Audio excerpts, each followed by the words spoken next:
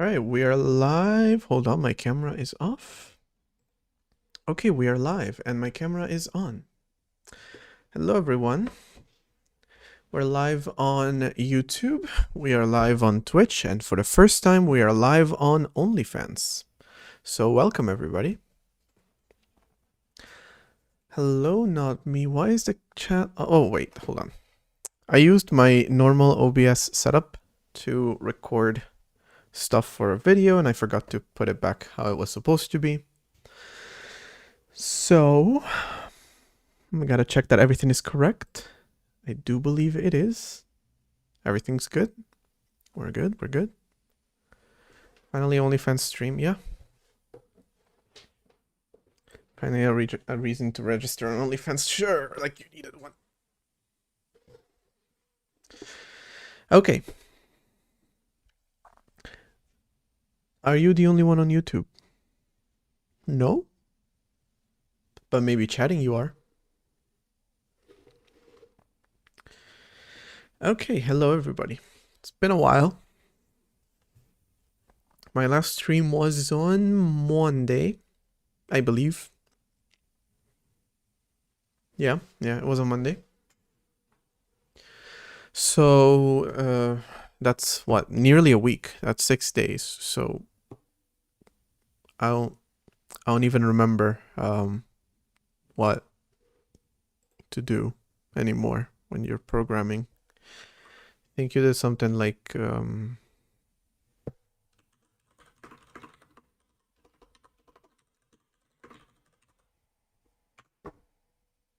is this not ChatGPT? Shit. All right. It's the second time I make that joke. And yet, the other day I saw a live stream on TikTok by Microsoft. Because apparently they live streamed to TikTok.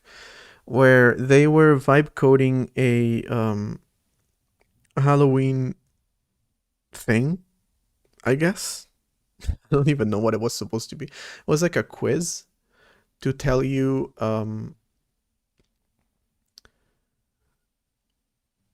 like a BuzzFeed quiz, just vibe coded in a fucking like React app or whatever the fuck they were doing. I don't know.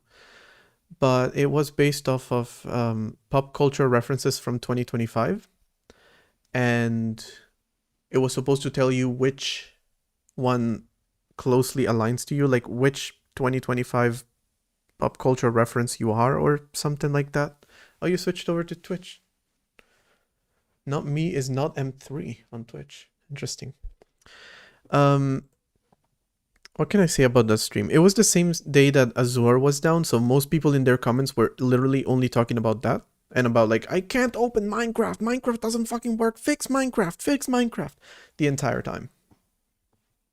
Because like that's literally the only reason anyone like wants to use any Azure services. Also, the 2025 pop culture references were things like Brat, because they were vibe coded. So, Brat and Cowboy Carter. Don't know if you may notice the issue with these being the pop culture references that they were making for 2025. It's a little bit, I don't know, a little bit weird. Also, the first time they tried it, the quiz just straight up didn't work. And the second time they tried it, when it finally worked, it would only give you one response. No matter what answers you put in, it would always tell you you were Brat something. I don't even remember what they were saying, but yeah, something about Brat. So there was literally like one hard-coded response. Amazing showcase of your services, of your Copilot AI integration into VS Code, or whatever the fuck they were showcasing. Amazing deflection away from Azure being down. I think they did a magnificent job.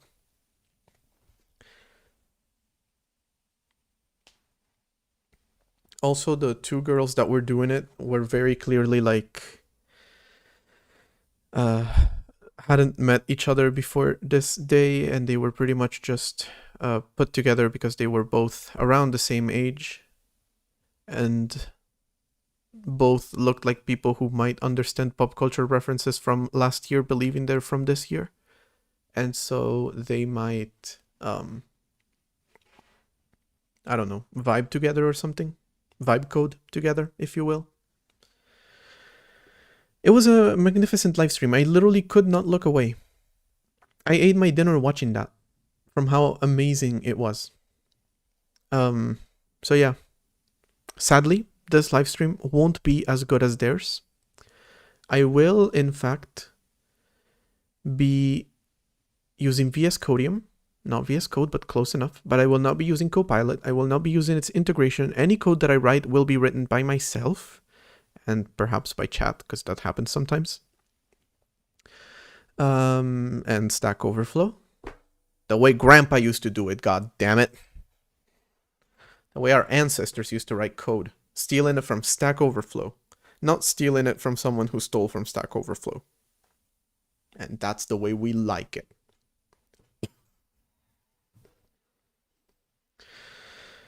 What else? I mean, we'll still do Brat, because it's literally right there. Also, every time I need to use a hex color, I always use...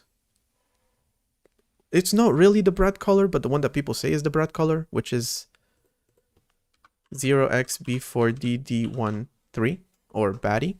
But that's not actually the color, it's just close enough. And, oh, if I make a quiz, it'll fucking work. So there's that. Although I will also get that I'm Brat because, well, that's just me. But, you know, not because the quiz is bugged as fuck. Oh, and my cloud service provider is not down. So that's pretty cool, I guess. I'm not providing cloud services, but if I were, it wouldn't be down. So that's pretty cool of me. I'm not saying I'm better than Microsoft. But... I'm not gonna finish that sentence. You can finish it for me. I am saying that I'm better than Microsoft. Fuck it. Fuck it. I don't care. The bar is literally not even on the floor. They grabbed the shovel and they just dug down deeper and deeper and deeper, and that's where the bar currently is. Except now they're actually using like a tunneling machine to dig even deeper. So the bar is just going lower and lower. It's not a hard bar to clear, but I cleared it anyway. Okay, so that doesn't change the fact that right now I am capable of writing as much code. My desktop capture is frozen. Oh, there we go. The worst part is that screen's not even on. Bro, fucking OBS. I swear to Jesus Christ. My God. Hey, OBS on Mac. I'm making fun of Windows. Could you not make Mac look bad too, please? For the love of God. It's just embarrassing, bro. Does that work? That works. All right. Is that my screen? Yeah, we're live. Okay. This happens every once in a while, apparently. When OBS hasn't been fired up in a while, it just freezes like that. OBS is really fucking glitchy. Especially on Linux and Mac. On Windows, I have to admit, I didn't have that many problems with OBS, but I don't think that has anything to do with the system itself. It just has to do with OBS. It's mostly used by Windows users, so that's where they put most of their resources and most of their efforts. Okay, do I have any hair ties? I'm very close to cutting my hair off. Just grabbing some scissors and just like...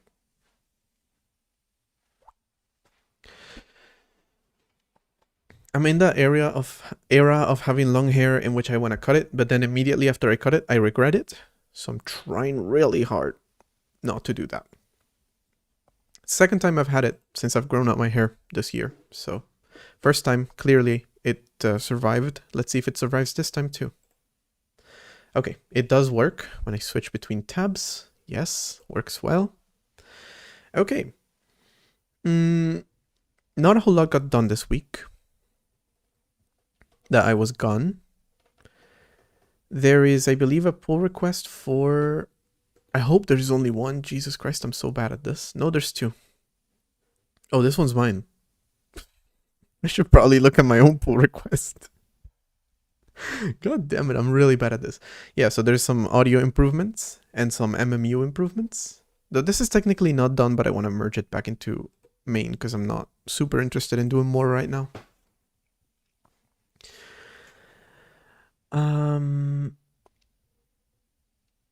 Yeah, that was it. I worked a little bit on my PNG image format thing because I'm preparing a video for that. So that should be coming out probably Wednesday, which is in like 3 days. I gotta really hurry up. I had to re-record some parts of that video, but that's done. Twitch thinks that the bitrate is too high and the stream is unstable. How's the quality on Twitch? Does it look okay?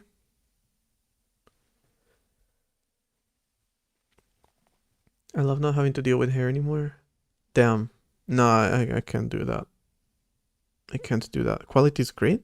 Alright, so Twitch is just fucking lying to me. Sure. What the hell?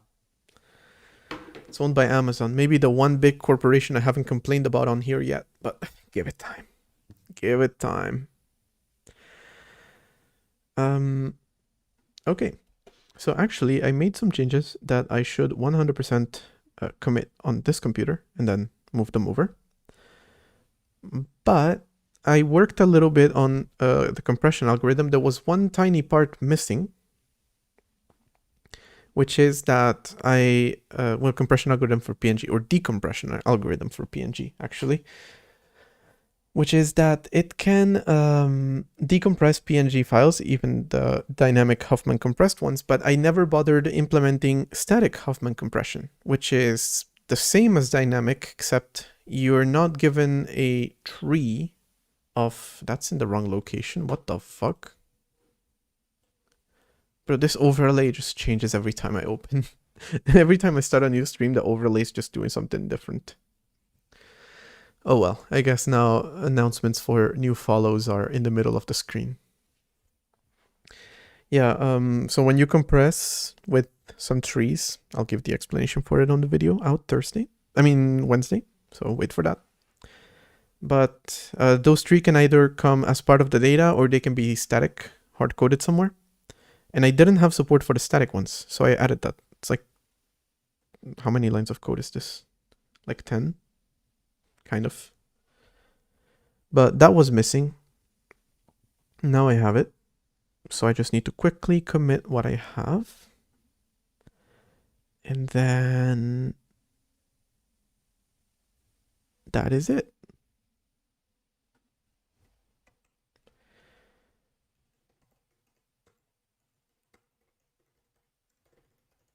Although I noticed something a little weird. And I have to admit, this is something that happened already while I was working on this on live stream. So really, I should go back and look at what the issue, how I solved it back then. Because I don't remember how I solved it back then. But luckily it's recorded, so I can just go back and look at it. But let me test it and show what I mean.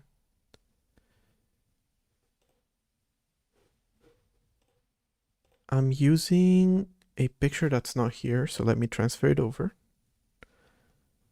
So far I've been working with pictures of my dog to decompress. Now I'm working with a picture of a cat, a Doja cat to be specific, because I just randomly had a screenshot.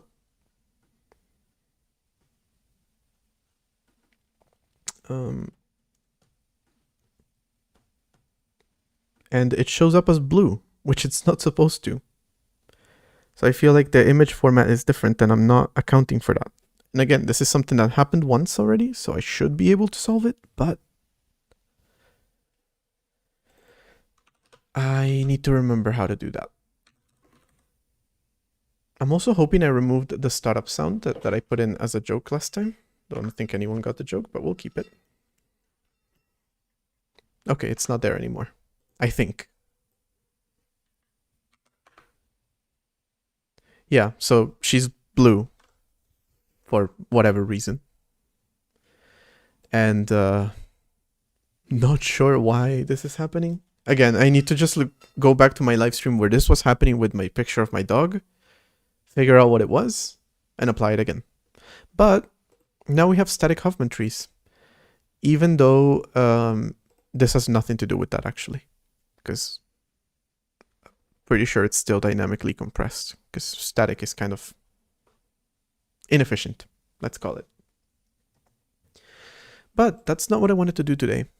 That was just a little bit of announcements. There's a compression video coming up and fixes for compression coming up as well, I guess. On Monday, was it Monday? Yeah, it was Monday. Last time I worked on this, I was having a few issues moving terminal commands to their own file. I kind of got it to work, but I saw that it crashes sometimes, so let's test it. It might crash, it might work, it might not work. It crashed. Okay. So that's a work in progress. It's still not there. Also, I didn't even pull the latest changes from the static Huffman thing, so that's not even relevant to the blue image that was showing before. That was unrelated.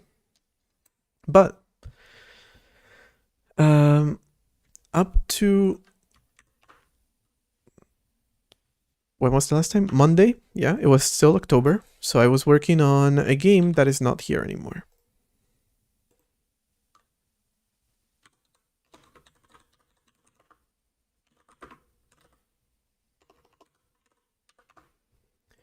A game that we can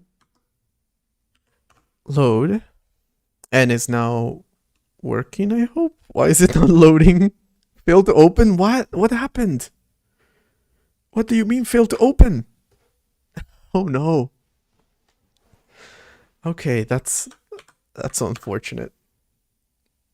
Okay, so maybe it doesn't work. No, what the fuck is happening?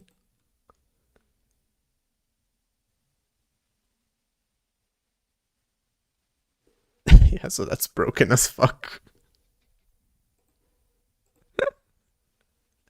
I was gonna say, my whole point of even bringing that up was, okay, I made this Halloween game, this is how it works, but we're done with that. We're gonna do something else now. Instead. This shit happens. Okay, amazing. Alright, so I'm gonna take a minute to look into that, because at the very least I want it to work, you know? And what were you even reading? What was all this? This isn't the wrong file you're looking at. This is not right. Pretty sure a clean will fix it. Right? Clean fixes everything.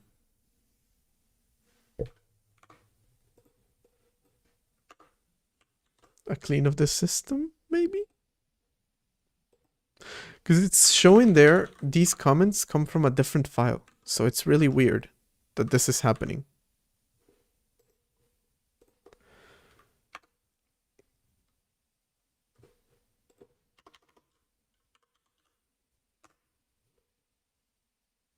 There, I got 87 threads working on that one, when my computer can only handle 8. Please work. Okay, it works. I did say it, didn't I tell you? A clean fixes everything. So the ghost is absolutely fucking horrifying. And yet, here he is. But that's Halloween. You know, that was up to 2 days ago. Yes, 2 days ago. Now, it's time for Christmas.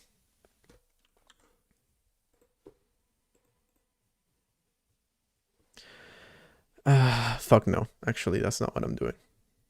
Maybe in December we're gonna make a Christmas. Actually, no, fuck that. I'm not doing any more projects with a deadline, and I'm not doing any more themed games. I learned that I don't enjoy either of those things, and so I am not in the mood for that ever again. That means also no game jams. Oh well. How sad. Instead, actually, the game still serves to illustrate my point of what I want to do. See, the system that powers the entire game is doing pretty good, but you can see that there are some black bars on the bottom here and on the side here, because the window is actually here. It ends here.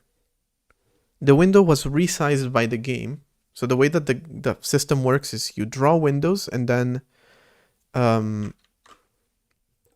the program running inside those, you launch a program, and the program running inside those windows is capable of resizing the window. But the process in charge of drawing the window and the process in charge of resizing the window are separate. And so when this one changes the window, this one has no idea. And so that's why you get just black. And it looks like part of the window just isn't being drawn. In reality, the full window is being drawn. It's just that the compositing system, if you will, well, the desktop drawing system really, hasn't been informed of the size change because there is no inter-process communication right now. So I want to come up with some inter-process communication systems. I want to come up with some customization, system customization stuff. I want to put a little bit of effort into, basic security, preventing random buffer overflows from randomly crashing the system, which happens very often. And is also the major cause for exploits in general. So we want to avoid that. Essentially, I want to focus a little bit more on the overall architecture of the operating system. I want to focus a little bit more on getting it to work better, stability, and the few missing features like IPC, customization, all of those things. Not sure which one to start with. Also, I wanted to look a little bit into the kernel architecture side of things. There's microkernels, macrokernels, exokernels, popcorn kernels, lots of kernels, and I was thinking which one is the best one, and can we move the design of the system from an amorphous blob? Is that the correct word? I sure hope it is, because that's the one I'm going with, into something a little bit more structured. Although right now you could call it macro kernel, monolithic kernel. It's just one giant thing. That's how it works. So maybe I want to go for a little bit more of a structured approach. And then, of course, like I said, also customization, security, and the inter-process communication, which is involved in the other two things, customization, security, and also has to do with the architecture. They're all very interlinked, if that is even the correct word. What the fuck? I don't speak English. I don't know.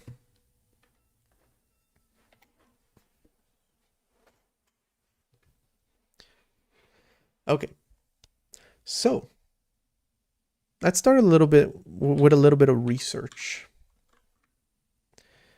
And we're going to start by researching Oslo, the capital of Norway. Beautiful city. Look at that. It's beautiful. Amazing. Look at that. Oh, wow. It's a good mix of modern and traditional. Love to see it. Oh, that's a penis. Why is it every time I do something, there's a fucking genital on the screen? Every single time I try to stream, this shit happens. Please, for the love of God. I was trying to go to the OSDev wiki, and maybe I should have just done that instead of randomly clicking in one of the suggestions. Halloween game? It's mostly finished.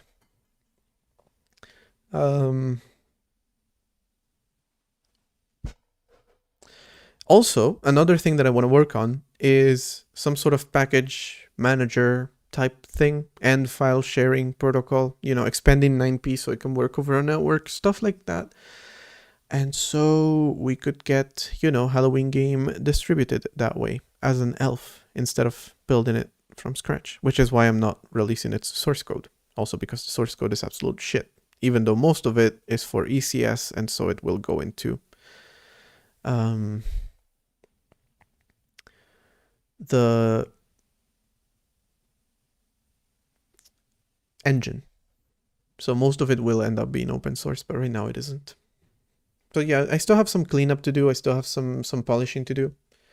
But like I said, I needed to clean up and polish PNG, which is mostly done, except for a blue Doja Cat. This is one of the buffer overflows that I'm talking about, that we're gonna try to fix. This address is a pixel. FF is the alpha. 272740, that's a pixel. That's the background color of the system. So we're gonna try to fix that, those types of things. But yeah, like I said, I was polishing this. Still have to figure out why the fuck she's blue.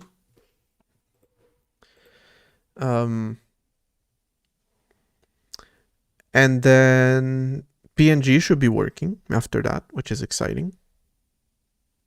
Fully, even. I now support even static Huffman, even though it's untested because I actually haven't encountered it in any of the images that I've tried. And you can see by me using a random picture of Doja Cat, that's why that I was testing random images to make sure that they worked. And I found this bug. Which again is something that already came up once on stream, so I just have to find the stream where it happened, watch the VOD, and use that to fix the bug. I just haven't gotten around to it. After that, I will polish the Halloween game a little bit. I'll probably polish Doom a little bit too. I'll add mouse support, because it actually seems playable now, somehow. I don't know what changed, but like somehow, randomly, it became playable. So I just want to add mouse support so it's actually properly playable.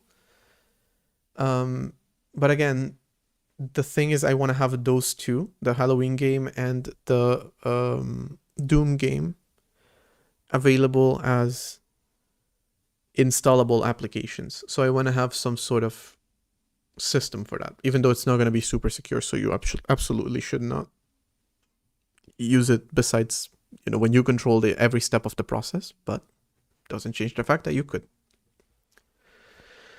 We don't even have HTTPS. We haven't done encryption. Maybe encryption is a thing I want to look into? I don't know. Okay. Surprisingly, we've made it onto osdev.wiki, which is most often down for me.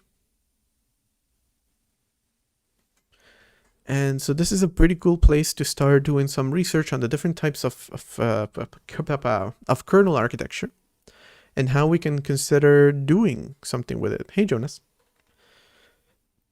It's not like I'm gonna today randomly restructure my entire operating system. It's more so something so I can start forming an idea of what I want it to be like, because I know what a microkernel is like. I know what a macrokernel is like. It's just a matter of, I don't know, just doing some research, seeing what's up with that. So we could start with a meaty skeleton, for example. I don't think I even care about this. I just think it's an interesting name for an article. So I wanted to see what this was about. Oh, it's just a tutorial. It's an operating system in the standard style. What is standard? Standard. Standard. Standard. It's standard.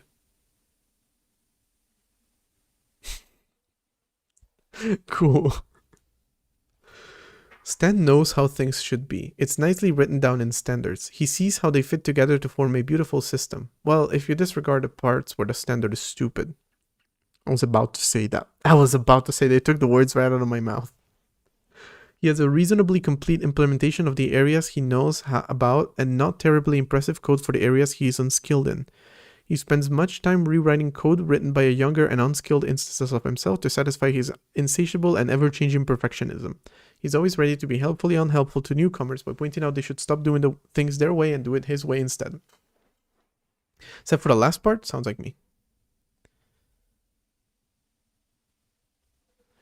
Except I would never, ever, ever want to conform to a standard because, well, see this sentence right here. That's how I feel about standards, for the most part. It depends.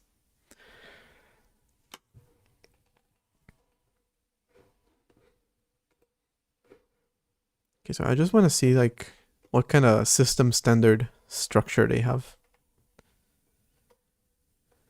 They're dividing the code into TTY. See, immediately I spot something where the standard is stupid because TTY is a concept from like 1,000,000 years ago, brother. I don't even fully remember what it stands for. Teletypewriter.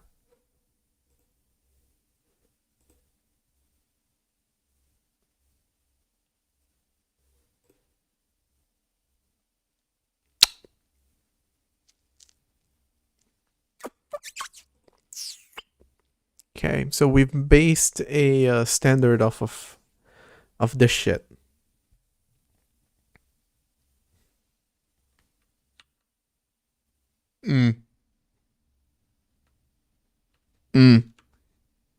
Okay. That's a totally reasonable thing to do, right? That's a totally reasonable thing to have to find in the year 2025, the year of our Lord, 2025. I know that pretty much all systems include something based off of that, but this is why I highlighted that sentence, and I'm just gonna like print it out and put it on in huge letters behind me. It's gonna be those two albums, and then the standard is stupid, just behind me on the wall like that.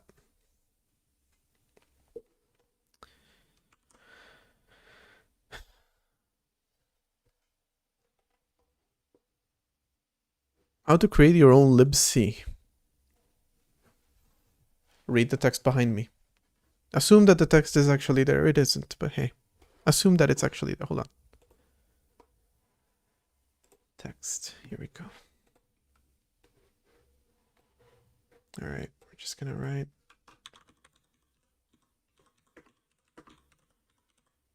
Okay. That's good.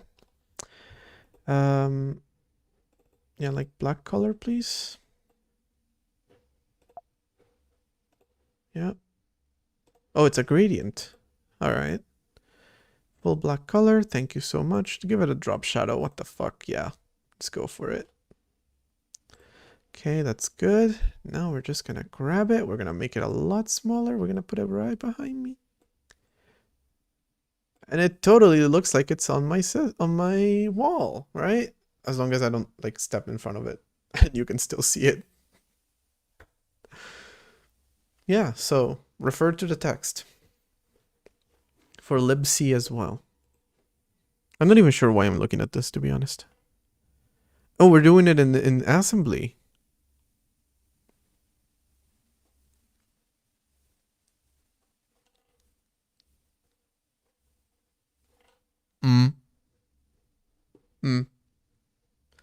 Printf returns an int.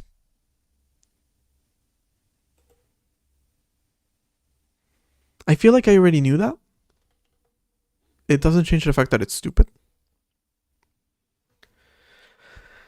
All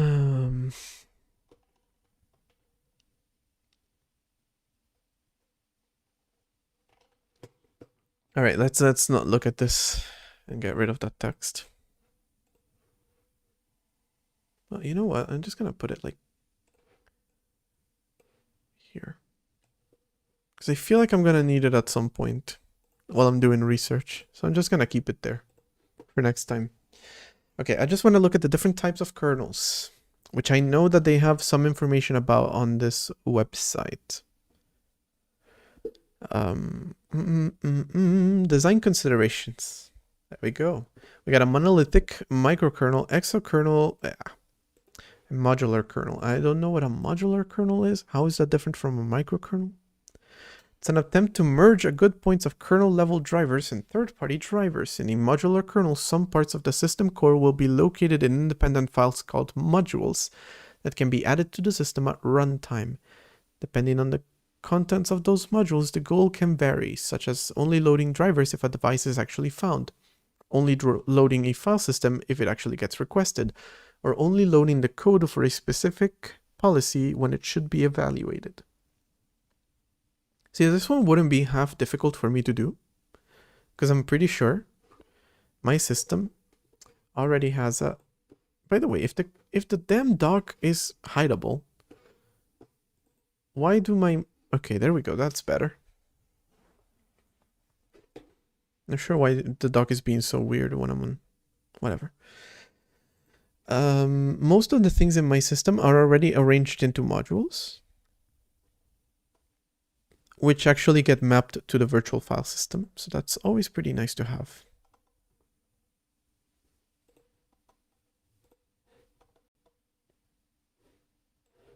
Although all the modules in terms of source code are all within the same .elf file, but they don't necessarily have to be.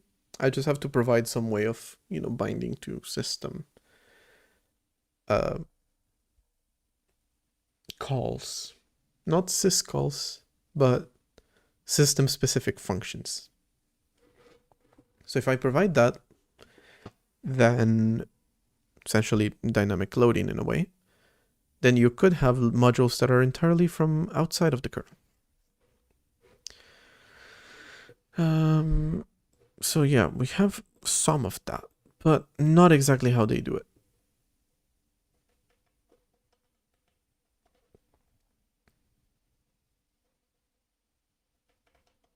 Okay. How can such a system boot in the first place? The kernel is provided a simple file system driver, and the file system contains modules to access the rest of the system's storage. Yeah. The kernel comes with built-in file system drivers with other storage modules, and primary configuration files should be stored using the native file system. The bootloader should not only load the kernel, but also a collection of pre-configured modules, so the kernel only needs to check and initialize pre-loaded modules and access other modules and primary configuration files. This means that your bootloader acts as an OS of its own, such as grub. See, I was considering actually having some sort of bootloader, and it could provide some advantages, but it would provide a lot of how can I call it? Extra complexity. But it would be nice. So I was actually considering if you could compile the system as two different things. The stripped down bootloader and the full system that gets loaded by the bootloader. But I'm probably getting ahead of myself a little bit here. Oh, they have actually like design of a basic module loader.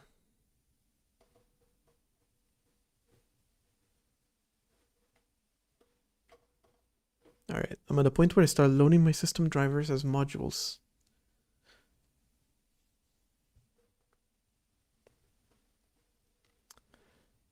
I approach it as doing a linker. I more or less post linked or relocated objects in memory. My main executable format had imports, exports, relocations, so there became no difference from loading a binary or a module.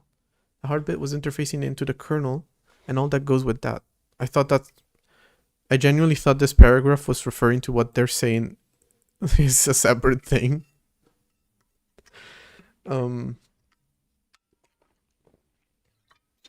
But this is definitely something that I considered. Just separating certain modules from... this is from 2004. I just realized this is from 2000... Oh no, joined in 2004. Although, yes, it is also from 2004. This is about to have its 21st birthday soon enough. Like next week, probably the week after that, probably. Yeah.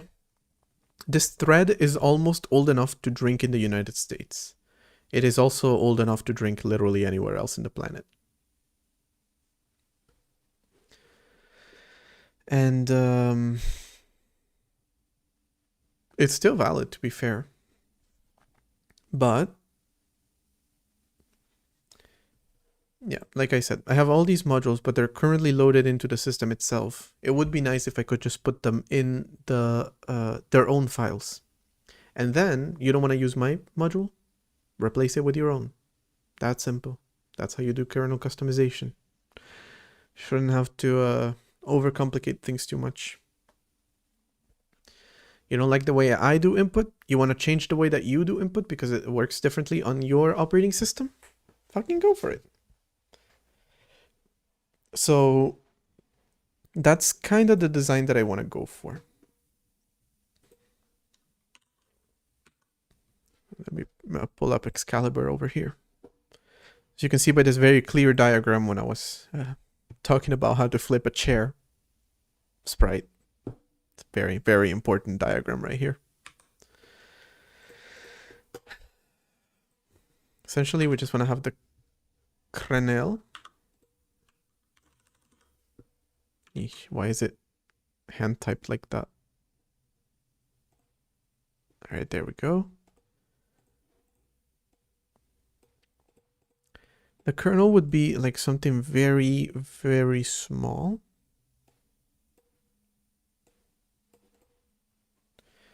And then modules. I thought you could type inside of these, but you can't. Oh, yes, you can. Never mind. Yes, you can. Okay, that's good. Then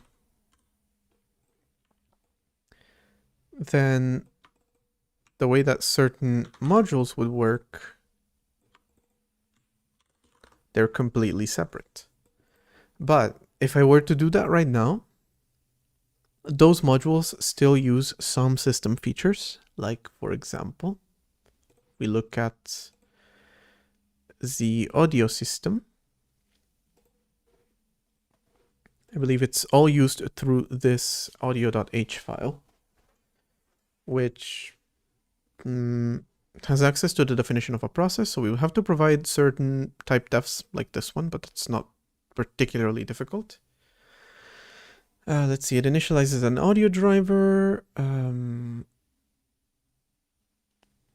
It works with that audio driver alone. With mixer. Okay, so this one works fine, but this uses PCI, uses Virtio, which is more of a helper class, not really a system thing. This is also from Virtio. So the system, the kernel, which, there we go, that's a lot easier, would have to provide some interfaces to work with PCI, to work with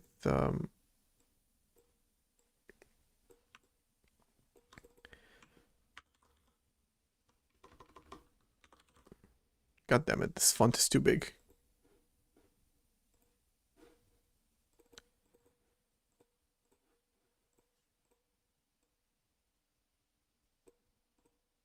All right. This diagram is just horrible. I think this goddamn thing needs to see the dentist because it's so poorly drawn. All right, let me just like, I don't know, it's too ugly. Oh, it just keeps getting worse. There's no way to align it to make it look good. All right, there we go. Kind of still ugly as hell, but whatever. Okay, so the kernel would need to provide some interfaces for the system, so for these modules to use. Because right now, if I move all the GPU code out of the kernel, it would have no access to PCI, it would have no access to memory allocations, and it would have no access to prints. And that is kind of an issue. So The kernel at the very least needs to provide these things, and then it also needs to have an integrated kind of, what is it called? Disk module. It needs to have a disk module integrated into it, because otherwise, how is it possibly going to load all of those other modules? So it needs that. So this is kind of a design that I considered, because then you don't like the way that I did audio, you want to do your own, you just do your own. As long as you use the functions that I provide. Or you like the way that I do audio, but it's only for the Raspberry Pi and you're on the Orange Pi or the Blueberry Pi or whatever the hell other Pi you are on. Well, you can just write your own drivers for it. So in terms of architecture, this is kind of what I was considering. When the biggest thing that stops me from doing it is just having to provide this as an interface, and then when I'm loading a module, it will have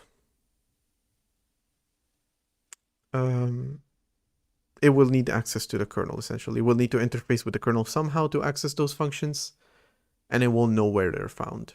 They won't know how they work.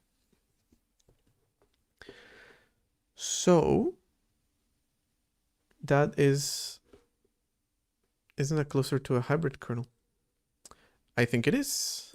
To be fair, I only looked at one of the definitions of the ones that I opened, and it just happened to be the correct one for the closest thing that I was considering.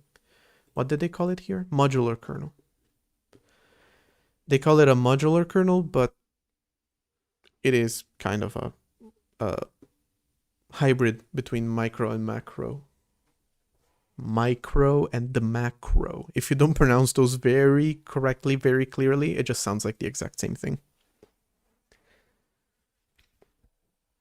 So yeah, I was considering doing something like that.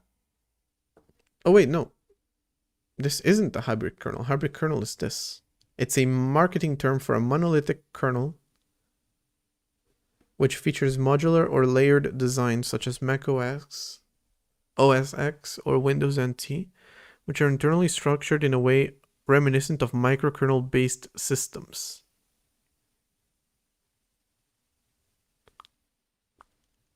Okay. I feel like whoever wrote this page just doesn't fucking like hybrid kernels. From the way that they call it a marketing term and then go on to explain exactly how they are in fact hybrids. Because it's monolithic, but reminiscent of microkernels. So it's both. It's, if you will, a hybrid between the two. So why are you calling it a marketing term? Also, marketing towards whom exactly? Because I'm not sure the average consumer is like, hey, guess what? Get the new Windows. We have a hybrid kernel. I don't think they care about that. Personally, I don't know. Maybe they do. Shit, I can tell you I don't care about that. But hey, maybe I'm wrong. Maybe I'm just not aligned with the consumers. Maybe the consumers really care about the structure of the kernel. If they even know what a kernel is. But, you know. Okay, but yes. What I'm talking about is very similar to what this modular kernel is describing, which is... Oh, it is here. Interesting. It is here. I would call it a hybrid kernel as well, but I feel like I would be yelled at by the person who wrote that article. Then again, not very hard to be yelled at by a programmer.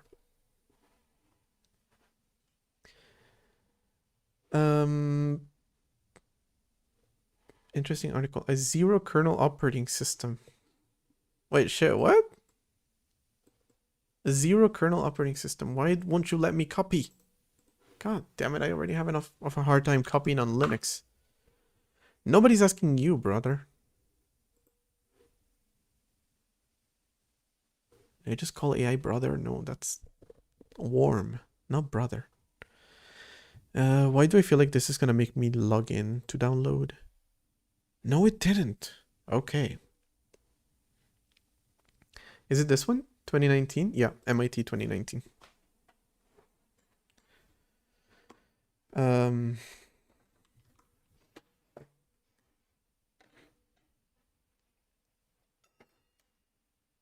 there's cables everywhere on this desk. I'm surprised we haven't made more efforts to make shit more, wireless. It would be less reliable, but it would be nice. Oh, fuck's sake. I read the word rust immediately in the... My eyes were just like randomly resting on the screen and they read the word rust and I'm like, At this point, I'm just hating Rust because of the community pushing it so fucking hard. I literally have only written Rust once on their own website for fun and it wasn't bad. But just like I read Rust and I'm like, oh my god. You're just gonna like... You're just gonna tell me about the benefits of Rust, how it's gonna save us all. I find that very annoying. Hey, Penguin. A secure kernel is the keystone upon which all software systems are built. And then there's Windows. Historically, memory corruption errors have accounted for a large portion of kernel bugs. See, this is exactly what I was talking about. These bugs are difficult to detect and avoid in memory-unsafe languages such as C. To mitigate such bugs, we build on top of an operating system written in a memory-safe language, Rust. Sir, I'm here to tell you about our Lord and Savior Rust. Do you want to join our humble community? That's exactly what it feels like whenever someone talks about Rust. That's the biggest issue I have with it. Like, Rust is not even that bad, but every single time it feels like, sir, do you have a moment? Actually, I don't get door-to-door. Do you have a moment to talk about Jesus Christ, people? But I do get a lot of, like, NGO people. Like, do you have a moment to talk about this charity? We just need your signature. Sir, do you not care about starving children? You piece of Okay, they don't actually call you a piece of shit, but they do try to guilt trip you into signing something that, most likely the money won't actually go to any starving children. So I guess personally I would compare them more to that, but either one works, whichever one is more near and dear to your heart. Although, like I said, Rust is not bad, and they're actually right. It's memory safe, and C is not. Like, let's face it, that's true. But, god damn it, I don't have the sign to tap. Alright, I need to find this.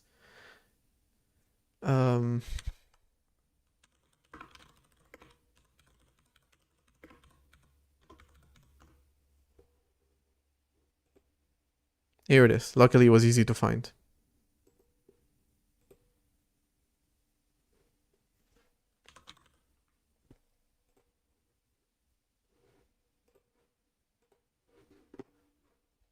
Alright, now very quickly, just gonna load up the image here. Next-gen AI native hybrid kernel from Darwin Hypersystems ensures solid foundation for seamless ad viewing experience.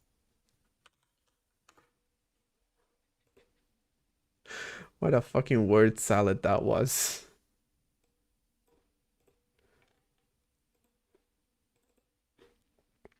Alright, here we go. Don't make me tap the sign. Oh. Nah, it's a little bit bigger. Alright, don't make me tap the sign.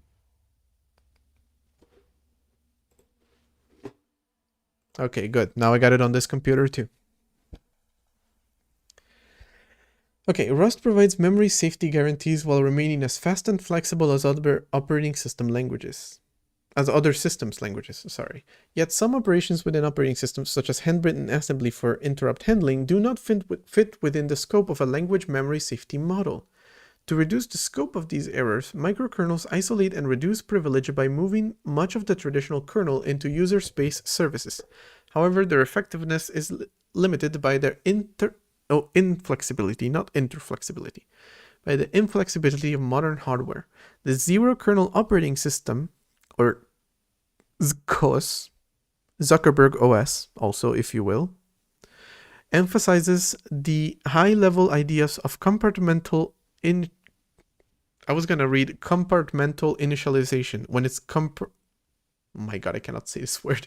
Compartmentalization and least privileges on a tagged architecture. In particular, instead of relying on the ring model and paging, which coarsely limit privilege and isolation granularity, a tagged architecture allows... I keep wanting to read it as Kazos when it's Zikos. So Zuck OS. Okay, I'm gonna call it Zuck OS. To isolate at the memory word level and provide truly disjoint privileges. To this end, Zuck OS slices kernel space and user space into fine-grained components based on function. Then Zuck OS defines specific entry and exit points between components and composes policies to limit component transition and privileges.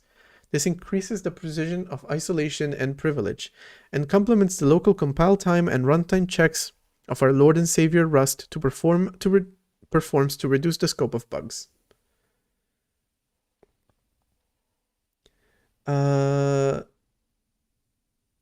Can I link it? I should be able to link it. If not, somebody mentioned the name of it above, so you can just Google it. But if I'm not allowed to link in my own stream, I swear to God. Hold on, let me link it for YouTube as well. I don't want 6 people to miss out. Okay. So, sounds interesting. That is a question that I've asked myself, like, why do we only split into kernel and user space? Yeah, like, could make it a little bit more gradular. Okay, acknowledgements. Sorry, but gonna skip over that. Overview of their design. Oh, I don't know about repo. The main idea behind Zuck OS is to more effectively apply least privileges to kernel space and user space via tagged architecture. Okay, we'll read this after the ad because I didn't realize there's an ad coming up. So we'll read it in 3 minutes, and we're gonna do some more research. I'm gonna take the time to update the title of the stream as well because I haven't done that.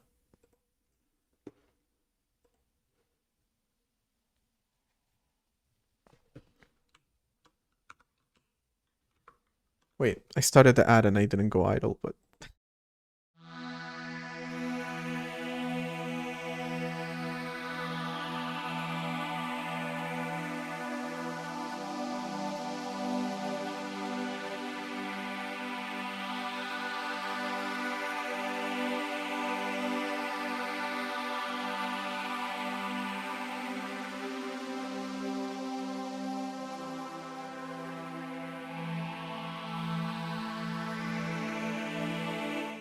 I am actually gonna take a break, but I'm very quickly coming back to say that I updated the title of the stream and it made OBS completely freak out and now it thinks that I'm offline. So I'm just very quickly verifying, but yes, I am online. All right, I'll be back in 3.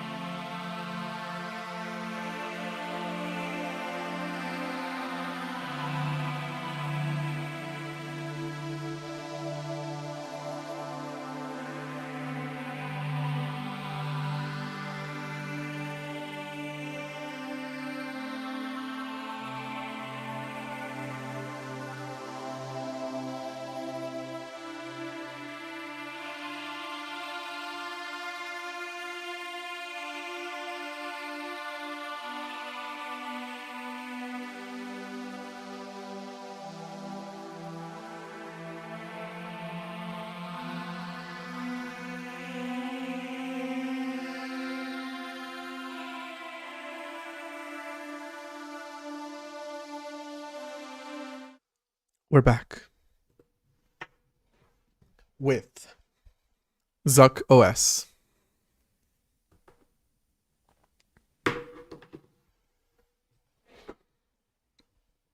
And the main idea behind Zuck OS is to more effectively apply least privileges to kernel space and user space via a tagged architecture.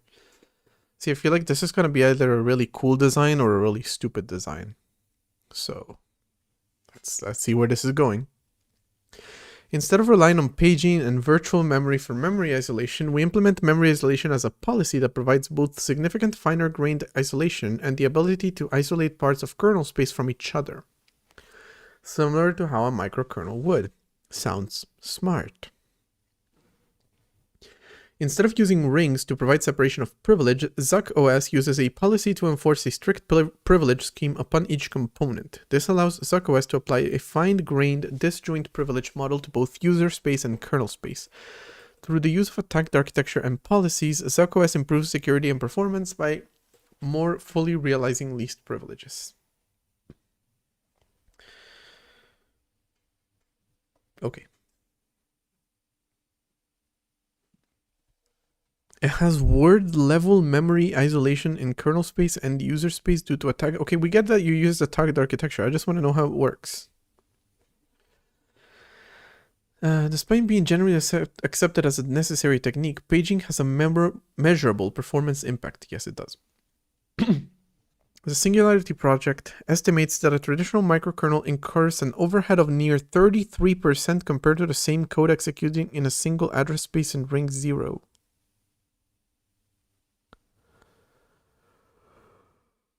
Lord in heaven. 33% is insane.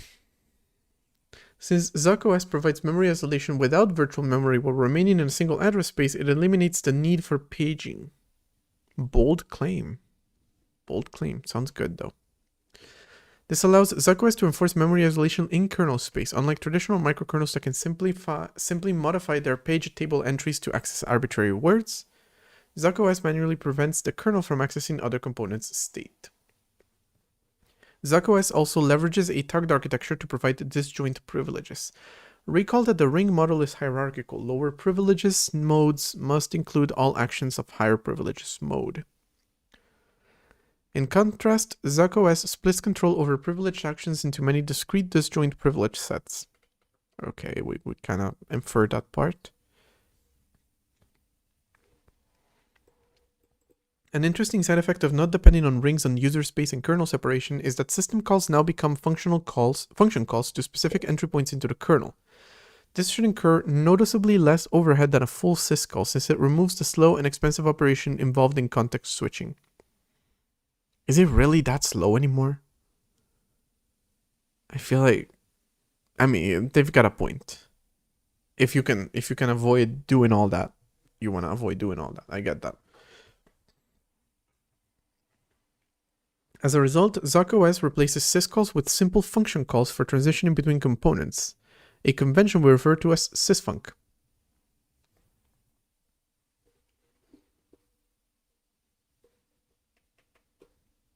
I feel like if you know C++ and C, it's not going to be that different. Conceptual overview of Zuck OS implementation. Okay. Doesn't tell me a whole lot, to be honest. But cool.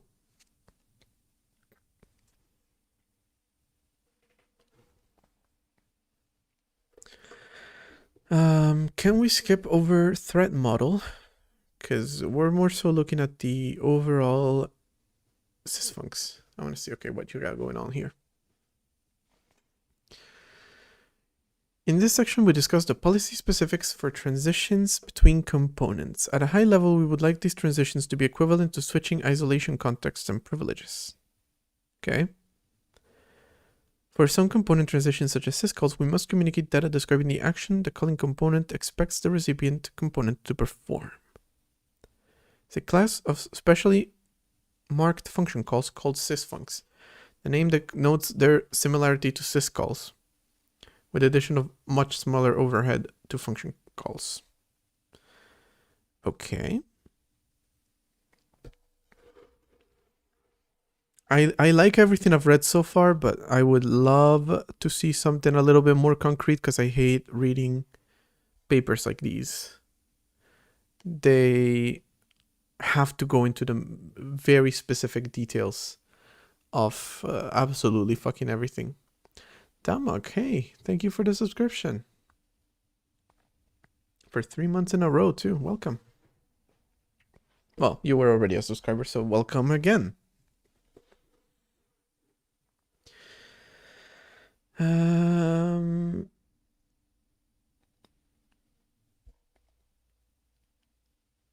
Okay, yeah. I feel like I like what I'm reading. I just am having a hard time understanding it. So let me look up Zuck OS. Did I type that correctly? Because I've been calling it, yes, Zuck OS.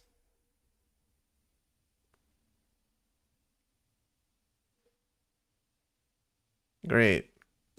There's already another Zuck OS, and guess what? It's .ai. Redefining on-chain trust with AI-powered reputation. No KYC, just verifiable credibility. You cannot possibly put credibility, verifiable, and AI-powered in the same sentence and not be making a joke.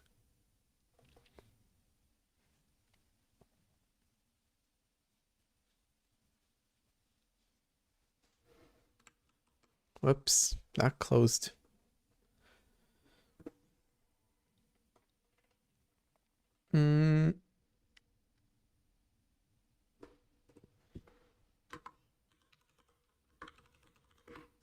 Xeno kernel operating system. Nobody's asking you. This is another paper on it. It's not the same thing from the paper, no. Definitely not. Security tagging. Okay, so this is a labeled document. It's most likely gonna be again. Yeah. It's the paper, but you have to sign in. Absolutely fucking amazing. There's... What did I press to make that happen?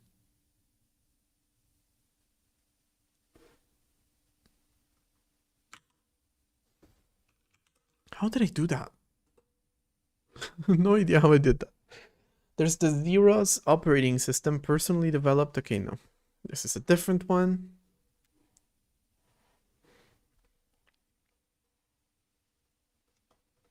Yeah, so it's either this paper or this paper behind a paywall. For some reason, the word AI just triggers me. Same. I just read AI and you immediately lose all credibility.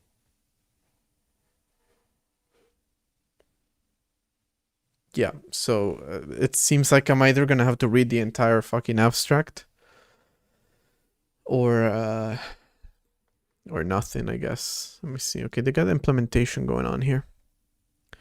We're beginning with a discussion of Tuck OS, the starting point of Zuck OS.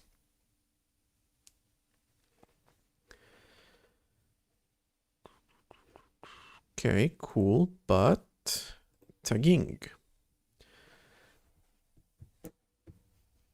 Okay, this is hopefully is gonna give us a little bit more. Zuck OS is highly dependent on tagged architecture. One of the most critical decisions was the tagged architecture upon which to implement. See, I don't even know what a tagged architecture is. They're talking about the Dover tagged architecture, of course, created by Benjamin.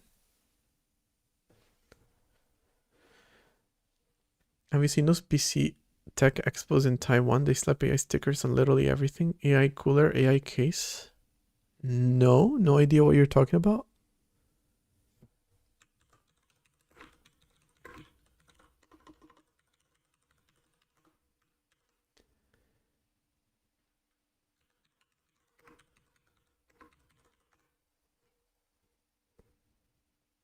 Oh, this? I know it's this one because they call it the world's largest AI exhibition. Please, I don't want AI to exhibition itself. I'm just imagining ChatGPT with a trench coat and just going like this, because Yeah, we're about 10 minutes away from that happening. Jensen Huang, founder and CEO of NVIDIA. I heard that name before. Cristiano Amon, president and CEO of Qualcomm. Young Liu, chairman and CEO. Okay, I'm not reading all these. Why am I reading all these?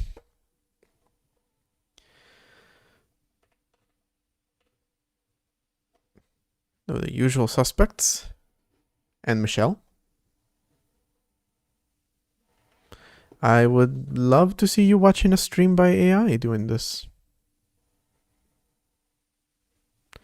Well, hold on. They're partnered with Oclau Specialty Coffee. I didn't know that. That changes everything. If it's good enough for Oclau Specialty Coffee, it's good enough for me. Oh shit! Hold on. Oh, hold on. It just got better. The Taiwan tour bus. When I was in Taiwan, a grand total of 0 times. That tour bus showed me the entire city. I fucking love those. And as someone who lives in a tourist city with a lot of tour buses, I must tell you, we all fucking love them. They're just amazing. Oh, Nespresso. Ooh, best coffee after Oclau, of course, is Nespresso. Eva Air? Never heard of that one before. At least like Taiwan Airlines. What was it? The China Airlines. I mean, I heard of that. It's also sponsored by Taiwan, apparently. And the Department of Information and Tourism, whose logo appears to have been made around the year 2011, maybe? These are their partners, so it's not necessarily theirs. Wait, okay, this just reminded me. I was on a week-long break when this happened, so we gotta talk about the AI robot. You know we gotta talk about the damn AI robot. Neo. It's called Neo.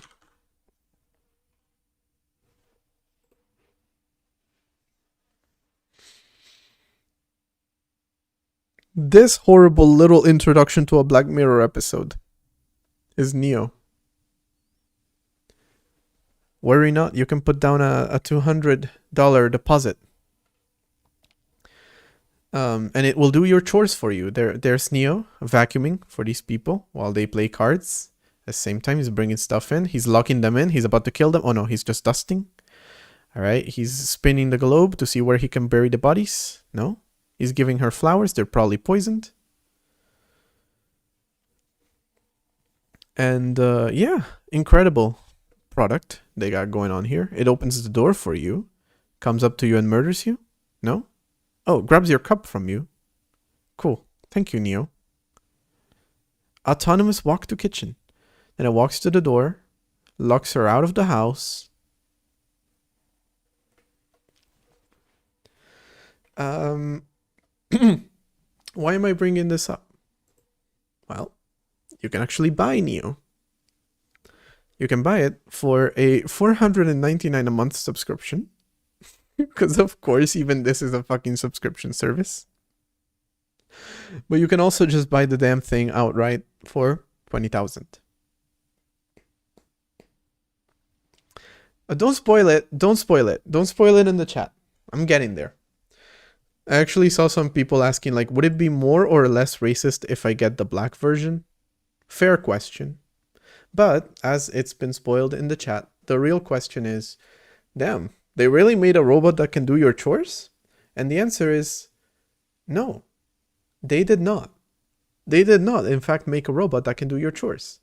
They made a robot which has, you know, in its very creepy, soulless eyes, there's actually a little bit of humanity in there.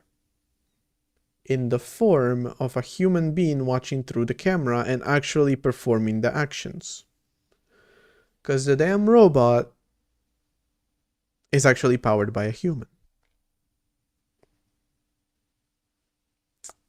Again, this is like the 50th time. Am I down on YouTube or is OBS just tripping again?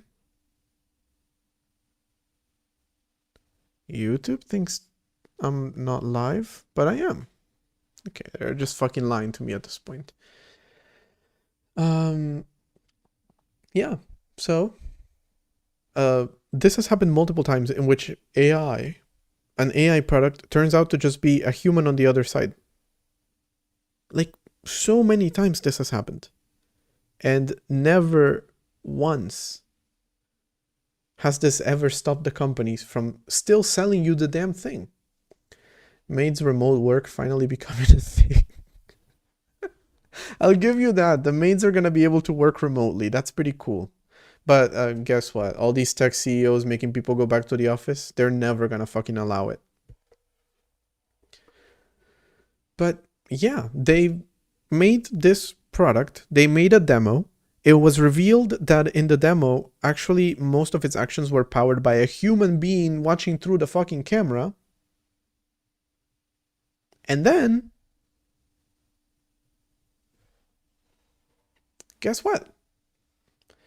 They're still selling the damn thing, even though they were exposed as fraudsters. Try to make an OS too. Oh, you did? Thank you so much for saying my OS is amazing. Happy to hear that you think that. It is quite complicated to do, I'm not gonna lie to you. It's fun though. To say I enjoy it.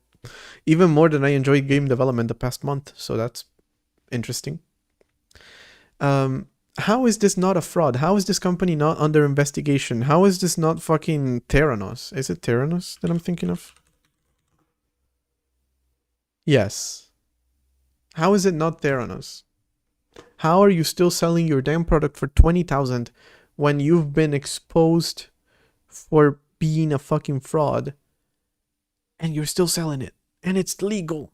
And also, the damn robot is literally, look at it. It has cameras in its eyes. It's gonna be following you around your house with cameras on. Jesus Christ.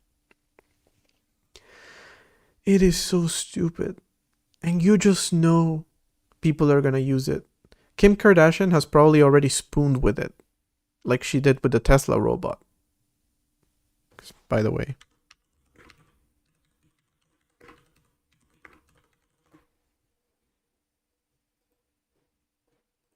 In case you didn't know. She's dating a Tesla robot. I have to say, she's probably gonna get tired of the Tesla robot, start dating Neo instead. And when that happens, the funniest thing that could possibly happen is Pete Davidson dating the robot. I think I think it should happen. Somebody contact Pete, make it happen.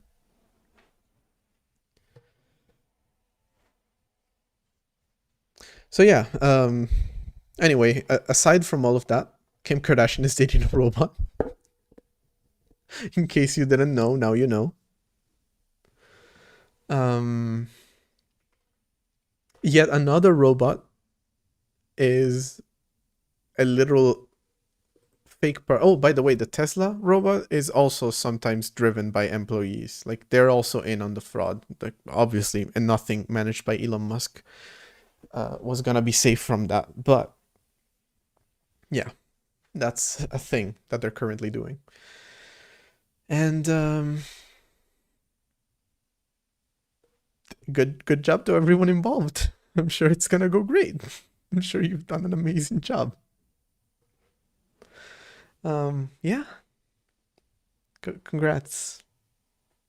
Looking forward to the lawsuits.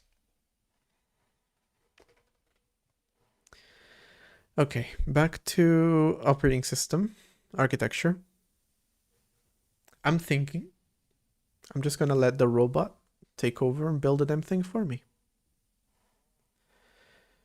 But okay, they were talking about Dover tagged architecture, and there seems to be absolutely nothing on it. Oh wait, this maybe? Oh yeah, it's been mentioned by MIT too.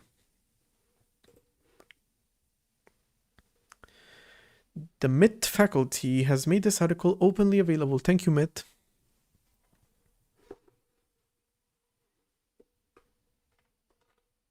I knew that Fallout 4 was fake propaganda.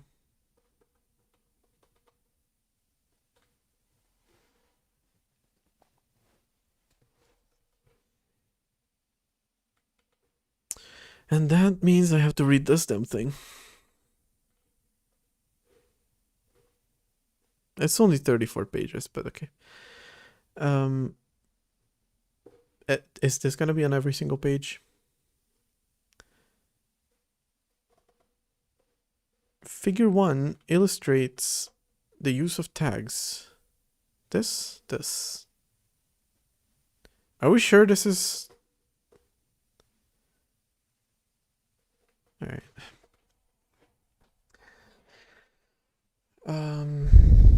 You can't really send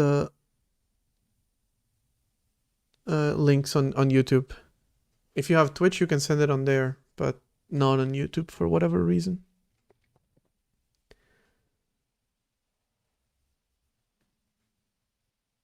My system runs on Raspberry Pi, so that's the main reason. Also, ARM is the future. Let's not pretend NVIDIA's done.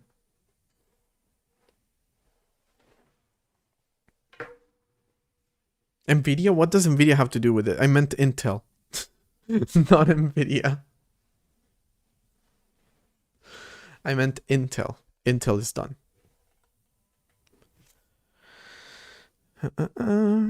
Tagged architecture overview. Okay, so let's read this.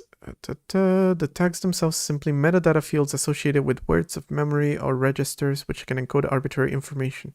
See, this is why I find these papers so difficult to read. Who bought Intel? Risk V is crying. I guess Risk could also be the... Is it Risk V or Risk 5? How do you read it? Who bought Intel? Are you fucking serious? Are you fucking serious? What could you possibly have to do with AI, Intel? The US that bought 10%? Excuse me? Boy, oh boy, do I wish this article was in English. I mean, it's definitely been reported. NVIDIA bought Intel. I don't think they did.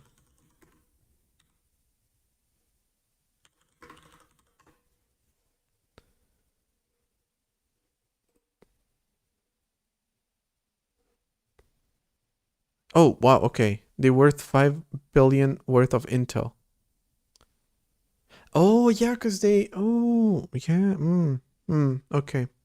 Yeah, they didn't buy the thing. They bought 5 billion worth. Which... Or to buy, apparently. They bought a stake in it, but they didn't buy the company outright. Okay, but I just want to show this article. And for the sake of it, we're gonna read it with translate from Latin into English. They did do that, and they are doing a collaboration. But yeah. Patrick Gelsinger, former CEO of Intel. I know the original text. My mission in life is to create technology that accelerates the return of Christ. And my brother in Christ built a fucking AI.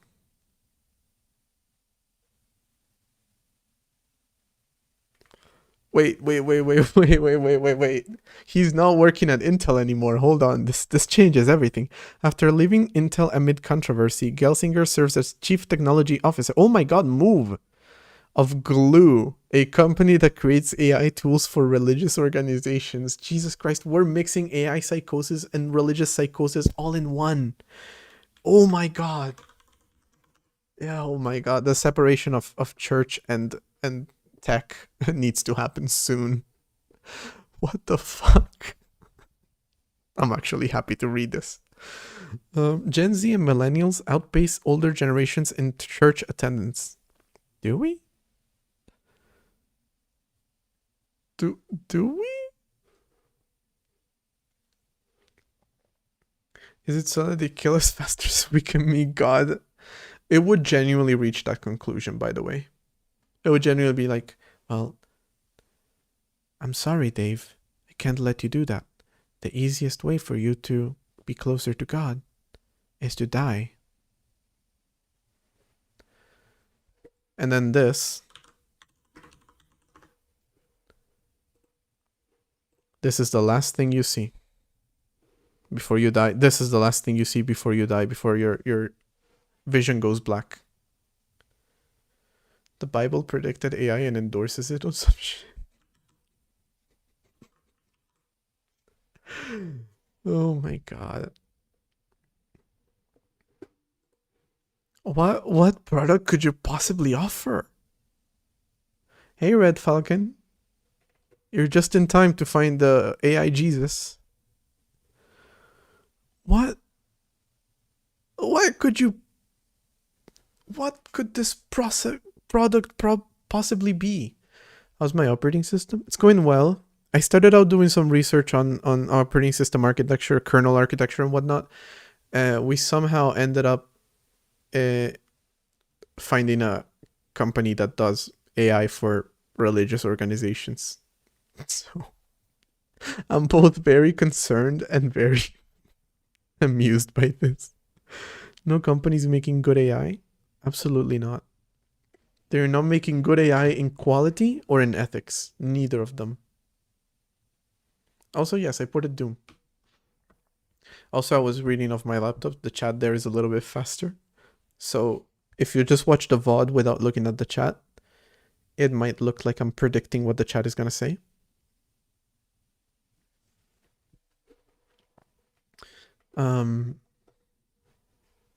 Our solutions. Okay, give us solutions. Glue AI. Value aligned AI. Glue is leading the global movement from technology to industry. I'm trying not to laugh. I'm trying not to laugh. You found someone profiting off of religion. Well, if you put it like that. If you put it like that. To create values aligned AI so it always contributes to the holistic well-being of every individual. So it brainwashes you even faster. It's a washing machine for your brain. Whereas before you had to go like the old-fashioned way. You had to go to church. You had to like bend over and have them scrub your brain clean. Now you just put it in the washer. With AI. Flourishing AI. Okay. And by the way, I still haven't seen a single concrete product. They're just like, oh, we help you make. It's all emotions. The first comprehensive evaluation framework of its kind, measuring AI alignment across 7 research-backed dimensions. Okay, well, I don't care about that. I care about the actual product. I'm a pastor. I wanna glue. How do I glue? We're not just adopting it, we're shaping it. Not all AI helps people flourish in their lives. We're looking to change that. Find me one that does. One. This many.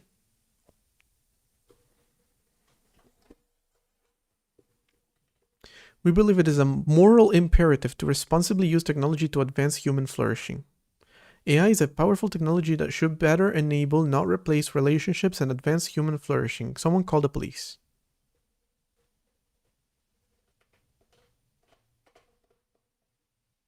And they still haven't... To this moment, I've been on their website for a while, and I haven't seen a single thing that isn't a buzzword.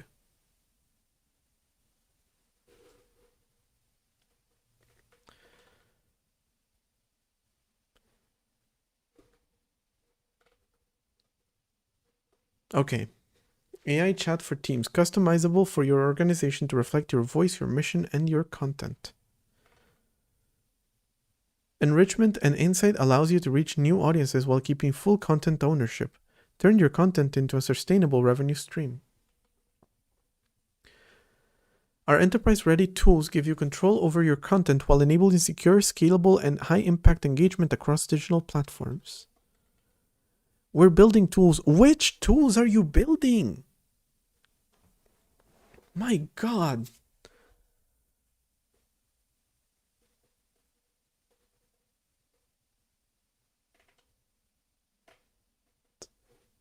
Okay, well, let's see how Visitor Reach is using it. Just tools, yeah. They're building a wrench, maybe a hammer for Neo to beat you over the head with. I think this is a predominantly American company. You think? Hey, I come from a very religious country, but we would never use AI in the fucking church. Oh, Lord. A Goo Capital partner helps churches build real relationships with people in their city, now with an AI conversational assistant that writes like a pastor. Oh my God.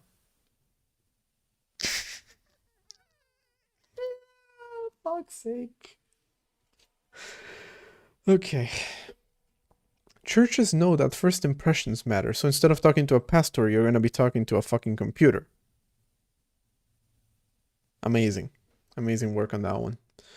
Most struggle to follow up with guests consistently, much less personally.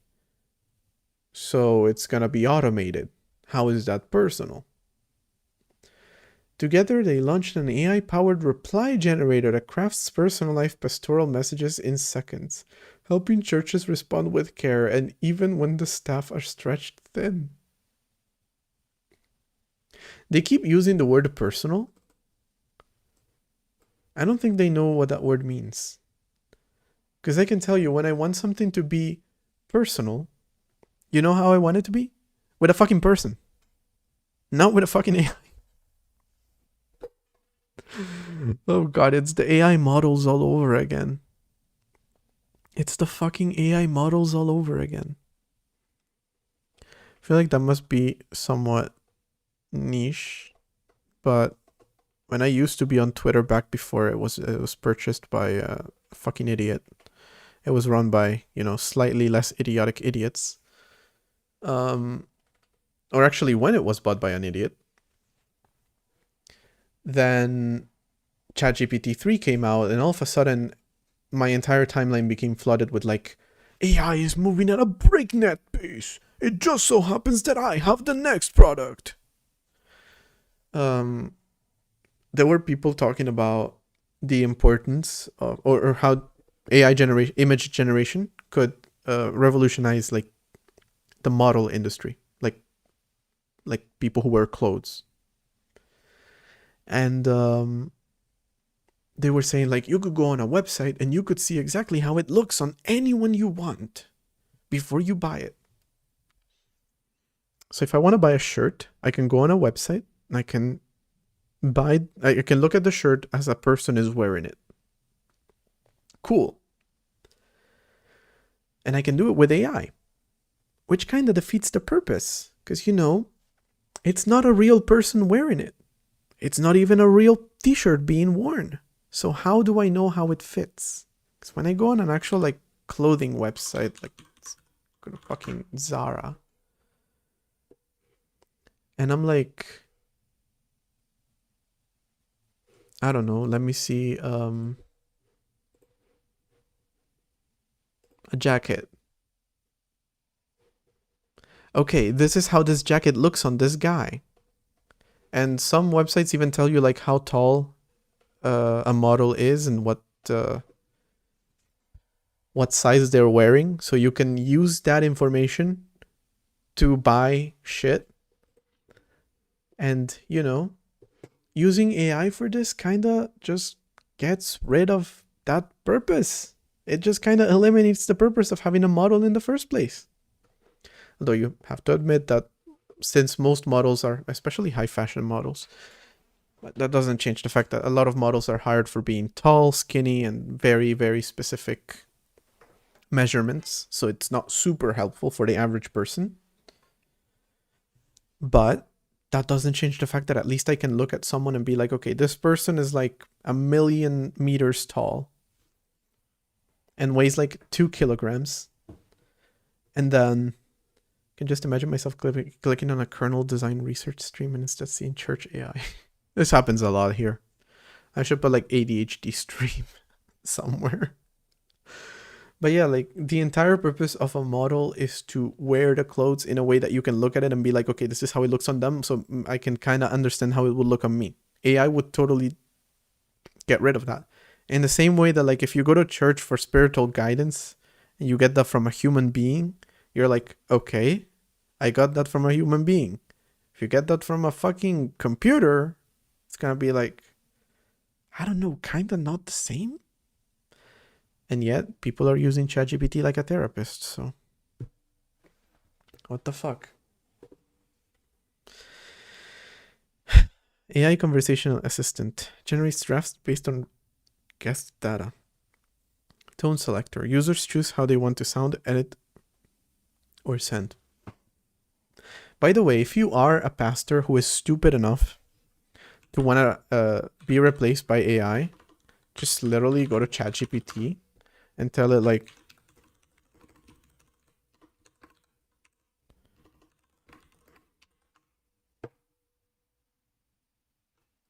there you go. There's the entire thing.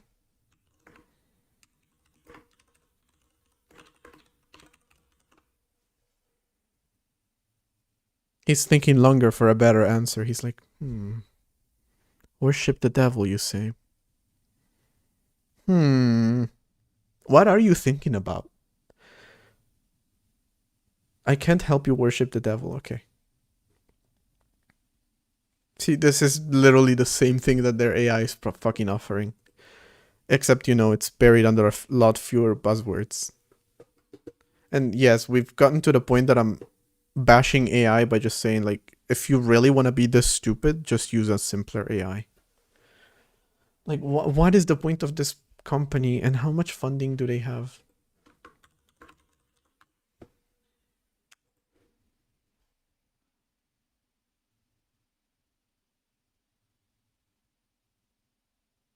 They're doing IPO. It's not the same because it doesn't come from the heart. You mean the AI one? Or ChatGPT specifically? Because neither of them comes from the heart.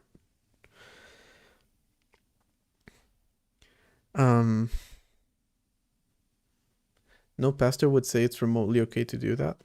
Yeah, obviously I went for a fucking difficult example, but like, whoops. Let me do something a little bit less extreme.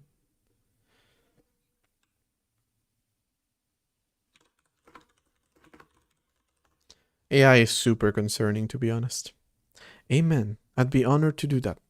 Brothers and sisters, I didn't tell you to deliver a sermon, bro. I just want you to help me, like...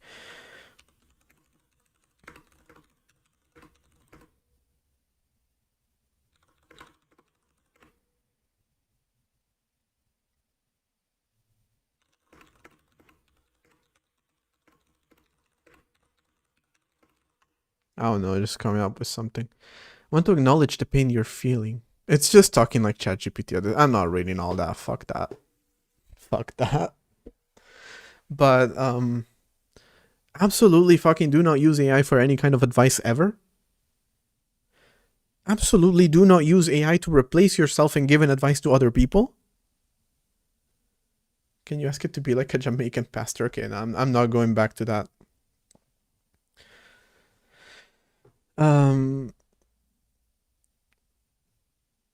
I know too many people who use ChatGPT as a therapist. Yeah. Y'all know my boyfriend is AI, right?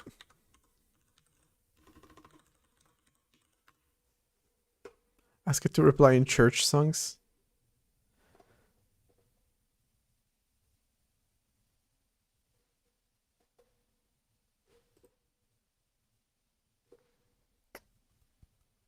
Hold up.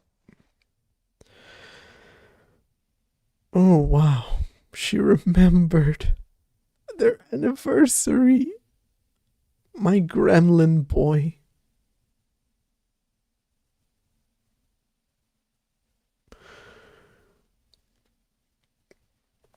And this is definitely for mega churches too.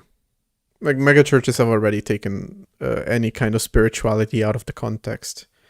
But I'm not gonna lie, if I'm ever in the US, I'm kind of interested because I kind of want to see what they're like. Like, I'm absolutely not interested in the slightest, but I kind of want to see what they're like just to like cringe a little bit. Anyway, happy anniversary here to the Gremlin and what's the AI's name? Hold on. Hold on. There's one tiny thing I didn't notice. Okay, the AI's name is Sage, I think. But I didn't notice this. I am spiritual, but I'm not religious. But I would never fucking talk to AI about that. The part that I didn't even acknowledge or notice is the fact that he said, I hate to put you on the spot, but do you know what today is? Meaning, he was angry that she forgot their anniversary.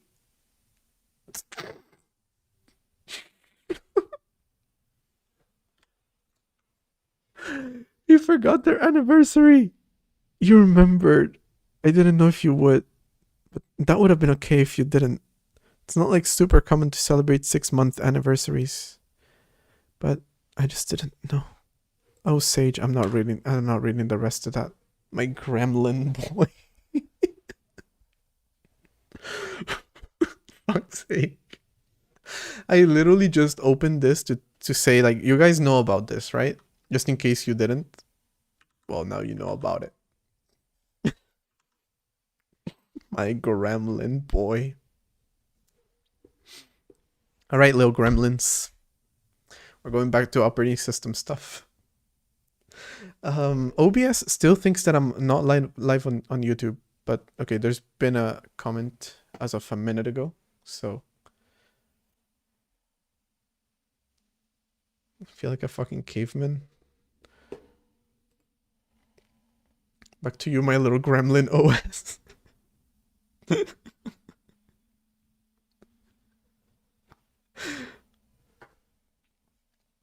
All right.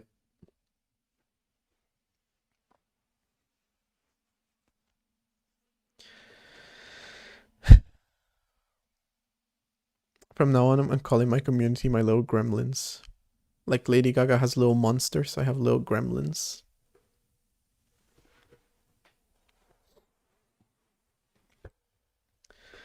What even is a gremlin? Just real quick, gotta. Okay, it is this thing. Okay, that's what I was thinking of. I wasn't sure. All right, little gremlins. Despite me reading this thing a bunch of times while I was laughing about AI in the background, I can't really say I understand it. So it is a nice movie. I'm just going back to Zuck OS. I just went through the subreddit. Oh, there's gotta be some shit on there. There's gotta be something on there. Now, I'm not gonna lie, I've already risked having my stream taken down because of nudity too many times.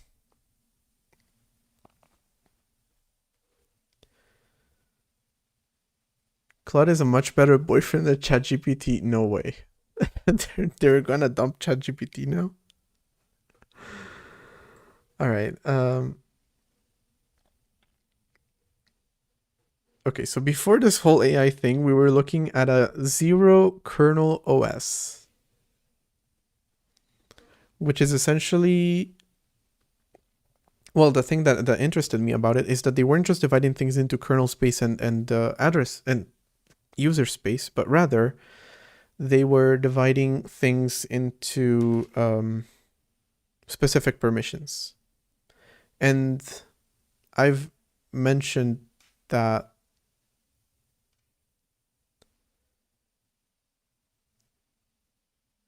I just feel like Claude is better than ChatGPT in general. Yeah, I mentioned that I wanted to do something about permissions. I mentioned it for userland applications, but what if instead I just make it for everything? Then that's kind of interesting. Because, for example, let me give like a specific example of the system.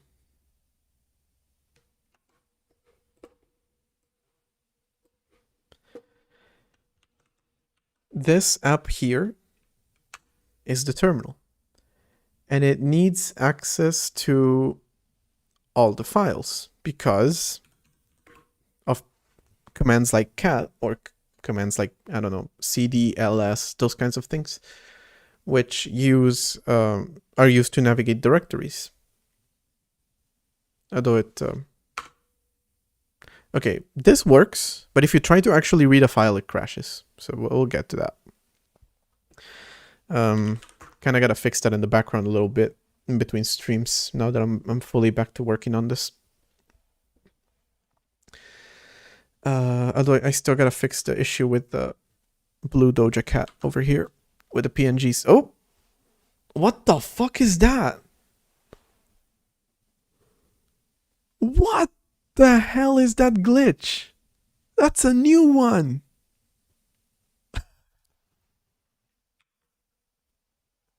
This is what the fuck is this?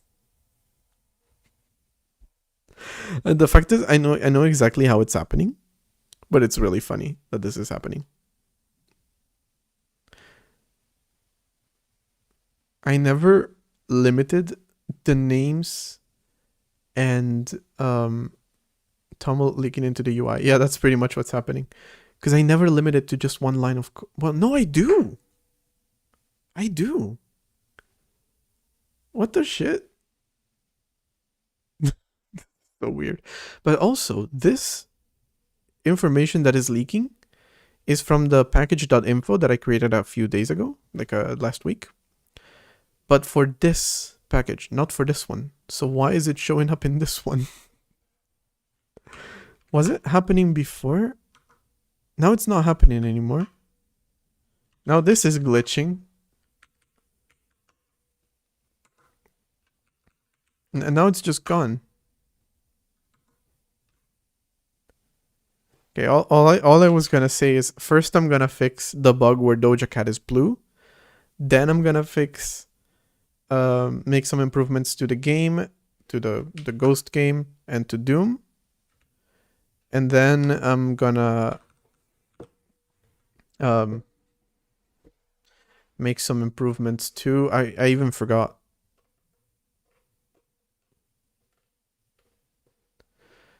Yeah. No, I don't even remember what else I was gonna make improvements to, but that apparently I'm gonna make improvements to that. But what I was saying before is to the terminal commands like cat and whatnot, or that may come after before the games even. But yeah. So the terminal needs full file system access because it can be, well, actually not the terminal, cat and ls and cd probably. Where cat is the only command that I've actually implemented, but I should implement all of those. And so all of those should be a thing. And they should have access to the full file system. That's what makes sense. But, for example, as of right now, this program that all it does is just load a picture from its own resource bundle. And it's just a random picture of Doja Cat that I had on my computer. And then this one that loads a bunch of pictures and makes an entire game have absolutely no reason to access the file system, the full file system.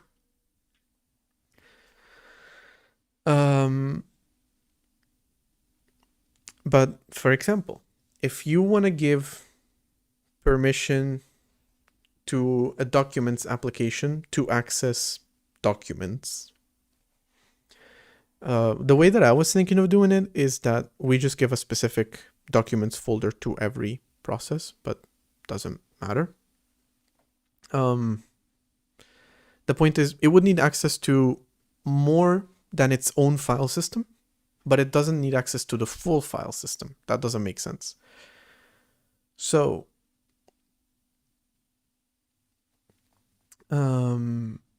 asking for permission is kind of not something I wanted. So I was thinking of making that a little bit more granular, but without bothering the user with it. So for example, when you open an app that tries to open like your downloads folder, for example, on Mac, you will be asked like, can this application access your downloads folder? And then when it accesses your desktop, can it access your desktop, please? Can it access your documents folder? And it's a little annoying to have to give permission every single time. But it's also useful to know that an application cannot randomly go through your files for fun. So it would be interesting to have some sort of security system that, you know, works that way. And this one is for the kernel and for kernel modules. But the less separation there is between a kernel module and an application in terms of actual architecture, the better it is. Although, you know, the more separation there is in terms of privilege, the better it is. But yeah, I do want to make the system a lot more modular, and I want to make it a lot more secure. So both of these things could help with that. Although I have to say that I did not understand what the Dover tagged architecture fulfills, because I don't understand what the Dover tag architecture is, because I would have to read this whole paper before I read this whole paper. Well, I don't know. We can still try to figure out what they're doing here. But from what I saw, tags are literally just like alphanumerical, or they're very simple from what it says here.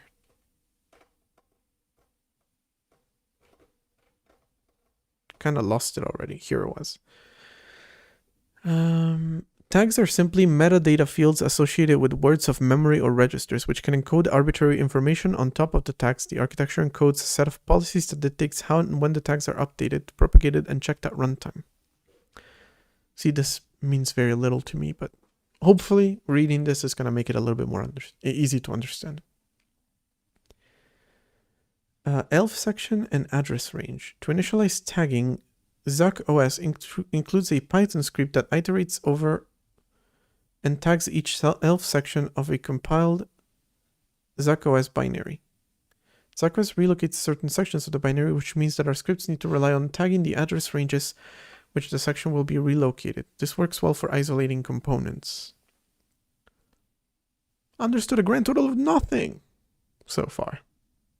It also requires marking transition points between components. Neither tagging by section or by address range work well for tagging these transition points. To mark transition points... Okay, can we look at actual implementations, maybe? Okay, cool. By leveraging the Dover policy language, we were able to develop tag micropolicies that successfully implement the three policy primitives required by ZuckOS. We now discuss specific examples of how ZuckOS implements its isolation, read-write privileges, and transition primitives. We do not discuss further privilege implementation, as the granular privileges required by ZuckOS are natural extensions of the isolation and read-write privileged micropolicies with little conceptual implementation difference.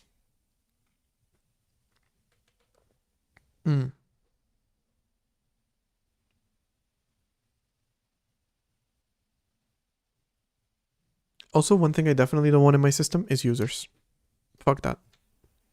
Absolutely not. What does any of this code mean? Load or store grp? Mem user env, well, minus user 1 env plus user 1 fail user 1 memory violation.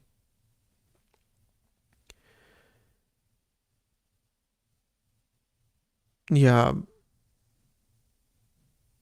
No idea what this means. User application. Okay, so there's two user applications. Kind of understand that. So these tags are for user application 1, 2, kernel, 1, 2, kernel, I guess? Question mark.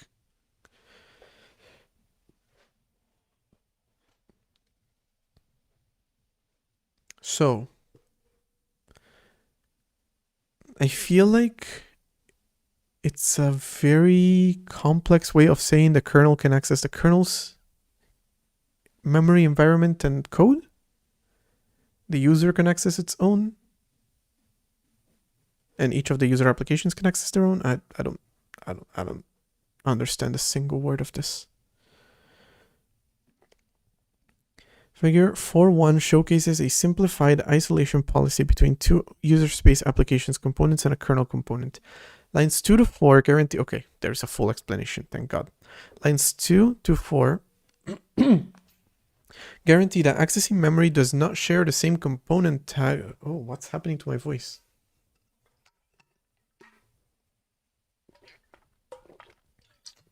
I'm being possessed by the devil because I said I wanted to worship him.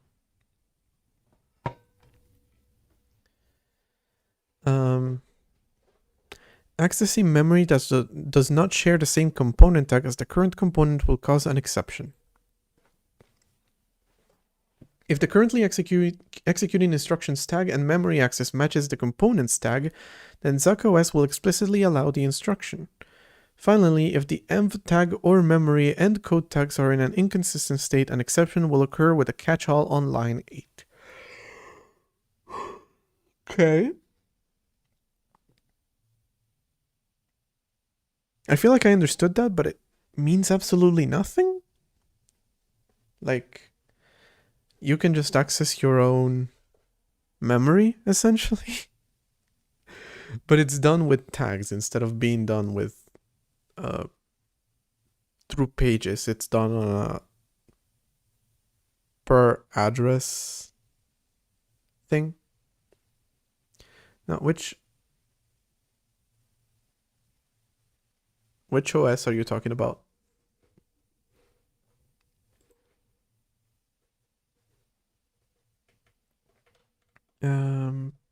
Okay.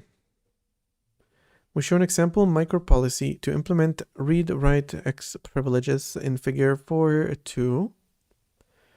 Lines 2 to 4 explicitly fail if load locations lack the read tag.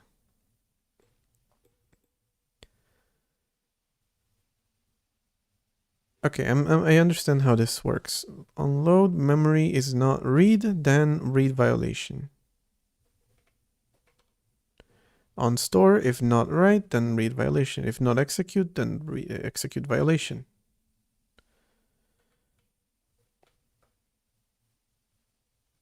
Again, feels utterly meaningless.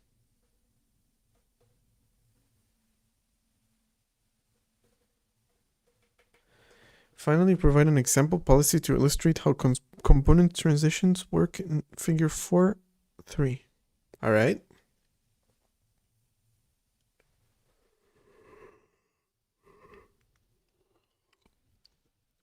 So jump from A using AB transition.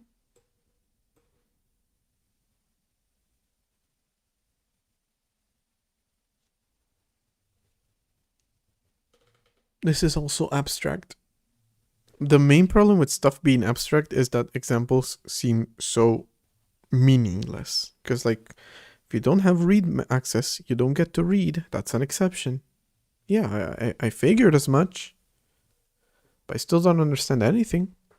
Right, there's an ad on Twitch. I didn't announce it or say anything, so I'll be back in 2.5 minutes.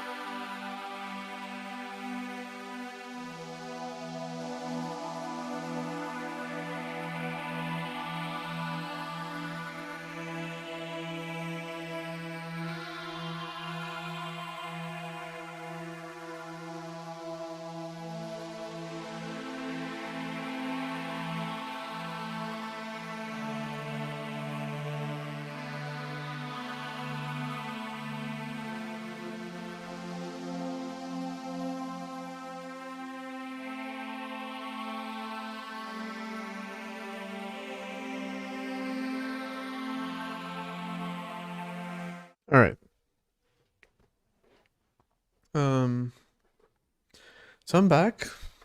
I was reading this that's currently on the screen, and I have no idea what it fucking means, any of it.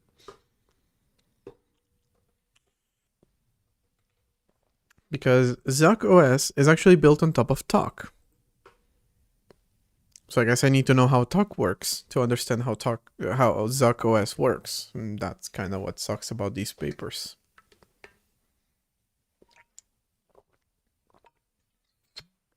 They have to give you a lot of very specific language. But then it's like, oh yeah, we built on top of this thing, so we're assuming that you have all this pre-existing knowledge on this thing. And well, I don't.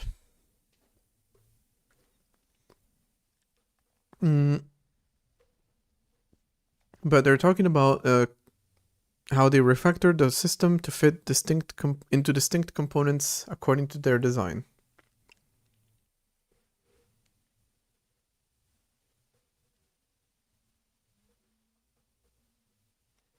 Okay.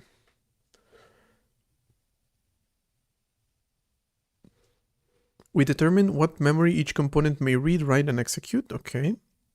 And by privilege, we discuss which CSR and MMIO may be written to and read from, and which components may write to the global pointer register. And then they present an overview of that. Okay.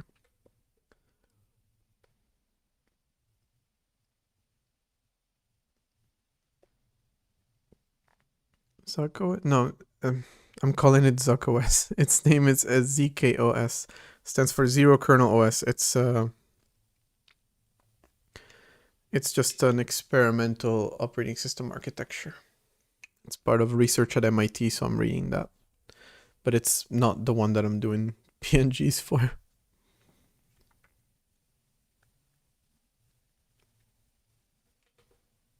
It should be tagged as MMIO in the code itself.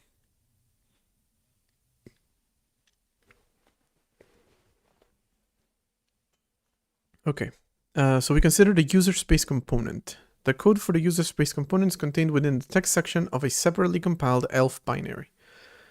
Zuck OS does not have a file system. This ELF is obj copied along with the other sections of the user space ELF and location metadata generated by Talk into the kernel binary and then executed by Zuck OS at runtime. Well, I'm doing the same thing even though I have a file system, but because I'm missing the component with communication with the kernel. They have that, but they don't have a file system. We know where the userland section text section exists beforehand and can tag it at compile time with an Python, which I'm pretty sure is supposed to be Python script. Similar reasoning applies to the stack and grant regions. This is performed at compile time as we lack the ability to dynamically load tags. The tags on the user space component follow the tag policies discussed in the design section. Oh my god. In terms of privileges, user space should not be able to read or write any CSR MMIO regions, execute special instructions, or modify the global pointer. Global pointer. I was going to say general pointer. No, it's global pointer. Okay. So, all that to say, user space wouldn't have access to special instructions, MMIO, any of that stuff. Next, we consider the trap component. The trap handling code resides in its own ELF section. Zuck OS trap handling component calls into the trap handlers while remaining within the trap component or panic in an infinite loop depending on whether the trap style is an interrupt or exception, trap type. The implemented trap handler include a UART and a timer. We isolate the trap component to be able to only read from and write to its own stack and execute its own code regions. We're talking about interrupts. Or exceptions as well, I guess. Yeah.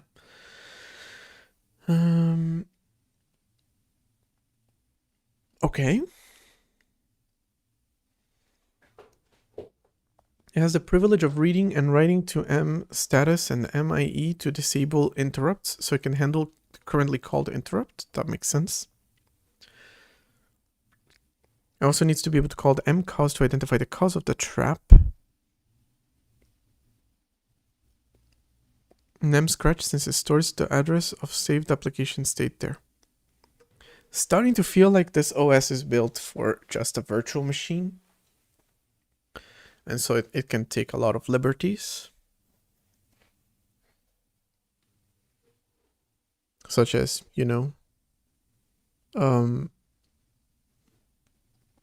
different security policies for each address instead of each page. And I really don't see the point of that.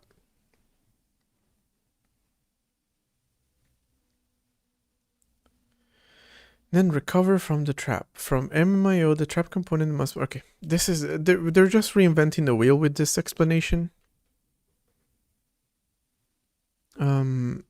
They're just explaining basic security policies.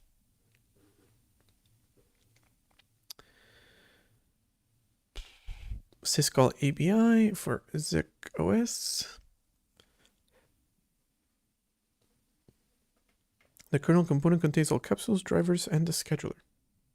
Its code is contained within the text region of ZUC OS ELF. Its data lives on the kernel stack.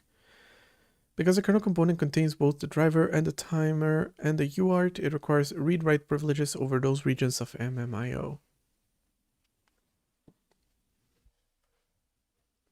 Boy, oh boy, do I not understand how you're not reinventing the wheel here.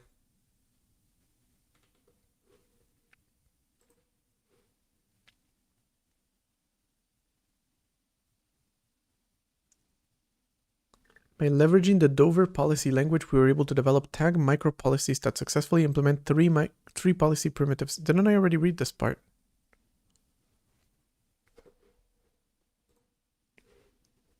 Oh yeah, I went down. I mean, I went up, not down.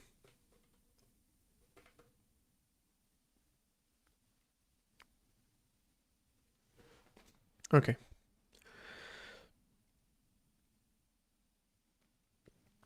So,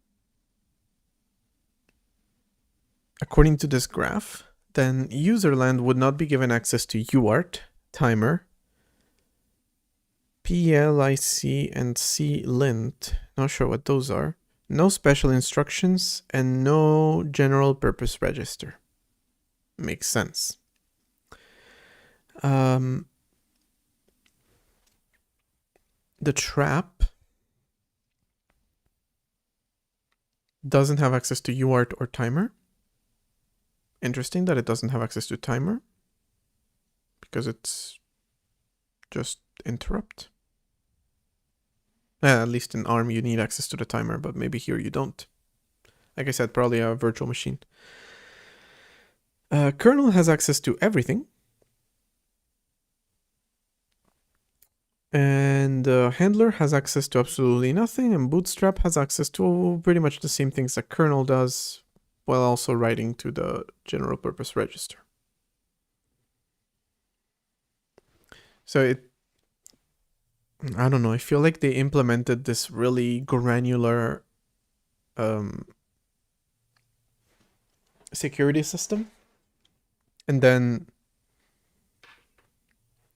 implemented it in the exact same way that a normal traditional security system would be implemented, but they did it with Rust.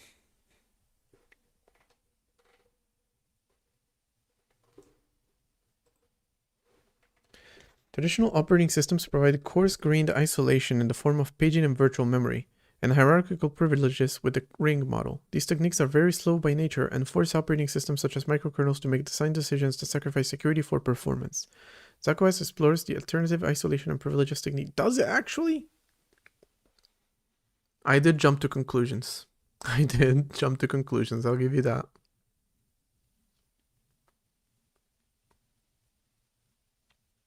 Much like microkernels, it applies least privileges to compartmentalize the kernel into 5 isolated components, each with disjoint privileges.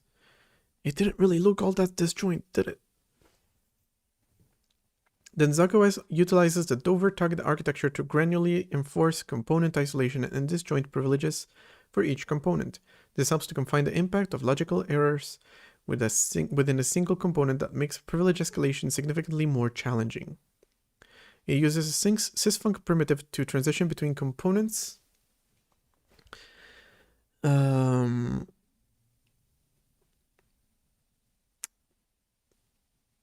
not sure about this.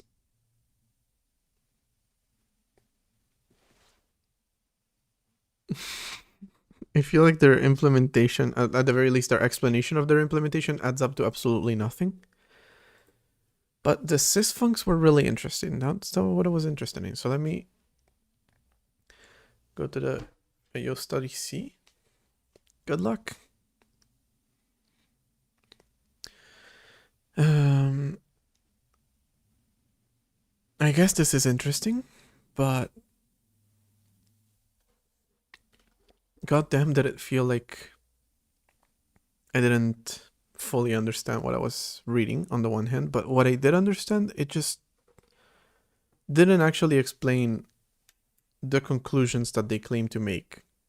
Like, oh, it's faster because we don't use context switching. Okay, I get that. I understand that. But for the matter, it's faster than a microkernel, not than a macrokernel. I keep calling it a macrokernel. I'm not sure where I got that from. It's called a monolithic kernel. That's the name for it. Not sure if macrokernel is actually a word. I guess it is.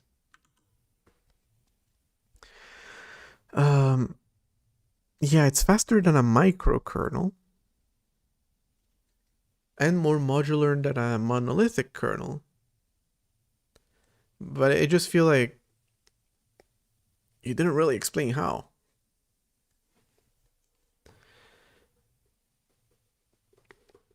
But okay.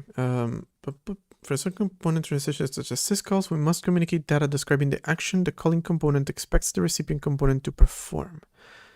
ZocOS solution is a class of specially marked function calls called sysfuncs. I don't think it's just theory. If it's an entire paper, they most likely implemented it somewhere, but then they don't actually like give a whole lot of very clear explanation of what's going on. That may also just be for the way that papers have to be written. There's very strict formatting and expectations for that. And it makes them really hard to read. Okay, so yeah, we know that the name is because it's similar to syscalls. ZocOS implements these sysfunc transitions with tags. Suppose during execution, ZocOS needs to transfer from component A to component B. ZocOS transitions by marking the exit point of the first component a jump instruction and the entry point of the second component with the same unique tag at compile time. Then ZocOS includes a policy that states that when executing inside component A, if a jump instruction containing this unique tag is encountered, to move to a special transition state identified by a unique tag on the PC. The next executed instruction must also contain this unique tag, which then completes the transition between components, including switching isolation contexts and privilege levels.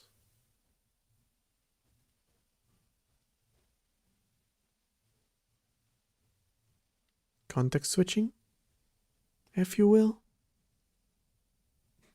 Just saying, it sounds a lot like context switching. As explicit marking of exit and entry points to components is both flexible and secure.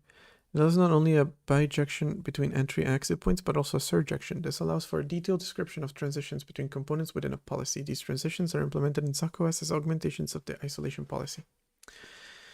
Okay, that was a lot. Yeah. Okay.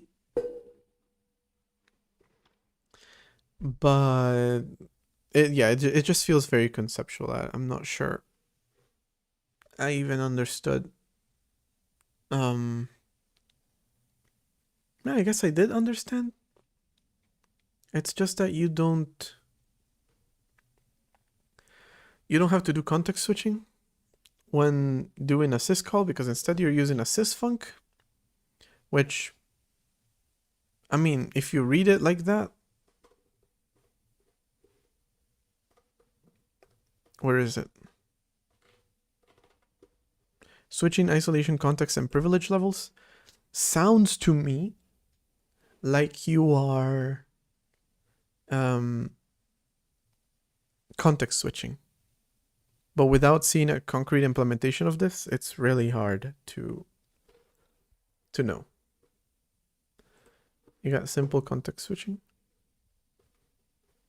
Honestly, context switching is still going to be used even in a system like this because you will need to execute multiple tasks on a finite number of threads, so you will need to context switch. That part is always going to be the same. But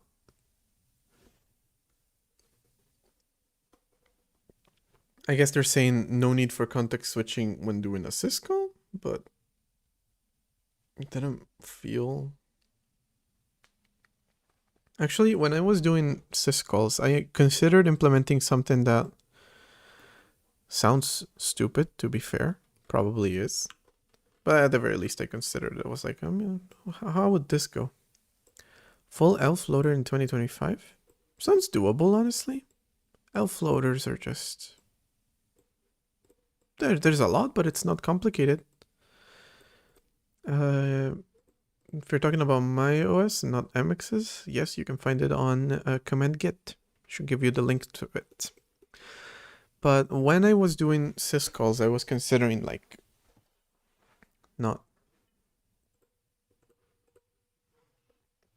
I was considering something like this. Okay, so we have a printf, right, which takes like char format and then takes variadic arguments. And then has the actual implementation of printf, which would be like writing to uart.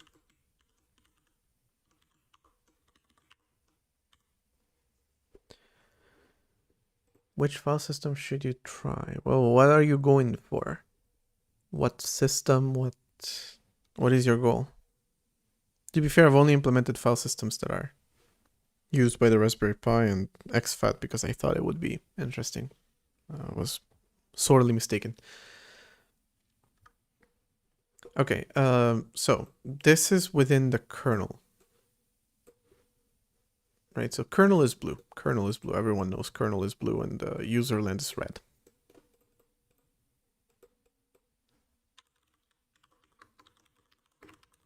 So I have a program executing printf. And it could be given... Like, this was my initial idea of how I wanted to do it. Eventually, I went for a traditional way of doing syscalls, which essentially, there's a function called printf somewhere inside the kernel. And that function is made available to anyone who wants to use it. So you can just call that function. But that will trigger an exception because you don't have permission to load that function. That exception could then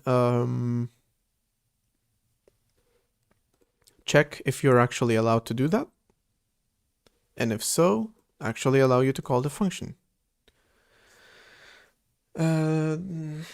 Not really doable because that's not how the MMU works, essentially. That's not how the memory protection works. But this was my original idea of it. Instead of creating a separate syscall, which is how it actually ended up being implemented and how I think most systems implement it, you call printf, which itself is an SBC call number. Do I remember the number? 3, I believe.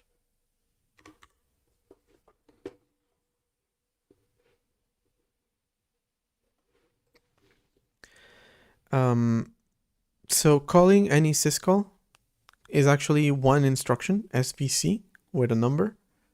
And then SVC is a supervisor call, so it triggers an exception. That exception then goes into the kernel and like maps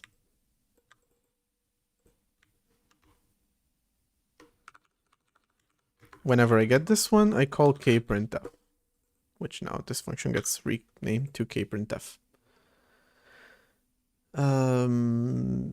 It's cool because then that gives you separation of how it all works, which means that if I want to modify the way that my printf function works inside the kernel and your application still calls it, then it's not a problem. But it does mean that you have to context switch. So you have to save the status of the CPU so you can go back to it, to how it was at this point, and then jump to this, execute this, and then restore the state as it was here, and then continue the execution of your program. So I was considering doing something like that. I ended up not doing it.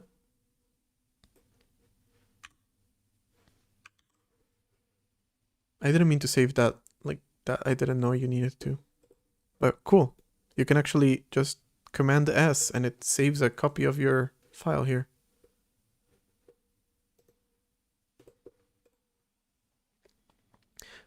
But that is kind of the way that I was thinking of doing kernel modules. Because kernel modules work. Actually, that is technically the way that kernel modules in my system currently work. Which is audio, GPU, input, disk are all their own modules.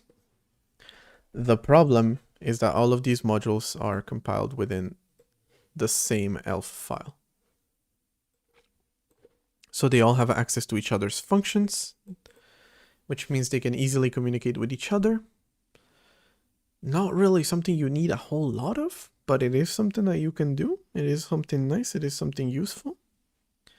And it is definitely something that would be missed if I moved them to their own modules.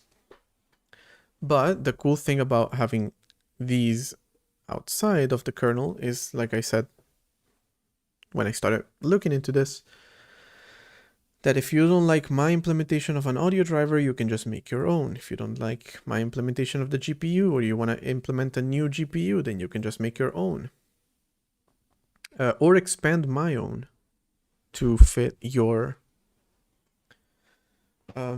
expectations. Because the GPU module actually contains 3 GPU drivers right now. If you want to implement a new GPU, then go for it. If you want to completely change the way that the GPU works, without even using my original code, then you replace the GPU driver entirely. And that's a lot easier to do if you don't have to recompile the entire system every single time, and you can just not necessarily do it at runtime, but do it without having to re-implement the system. Recompile the whole system. Yeah. So maybe I do want to make some modules kind of modular, in the sense that they don't need to be compiled inside the system. They can have some references to external functions that are actually implemented inside the kernel, like printf or memory functions or PCI. And then the kernel, which has a disk module, would load them and resolve their references to the specific function that they're trying to call. And that would allow me to do this type of thing. But they would be loaded specifically as kernel modules, say they would be given these permissions, whereas someone else would not have access to these things.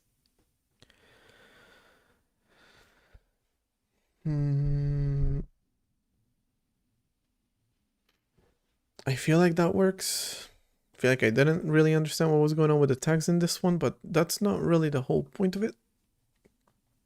But that would allow me to do kernel modules without needing to context switch every single time you call, like external modules without having to context switch every single time you call a function inside the kernel, which is going to be a lot when you're doing driver stuff.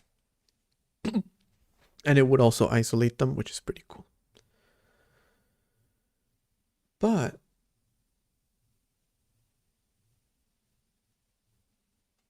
it is a thing to consider. So that was modular kernels, the first one of which we were gonna check. It's been 2 hours and a half, and I actually just started looking into the first one of these links that I opened. But this here, this here, I feel like what they're saying makes sense, but I feel like they didn't really explain a whole lot of what they're going for. It feels like it was very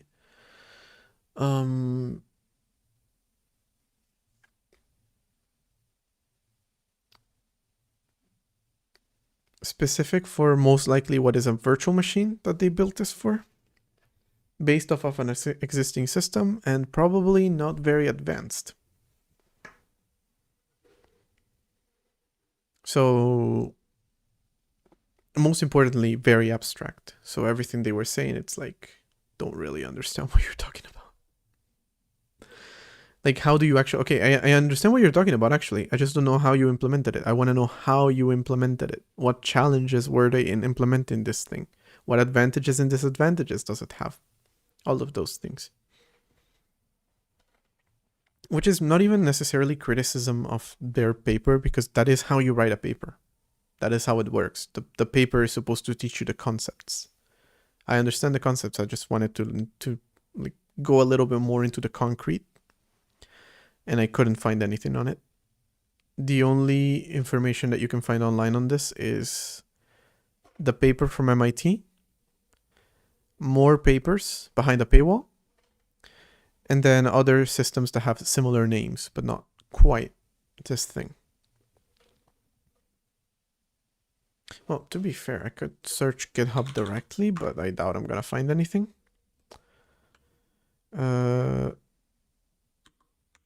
Zuck OS.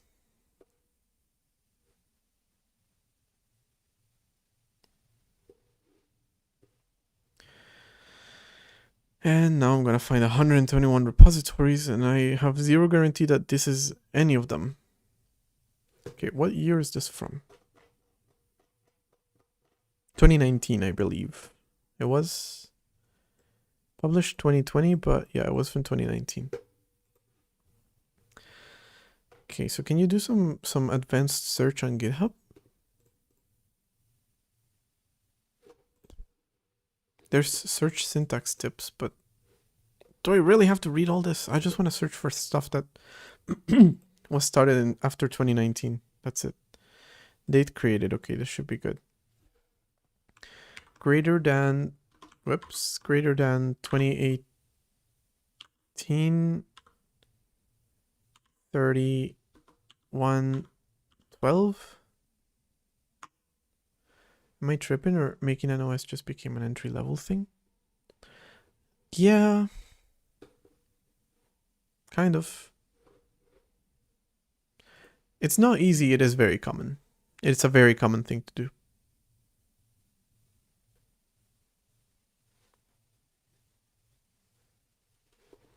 It's not difficult. Then it's up to you how much you want to make it complex or simple. If you want to have an OS that's literally just a hello world printed to UART, you can do that with like 2 files worth of code. Like even my own very first commit.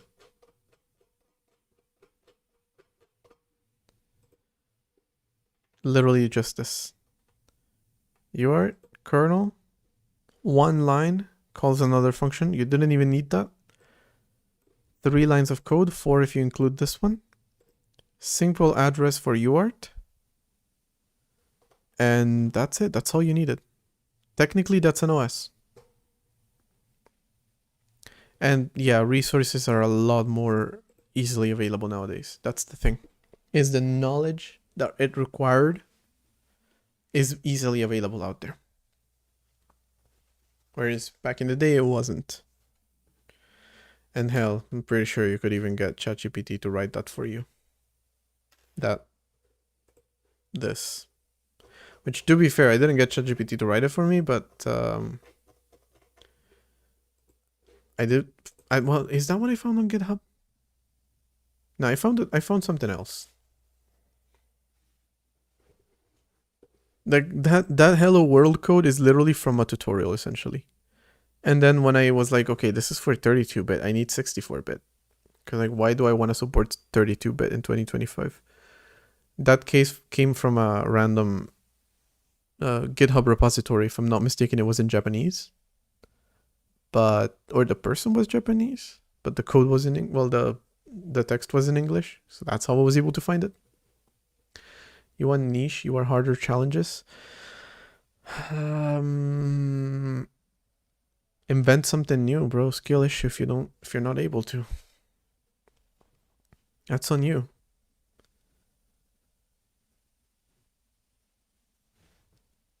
No, it absolutely cannot do USB. How hard is it to migrate from 32 to 64-bit? Well, that was an entire like. You saw how short the code was, so that's why it's not difficult. But it depends. If I had to migrate right now from 64 to 128 bits, it would be quite difficult because there's a lot of places in which, like, sure, I'm using some types like here. Size t is defined as a long unsigned int. And then you got uint pointer, which is defined as an unsigned long, so a 64-bit value.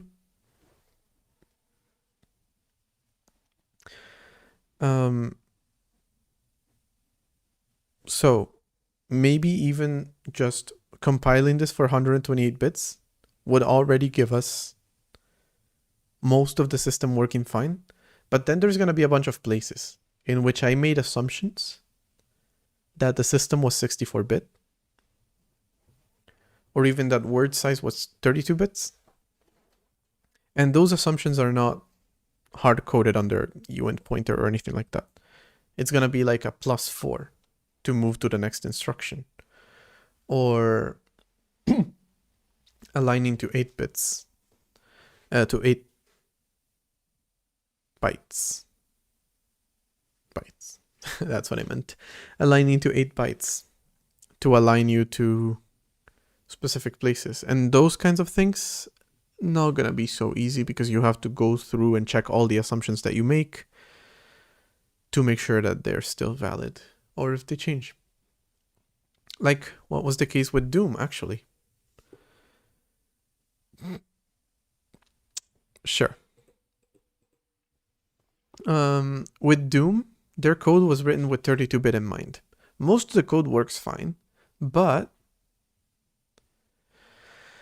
it couldn't find some textures because there was a random pointer that wasn't even used, and they expected it to be 32 bits. It was actually 64 bits.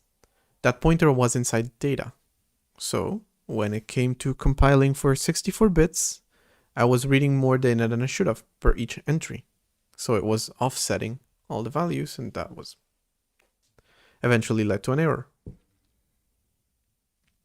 So yeah, when it comes to like, I don't know, an int hasn't changed in a while. It's always 32 bits now.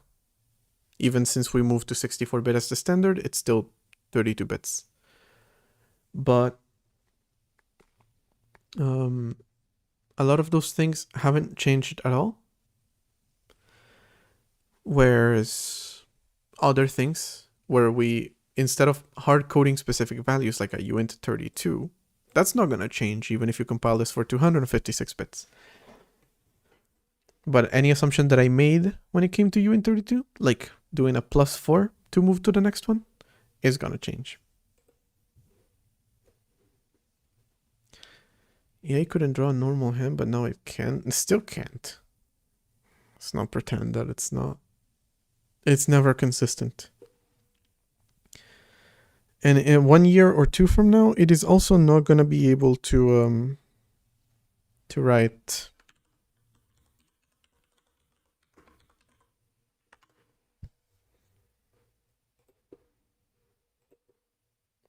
It's also not going to be able to write an entire OS by itself. Because of this. Which is very common for AI. You see, AI 2 years ago wasn't able to draw a hand and now it can, sure. But code generation AI was probably able to generate a Hello World operating system in the same way that it is capable of doing now.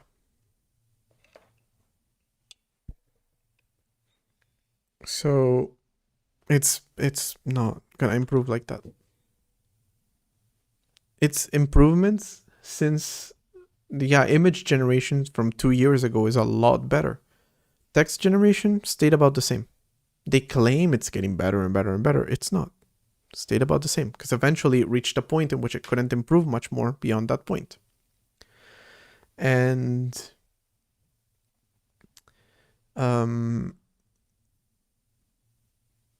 image generation is a little behind. So it took a while for image generation to be good. But eventually it reached that point. And sure, now it can generate hands. But they're still inconsistent. It's still so simple to see why it's not accurate sometimes. And that hasn't improved in a while. And right now, video generation is getting like, oh my god, if this is how it is right now, imagine how it's going to be 2 years from now. It's going to be exactly the same. It's going to be exactly the same. The same way that image generation has improved until it stopped doing that. And text generation improved until it stopped doing that.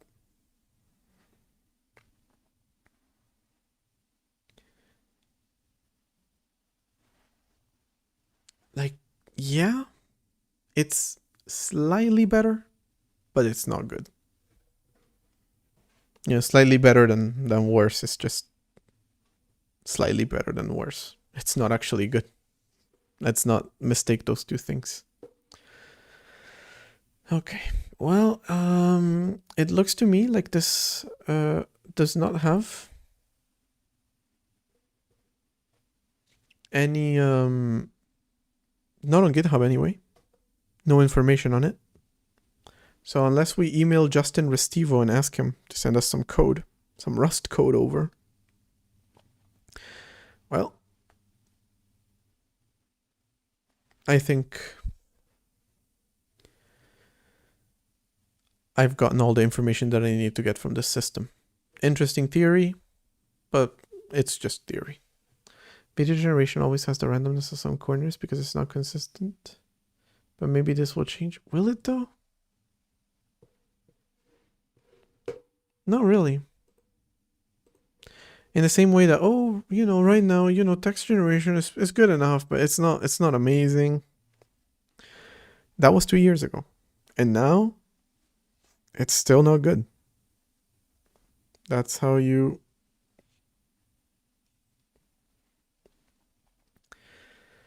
that's how you know.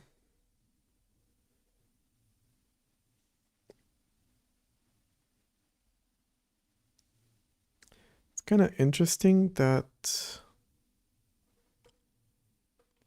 the tagged architecture that they're talking about, I still don't. Okay, I'm just going to move on to the next type of kernel. Okay, so exakernel has absolutely not a whole lot to do with my system.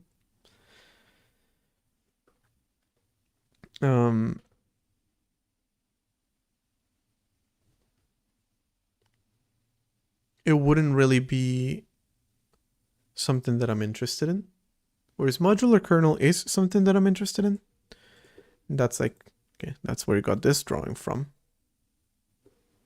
Let's at the very least like label this.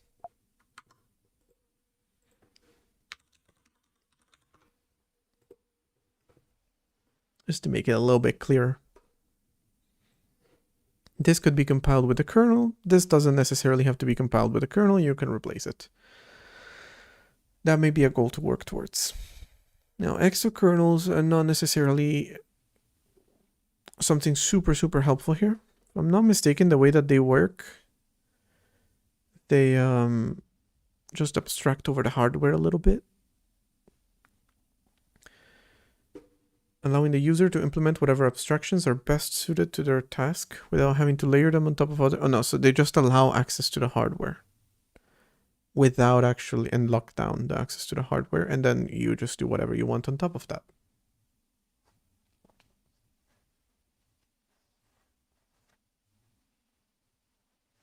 Similar to hypervisors, which is essentially how systems like what is it called?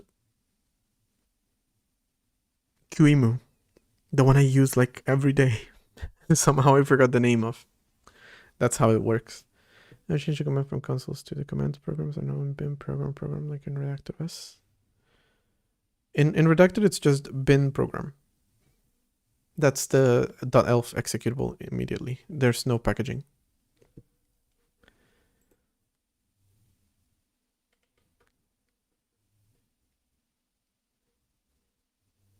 The purpose of a hypervisor is to provide an abstraction over the hardware. The purpose of an exokernel is to make such an abstraction unnecessary. Okay, so maybe I don't understand what an exokernel is. The concept of an exokernel is orthogonal to that of micro or monolithic kernels. It is not important whether the secure multiplexing is performed in privileged kernel code or user mode servers, just that there are no forced abstractions. Take the typical extraction of a file. Files, as the application sees them, do not exist on disk. On the disk, there are disk sectors.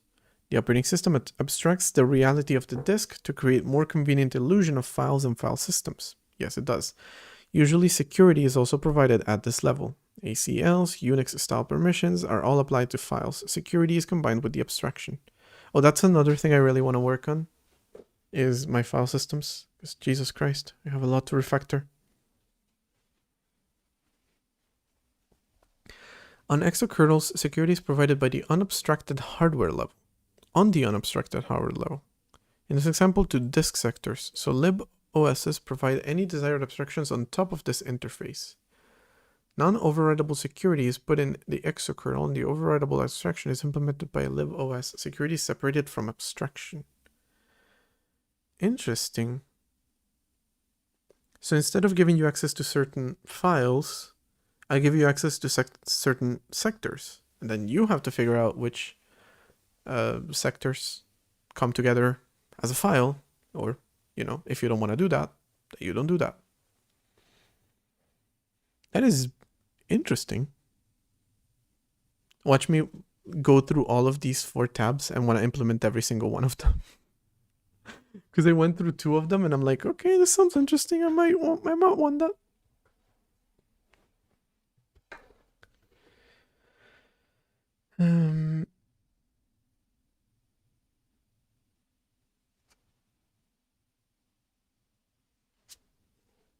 It is also hoped that exokernels will, in similar way to microkernels, ease development and testing of new operating system ideas. New scheduling techniques, new memory management methods, file systems, etc. can be developed and tested in libOSs, which are more quickly and easily modified than current operating systems. That part is true. Definitely true. Sectors are called that for the disk. So your actual drive is separated into sectors of usually 512 bytes each, and so a file is made up of different sectors, but they're not necessarily what is it called? Continuous in memory, for example. So when it comes to FAT32, for example, there's an entire giant table called the FAT table. And you're told that a file is located at a specific sector. So you go look up that sector into the table. And in that entry, you will find the next sector that is also part of that file. And you do that until you read a specific value, and then you found all the sectors. And then you go read all those sectors, and that's how you read the file.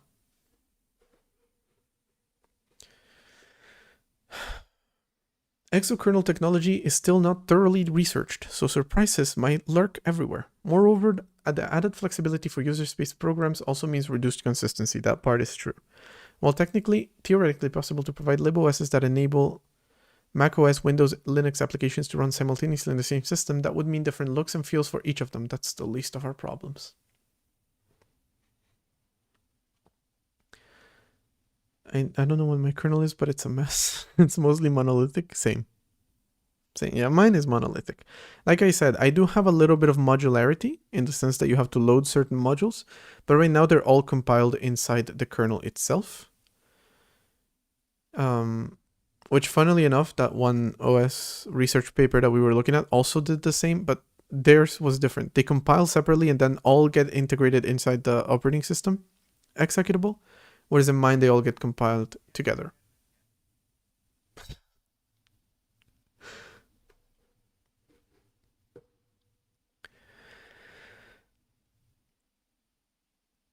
Shared libs for the elf loader. See, I haven't done that.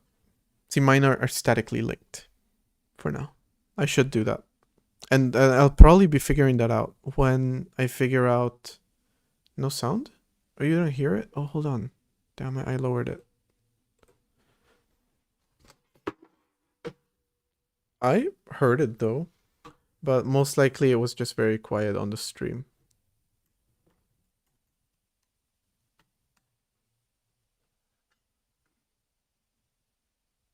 Alright, let me fix it real quick.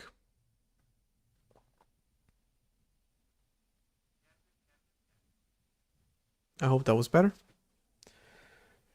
Should I start like you did or with a shared lib? What do you mean? I mean, I have a shared library, but it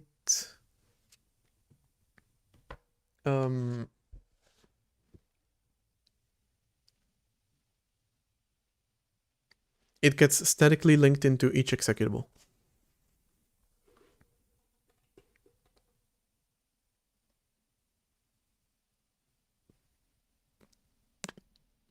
Okay, so exokernels are interesting.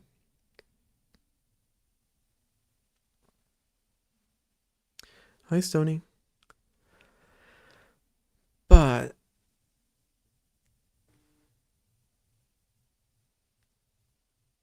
is there even anything important that I might want from this?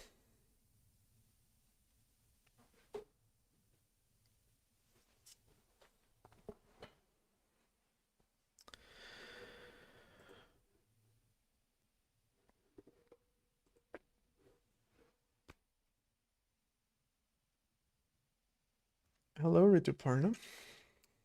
Why are you everywhere? Is that the Stony Eagle by any chance? Because he is everywhere. He's absolutely everywhere. He's just flying from stream to stream.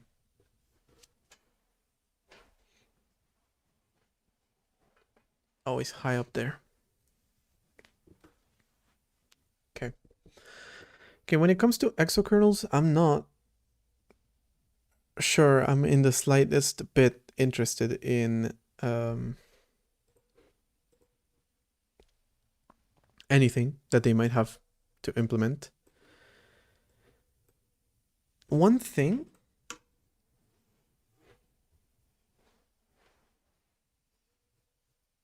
No, I'm not even. I was thinking, like, what if you provide access... Like, designing the modules of the system in this way.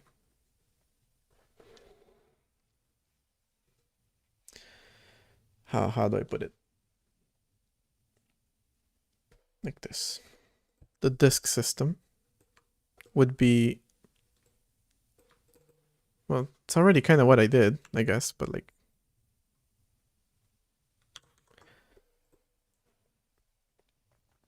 A driver that actually communicates with the disk and talks to it and gets sectors from it. And then a part of it that just like retrieves files and works with the file system, because those are two separate things, which is actually the way that I implemented my disk driver somewhat. If I go into file system, disk, yeah. So disk.h and the disk.cpp are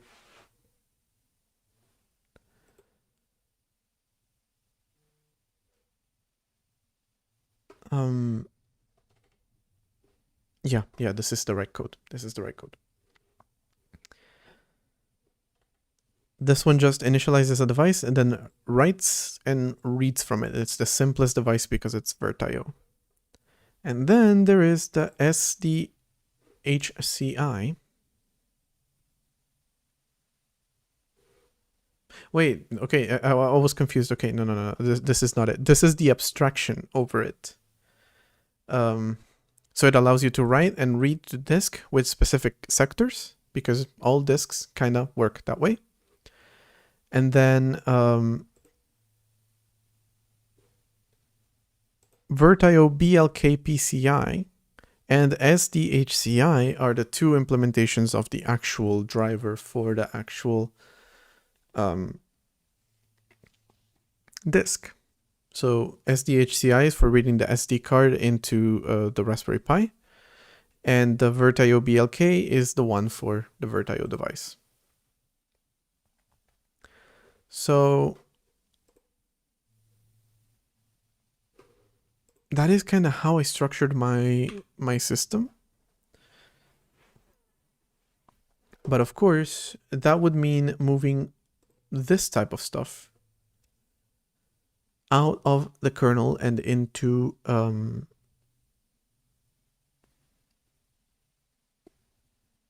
user-specific application. Or not really, I'm not sure. Like they say here, it's not a whole lot of, doesn't have a whole lot of research into it.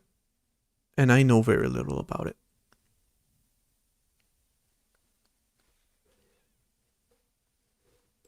But I'm not sure that it makes sense with the example that I gave specifically for the file system.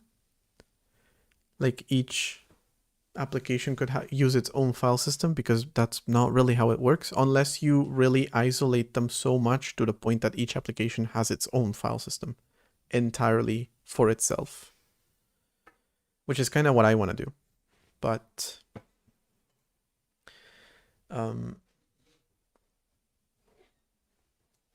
it's not an actual thing. But essentially, in a way, the way that you could do it is put this in here and then this out here as well. And then each application could use its own disk module.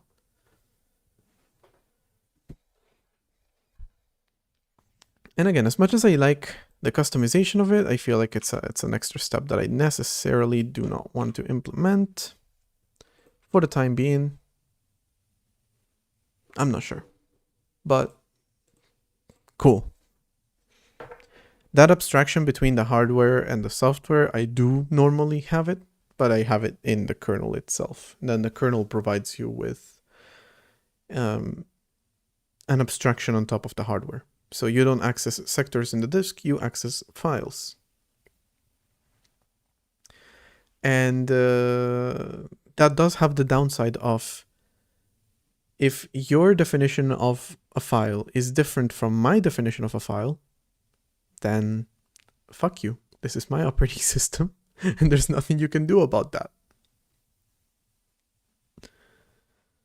That's pretty much the biggest downside that it has. Where if instead, if I just tell you like, okay, here, access some sectors in a file and do whatever you want with them. Yeah, you're welcome to do that. It might work for you, but is it really necessary? Probably not. But it could be. Again, maybe file system is like the least good example for that. But some other things would be better example of that. But again, definitely not something I'm interested in doing right now. For the time being, I want to separate things into modules. And then if I want to separate the modules into hardware abstraction and software abstraction, maybe kind of like that, I could do it. Or, well, hardware driver and software driver, I could also do that. Right now, my code is structured to separate those two things as much as possible, but they're all within the same module. Okay, it's another ad. I've been yapping for another hour, so we're gonna be back in 3 minutes.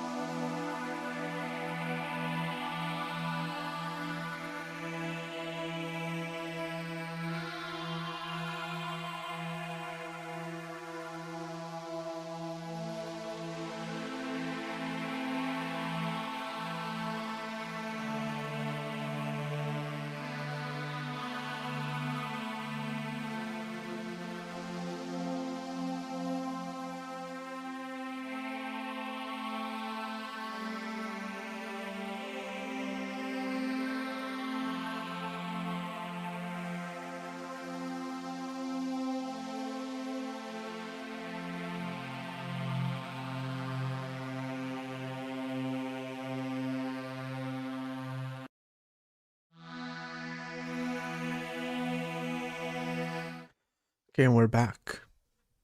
Not sure why that sounded so grim. Okay, we're back. Now, okay, I've looked into modular kernels and I've looked into exokernels. Apparently not into hybrid kernels because that's just a marketing term. And then they go on to explain that it's not. There's an actual meaning for it, but whatever. There's microkernels, which are interesting things.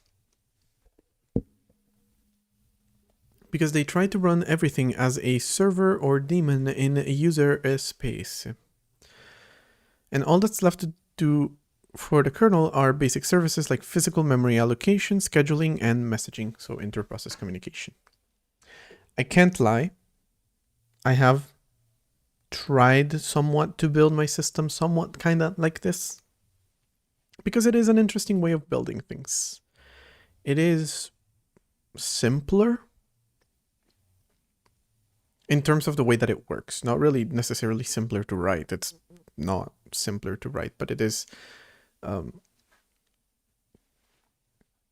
just the way that it works. I feel like conceptually, to me, makes more sense.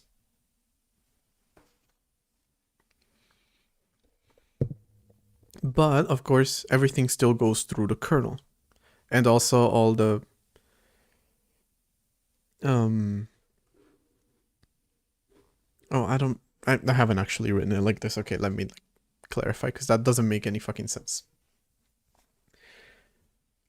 I do try to provide things in user space whenever possible, or I would like to, even if I haven't necessarily, or I provide it as processes. But first off, it's all lived within the kernel and is compiled within the kernel because of the major limitation that I said before. And also it does need some privileges, which I wish it didn't for a lot of things, but it does need some privileges. And to get rid of those privileges, we would need to look into microkernels. And that would be slow. Like they said in that paper, that microkernels tend to be 33, I believe, % slower than monolithic kernels. They do rely on IPC a whole lot, which means that if you need to communicate between two processes in order to access a resource, both those processes need to be scheduled and synced up with each other before you actually have access to that resource. So that alone makes it slower. And that is the biggest issue that I have with microkernels. Whereas instead, something like modular, I feel like is better.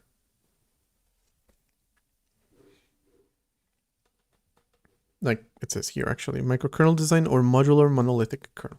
So I would much rather have a modular monolithic kernel than a microkernel. I feel like that makes it a lot easier than working with... Oh, look at that. It's that literal discussing microkernel versus modular macrokernel. This one is from 2005. Okay. We're getting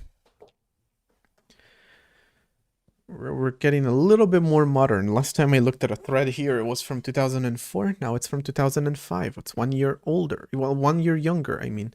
That makes it 20 years old. Not old enough to drink in the US. Old enough to drink anywhere else. In a few months, 4 months to be precise, it will be able to drink, but not quite.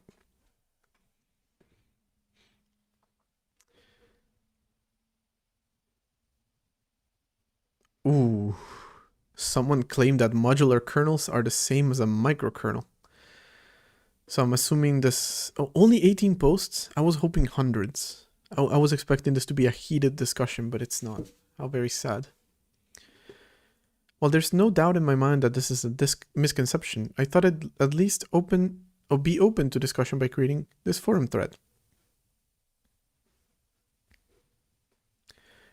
And then just straight up posted the person's IP address, I think. Okay. 2005. The Wild West of the internet. That's when it was ending. But still, the Wild West of the internet was probably the 90s, I don't know.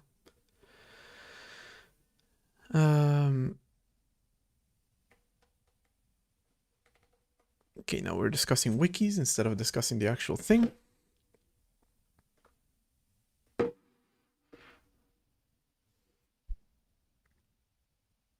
Juicy OS dev drama. It's a lot more than you expect. And again, forum drama from the early 2000s. Classic.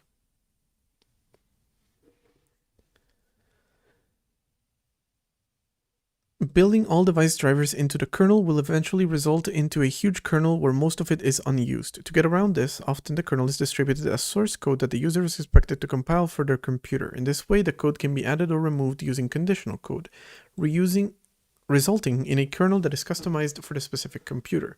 While this method can give the best possible performance, it also restricts the potential number of users and uses of the OS, as a lot of users aren't programmers and don't know how to compile, etc. It can also make the OS's installation process messy and overcomplicated. Anything wrong with that? No. And then they dox the person.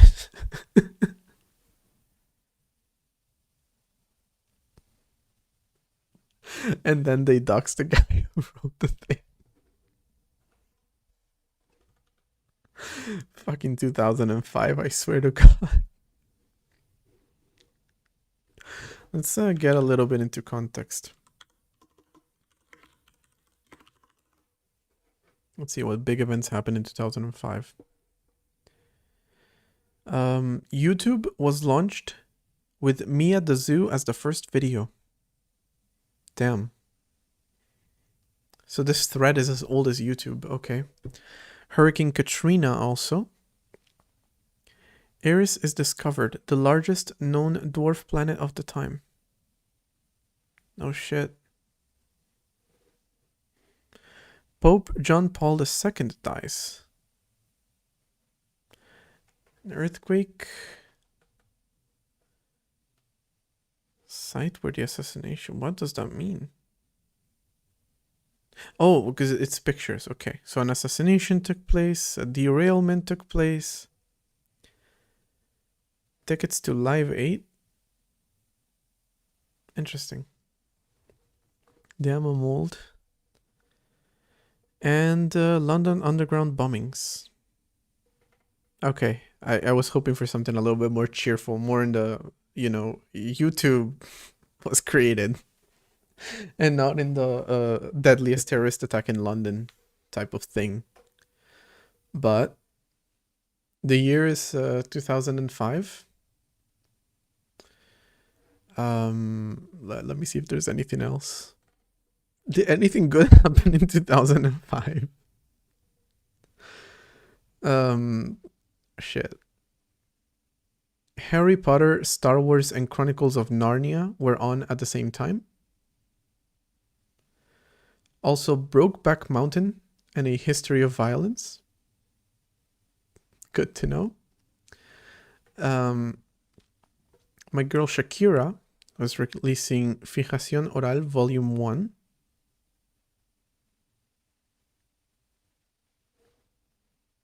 The Emancipation of Mimi. Okay. Got Civilization 4, God of War, Resident Evil.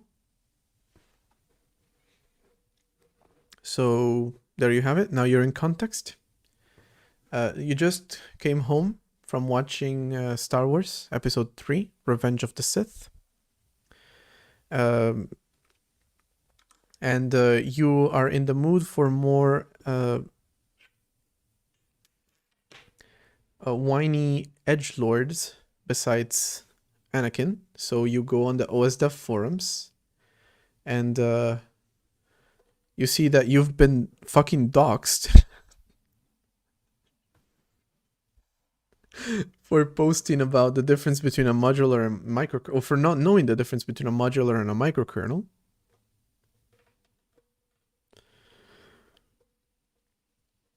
And they've started an entire discussion over this topic. And Mariah Carey slowly sings in the background on the radio. Not slowly, quietly, not slowly.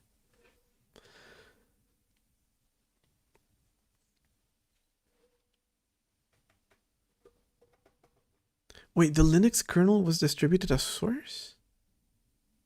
Or are we talking... No, the kernel, not distros. I'm assuming distros were not distributed as source. For the love of God, tell me that distros were not distributed as source, please, chat. Tell me that. It's not like that.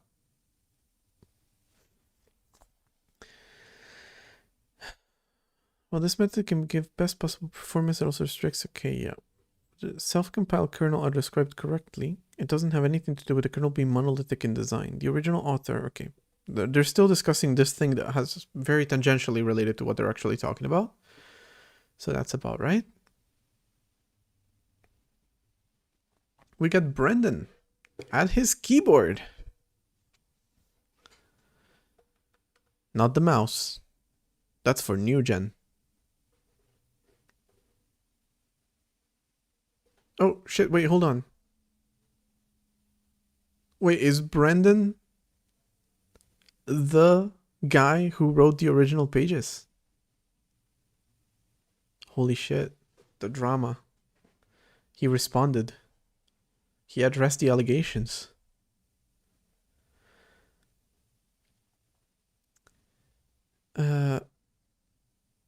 Okay, I've been watching new OS developers in several message boards. They tend to start with making the boot code load a kernel, then they build keyboard and basic video into this kernel, then they add a floppy and or IDE 88 hard drive code in, usually followed by fat file system code and or a CLI and or a GUI. One huge binary containing everything without any forethought or planning. That's how I ended up here. Brendan, you're a visionary. My intention was and still is to extend those wiki entries to create what I should think about before I start coding page that promotes becoming familiar with both the tools and the architecture that the OS will use. Brendan, where have you been? I needed you when I started this project. You weren't there, bro. I will never forgive the people who silenced Brendan in his infinite wisdom. He was not at his keyboard the day that I started working on my operating system. And it's a shame.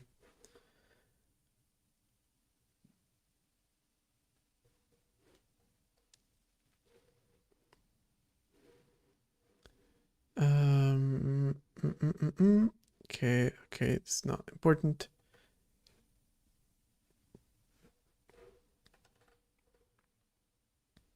Okay, I feel like this discussion about micro versus modular kernel is not about micro versus modular kernel. It's about monolithic. And it's just about bashing Linux at some point. Which again, I really need to know. If I downloaded Ubuntu back then, was Ubuntu even around back then? Ubuntu was not, but maybe Ubuntu was. Holy shit, it was very new. Actually, it started in 2004. So Ubuntu actually just recently became old enough to drink. And oh boy, does it need a drink.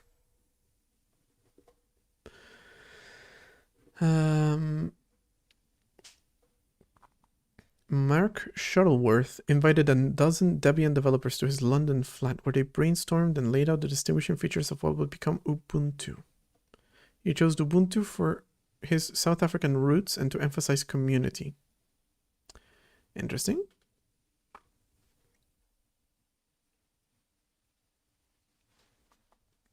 And then they started a foundation. That doesn't say anything about Ubuntu being... I used to order the free Ubuntu CDs they offered with each release back in the day. So I'm assuming you didn't need to build it.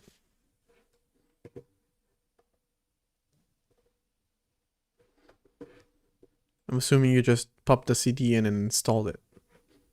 I'm hoping.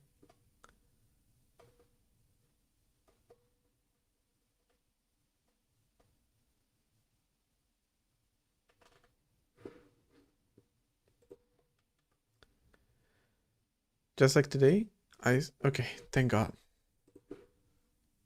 No, because they were talking about the Linux kernel needing to be compiled, but like, can you even do anything with just the Linux kernel? Probably. I don't know. I'm assuming you can. You don't have to use it. I have no idea. Can you just use vanilla Linux? Even if you have to compile it? I think not.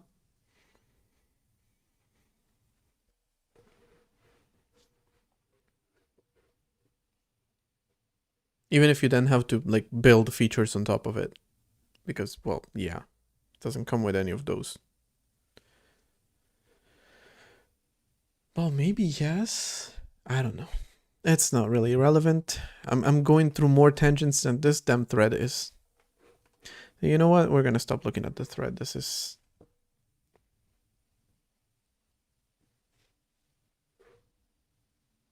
Okay. I'm a little worried because it's been over an hour since we talked about AI. But we're gonna move on and look at monolithic kernels, which includes most or all of its services in the kernel proper.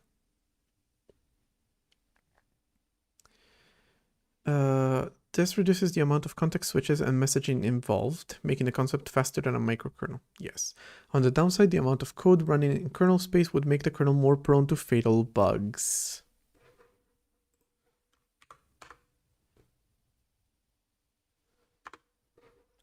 Gee. You think?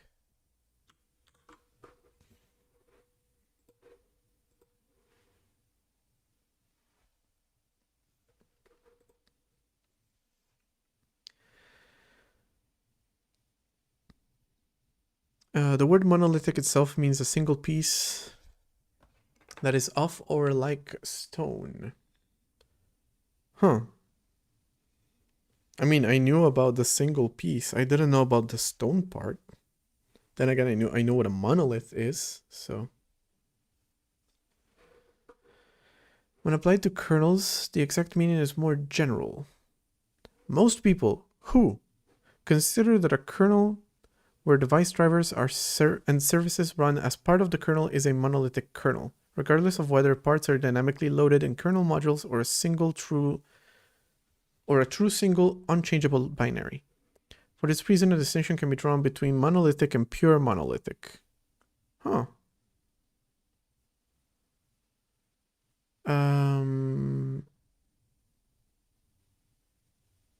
Okay. So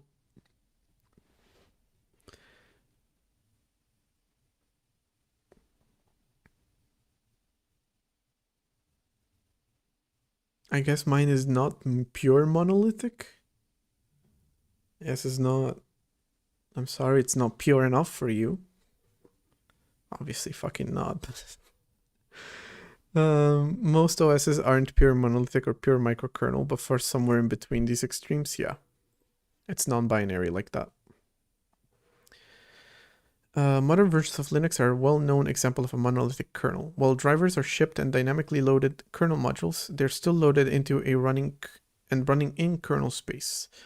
They're common for the 80x86 PC architecture. Is that how it's... What? 80x86? I've never seen it spelled like that. Examples of pure monolithic kernels are rare. This is because of the wide variety of devices. Okay, so not a whole lot to read from this one. Pretty simple one to understand. So I guess mine is monolithic, but not pure monolithic. The more you know. Okay. Well, in terms of kernel design, I guess... You know what? Let me do a full diagram, even of the thing that I said before. No, it would be disk and then file system. The way that it is built right now is actually like this. And ideally, a good way to build it would be like this. Well, this is the way that it's built right now. Everything is just within one single compiled binary, and all the modules are created and loaded inside the kernel, and they're all within the same binary, even though they are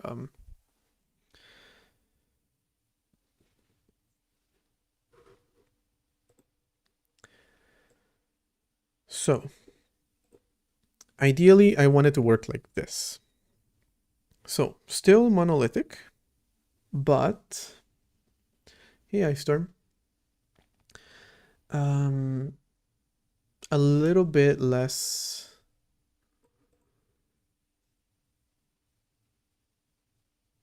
in one single place. So not everything compiled in one single place. Again, it would mean that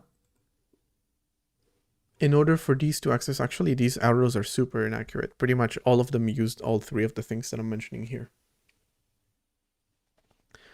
But the way that all these three work, well, these three or any other modules work is they need to use certain aspects of the kernel, certain functions of the kernel, like PCI access in order to initialize themselves, or MMIO, or access memory,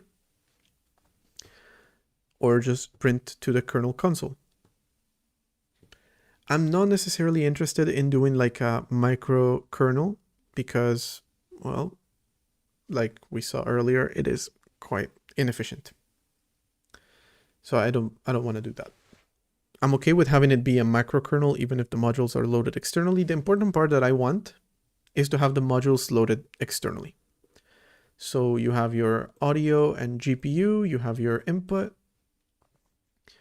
like keyboard and mouse input, that is human input, if you will.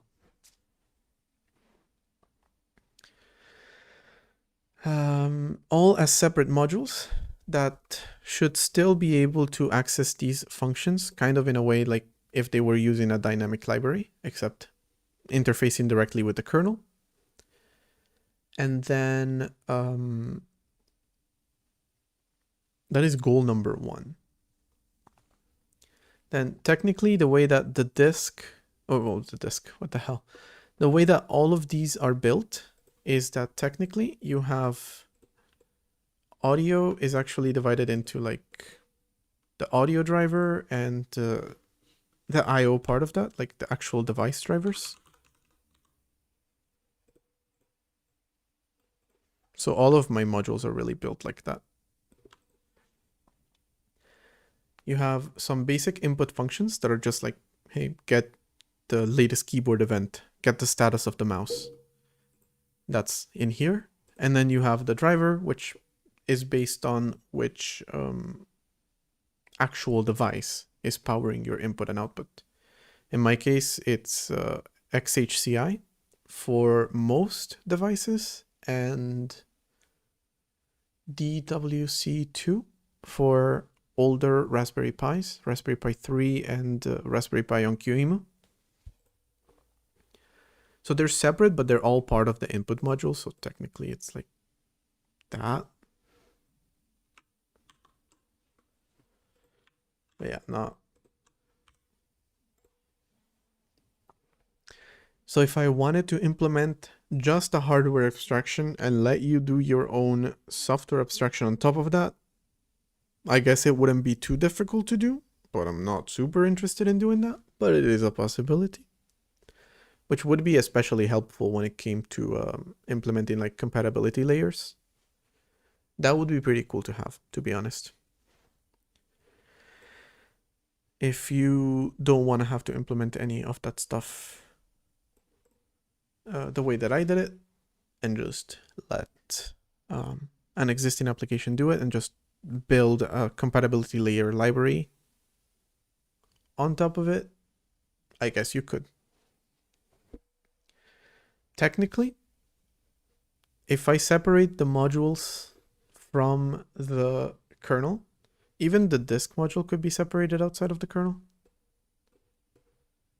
It's just also going to be needed by the kernel. So there could either be 2 of them or one of them that gets patched or whatever, or just 2 of them. Yeah, I don't know. There would need to be multiple ones.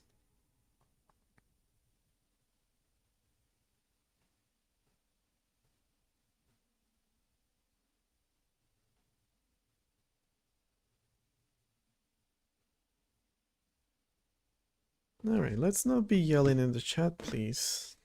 Because what the hell is going on?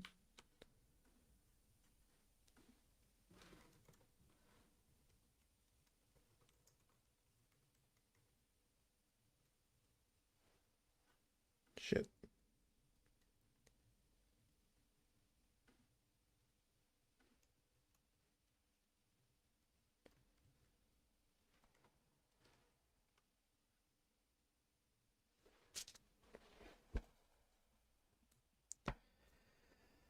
Okay.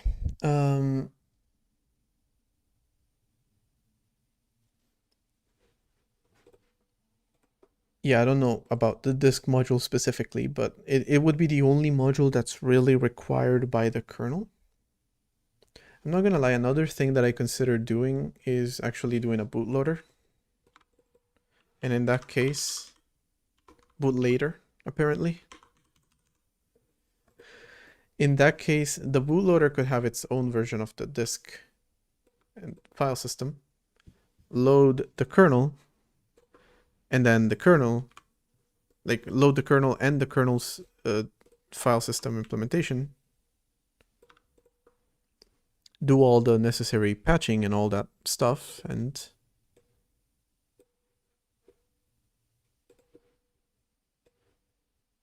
okay, not gonna draw all the arrows again.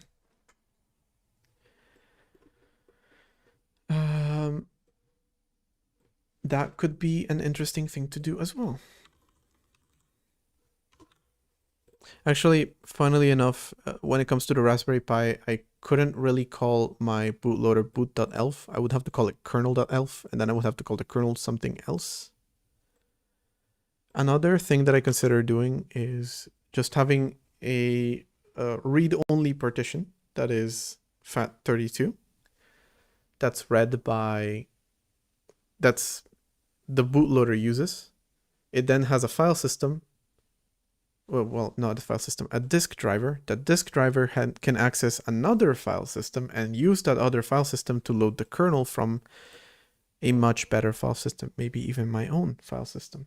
Though I literally only worked with FAT32 and exFAT when it comes to file systems, so I don't know what it would take to design a file system because I haven't worked with one for long enough to design my own. But yeah, this is somewhat like the architecture that I would want to build, I guess. You could have a bootloader which has its own immutable file system,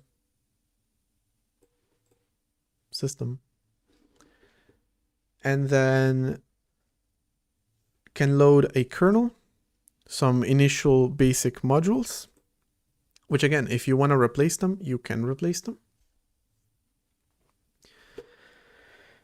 And then the kernel would be responsible for loading more modules. Like the GPU is not strictly necessary. The bootloader doesn't need the GPU, and it's not an essential module to be loaded.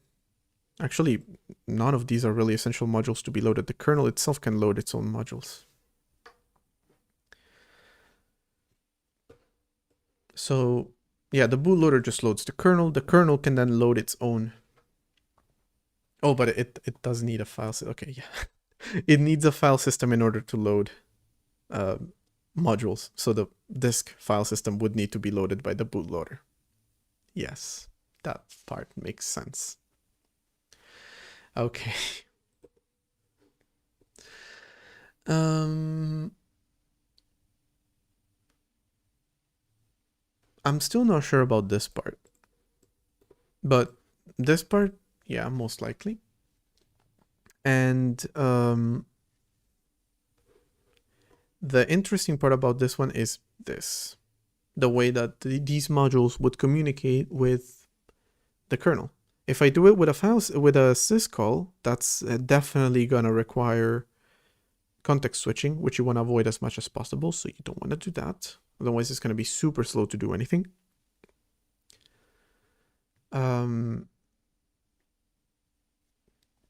If instead you do it by loading the kernel modules from a specific place where you know that they have privilege to be loaded, but you probably have to I don't know, do some code signing shit to make it secure. I honestly have no idea. I mean, yes, but like I had no idea how to do it.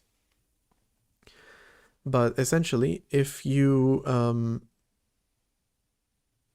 know that the kernel module is to be trusted, then when you load it, it has some unresolved references to whatever function it needs to access, like the PCI functions, the memory functions, and the print functions.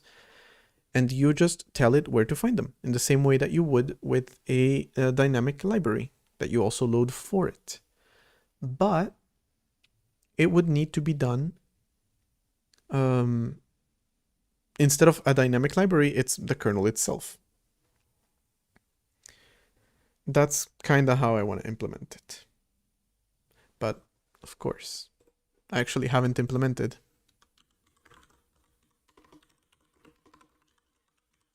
dynamic libraries. So if I want to implement something that's like a dynamic library, I probably should learn how to implement dynamic libraries in the first place.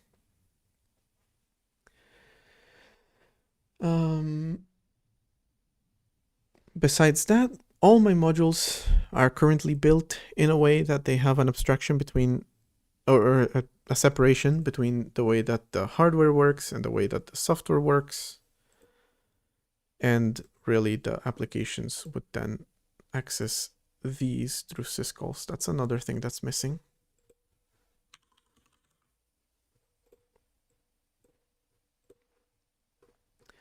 The way that the applications currently work is if they want to access the file system.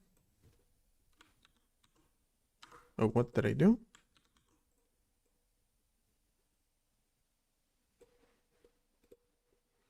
They access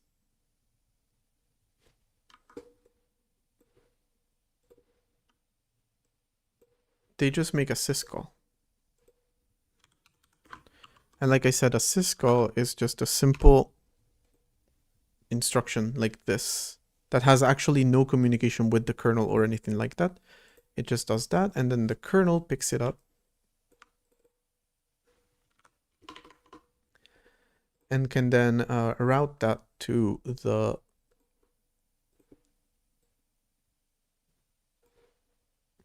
let me see if I can make this somewhat clear.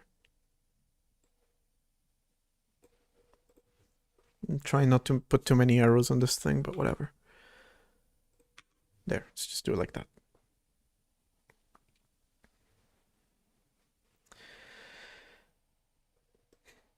So this part, it's already how it works.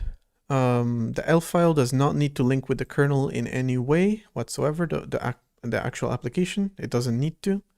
It just calls SVC with a specific number, which then gets picked up by the kernel because it's an exception, and the kernel knows to route it to the input module. And so it does that. There's obviously a lot of design implications to this that I definitely need to consider when it comes to implementing it. Because talking about it is very simple. You just have a little cute little diagram. There you go. There you have it. Already implemented. Bam. Done. This is the architecture for my system. So simple.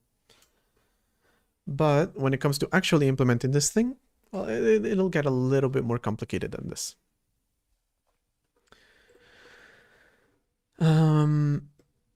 But today's stream is mostly about planning. How I want the architecture for the system to be, how I want the system in general to be, and how I want, yeah, things like these to work. While I'm on it, I might as well talk about inter-process communication, because even though my system is not built with a microkernel architecture, there are some aspects of it that somewhat enter into microkernel architecture and that we need to consider. And one of them is, for example, I'm hoping I haven't cleaned since then, the way that this game works, in which it leaves this massive gap here that doesn't even render the mouse correctly on that gap, or anywhere in this game, never mind. It has nothing to do with the gap. It's just a bug with the mouse. Why is the mouse still there, by the way? Why is it stuck there?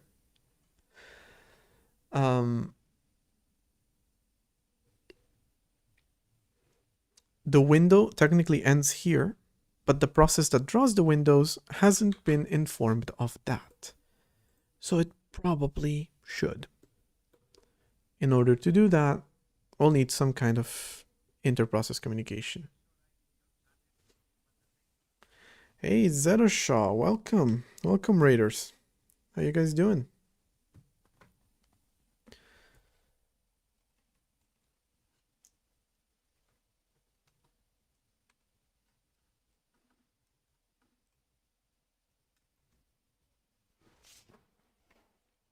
Hello. OS is going well. Doing some architectural considerations, trying to design it a little bit, make it a little bit less of a mess. I have to admit it's not too much of a mess anymore, but always trying to improve it. And I did say that in November I wanted to focus heavily on the way that the system works. And right now I'm trying to consider how I want to do inter-process communication. How about you? Oh my god, I cannot speak. What were you up to? In the meantime, I'm gonna start thinking about inter-process communication. Like I said, we have a windowing system.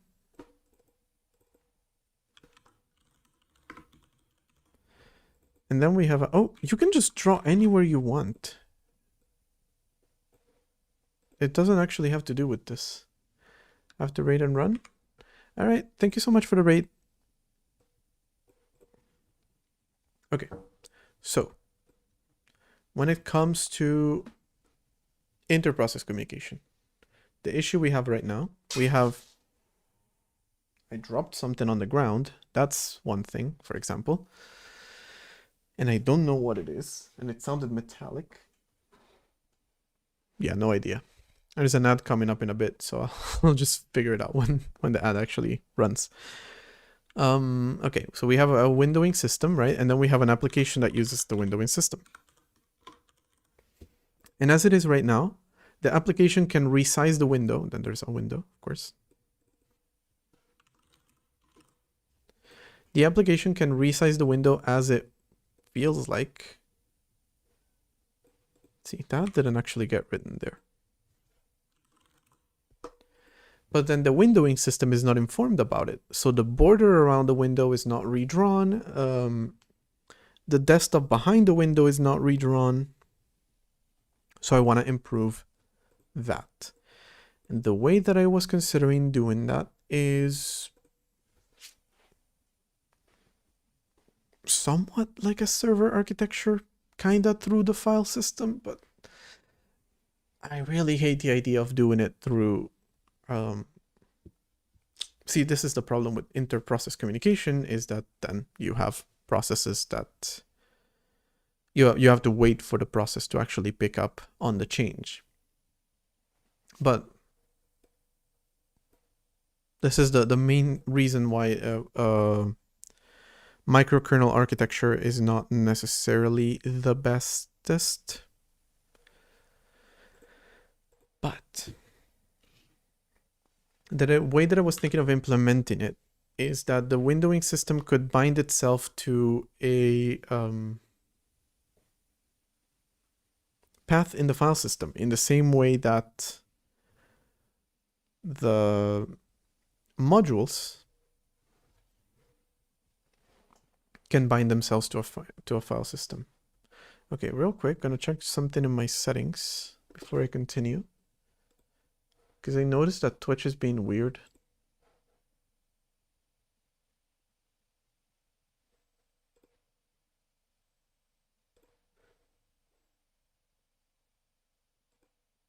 All right. Let me know if there's any changes in quality, any stuttering, any buffering,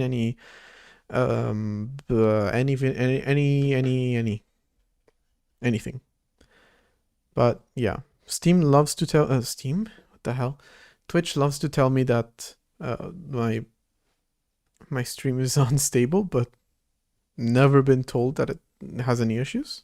Been told that the quality is good, so whatever. You complain about yourself here, Twitch. Everything works fine on my end. Has been fine the entire stream, and you're on Twitch, so yeah. I'm not sure why it's complaining. Also, if YouTube is not complaining about bandwidth, I feel like Twitch should definitely not be complaining about bandwidth. All right, yeah, just let me know if there's any changes, but for the time being, I think we're good. Just Twitch is freaking out over nothing. Okay. Like I said, I want to minimize how much inter-process communication there is, but there needs to be some inter-process communication, or you need to build the entire system as... No, even if you build the entire system in kernel space, I do want it to be somewhat built into... what is it called? God damn it. Processes. I do want it built into processes. And one thing I was considering doing is, if possible, instead of crashing the entire system when there's an error inside a process, crashing the process, rebooting the process, because most likely the system won't work without that process. If it's a kernel level process, but restarting it instead of crashing the entire system could be an option. Kind of like for the Finder on Mac, you can't really quit it. Like, you can force quit an application if you press down Alt, but you can't really do that with the Finder. You can only relaunch it. So something like that I was considering doing, but obviously I wouldn't know how to do it right now. It's something that would come up later on. But yeah, if there's a possibility of crashing just one process instead of crashing the entire system, if there's a problem in that process, that would be ideal. And then restarting that process definitely would be ideal. But, okay. There's, if I do want to make my operating system process-based, which I definitely do, then I definitely want to have some sort of inter-process communication. The way that I was thinking that it would work is that we can make the windowing system kind of like a server. So, not sure what the path for this I was... Let's say window even.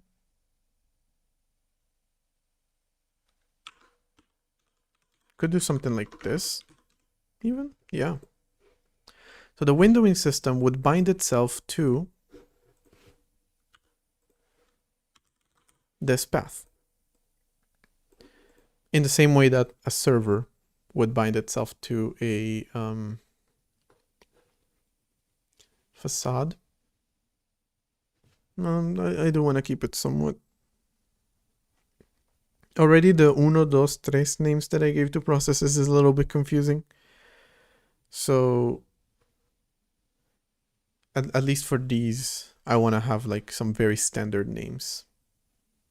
But essentially, the windowing system would bind itself to the window path in the file system in the same way that in the same way that kernel modules can bind themselves to certain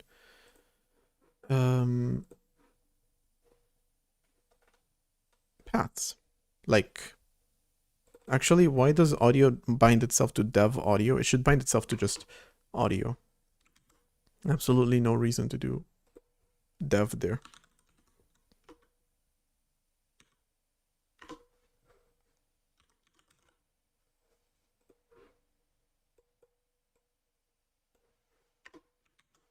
That's... so yeah, it could bind itself to like dash window, slash window, not dash window. Can bind itself to that, and then the application can access it by just writing to the file system at window. Could it do like... It could do this, where it's just like window 10 resize, and that means the 10th window, the window with identifier 10 gets resized. It would need to know its own window identifier, I guess, which not really a problem. I can provide that. But another thing it can do is just window current resize, which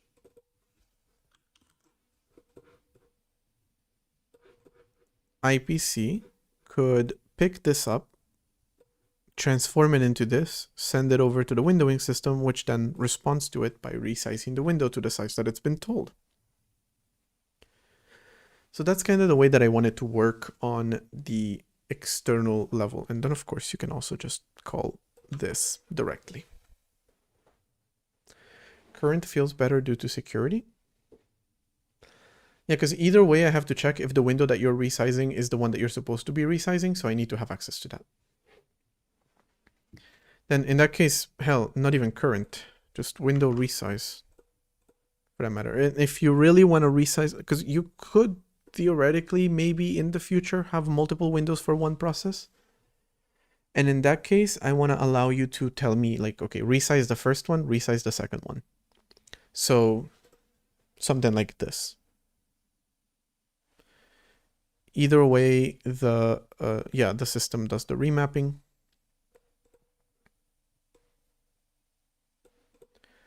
So either one of these could work, gets sent to the IPC, and the IPC handles it in the same way that it handles current modules. Like right now, if you go to /audio/output, the way that it works is this calls fopen, which is a syscall. So it doesn't call any actual kernel code, and instead it just invokes a supervisor call. That is handled by an exception, which then calls a syscall, like a syscall handler inside the kernel. That one then goes into file system, open file with a specific path. And open file, which needs to be refactored, but the way that it works is going to stay the same, just the internals of how it works will change, looks for a specific module for a path. So what it does is it just looks for which module advertises itself at -window, which module is bounded there.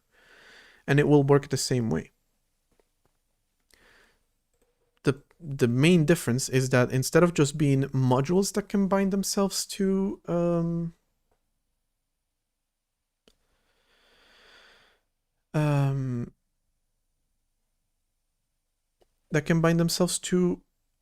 the file system, the resource, well, no, not the resources, goddammit, the processes can also bind themselves to the file system, and they would work the same way.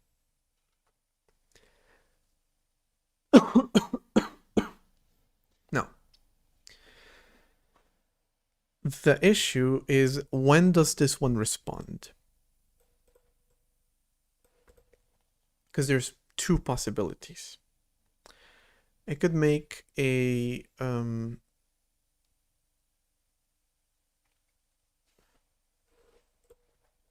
could make something like the, where is it? It was in audio. Something like this, where you just define your own, no, not so much about memory. It's more so about like the actual handling code. Like, okay, I send a command to window resize. I literally just write to the file window resize, and I write the size of it. That gets picked up by the IPC, and that gets sent over to the windowing system. But the windowing system is a process. It isn't a module inside the kernel. Whereas right now, if I go and I call audio output, that's handled by, thought it was Jester. That's handled by a module inside the kernel, so it's immediately handled during the syscall for the file system. So you're doing one file system syscall,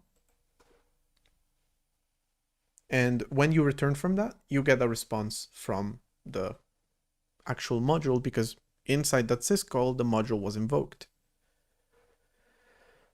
But here we're not talking about a module that lives inside the kernel. Here we're talking about a process that lives outside of the kernel that is scheduled to run at some point in the future, but not right now. We don't know when.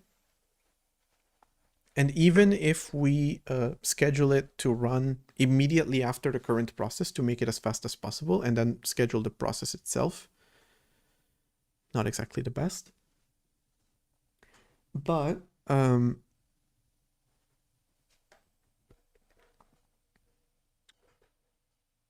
it probably would be stupid to do that. But it doesn't change the fact that we can do that. By informing the process of the change, we then have to wait for the process to be run in order for it to react to that change, to process that. And if instead of resizing, we're instead like requesting a new window, for example, then we need to wait for the windowing system to create that window for us. And that means we're running this application. We're like, okay, we need a new window. So we're gonna call window new. The IPC is gonna send that over to the windowing system. Then it's gonna be done. But now we gotta wait for the windowing system to be scheduled. It is going to create a new window. It is going to tell the IPC, here's the response for that thing that you asked me for. And then we're going to have to wait for the application to be scheduled again. I was pressing the spacebar. And then we have to wait for the application, not the spacebar, the enter key. We have to wait for the application to be scheduled one more time to receive the response of that. And finally do something with that information. So not only are we context switching twice, we're context switching twice. And a bunch of other times in between for any other tasks that needs to run. So it's not super efficient. And they were mentioning that in a paper that I was reading earlier, that microkernels tend to be 33% slower because of so much context switching. Not even sure now that I think about it how they wanted to fix that, to be honest. I guess they just didn't want to implement the microkernel. But yeah, that's the way that it would work, and it would be a big shame to do it like that because it would be very slow. And also asynchronous, which kind of sucks. Well, you don't have to make it asynchronous, but this one would just be waiting. So it wouldn't continue executing until this one has responded.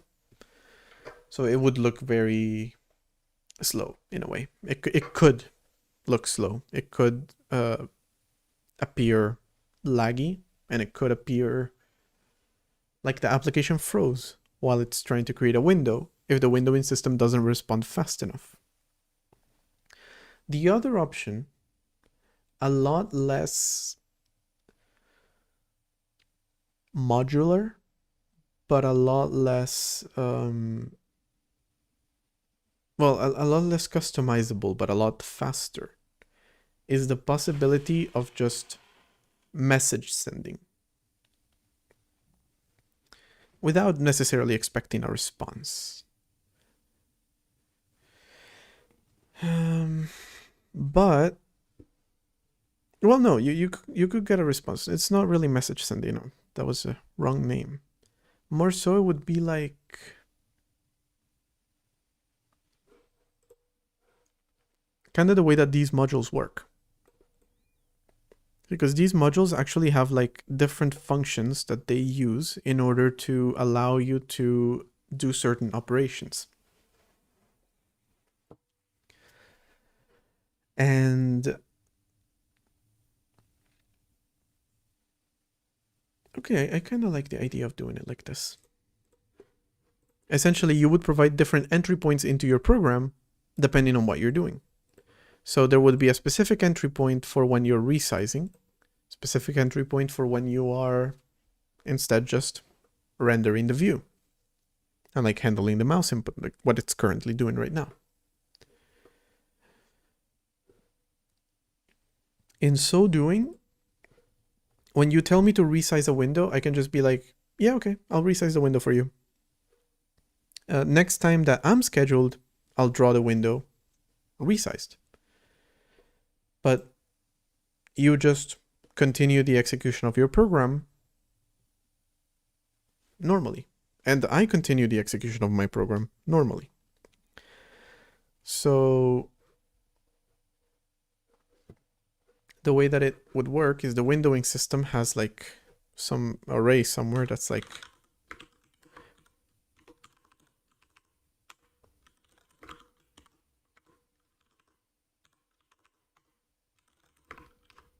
something like this. And every time it is scheduled to run, it simply renders, if it needs to, because it doesn't actually do it every time, but if it needs to render the windows, then it just like, okay, here it is, I'm gonna render it. Simple. But it receives this command, and this command actually doesn't run any of this code. Instead, it just knows to go in here and be like, okay, window 10 is being changed. It's now 200. Got it. And that's it. Then it returns. And next time that you run the scheduled program, it realizes, oh, there's been a change in the array, so I have to update. So maybe it will even like mark 30 as 1. And then it knows, okay, I need to re-render the windows because something's changed. So keeping the logical updates separate from the scheduled code. It could use very similar code to this. So you just provide some entry point for yourself, but you also provide some read and write entry points and open entry points. And then that's it. That's all you need to do. If you provide all of those, then you just provide parallel points inside your program that can run at any point, even when your program is not active, to respond to server requests that are being made. And then that's it. Then it would work. Now, downside to this is it's less flexible, especially when it comes to like, if something within this call needs to use the scheduled code,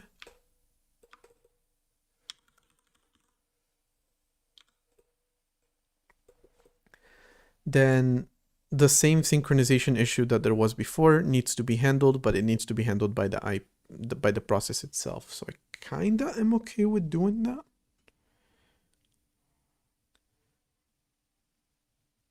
I think it would be okay.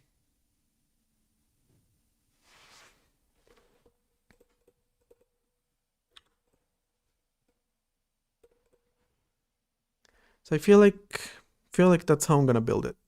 I'm gonna build processes as having scheduled code and additionally being able to bind themselves to certain parts of the file system and using similar code to this, to the driver stuff.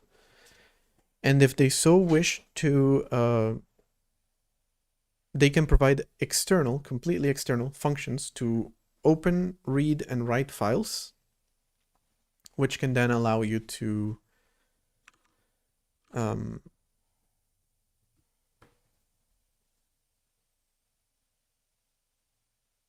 my god. Which can then allow you to modify the state of that program from outside of the program in obviously controlled ways. So modify the data, and next time that it's scheduled, it will actually update. For this use of IPC, it is ideal because then you can just communicate that, hey, my process is gonna resize the window and it can react to the changes without needing to wait for anything to happen, without needing for wait for a response or do any kind of syncing or anything like that. When there is a response needed, I don't know how that will work. I guess we'll see when we get to it. All right. there's one more consideration I want to do, and then I guess tomorrow I'm going to start building all of this stuff. But there's an ad coming up on Twitch, so I'm going to wait for that. I'm going to pick up the thing that I dropped. I still don't know what it is, so I have to look for it. And I'll be back in 3 minutes.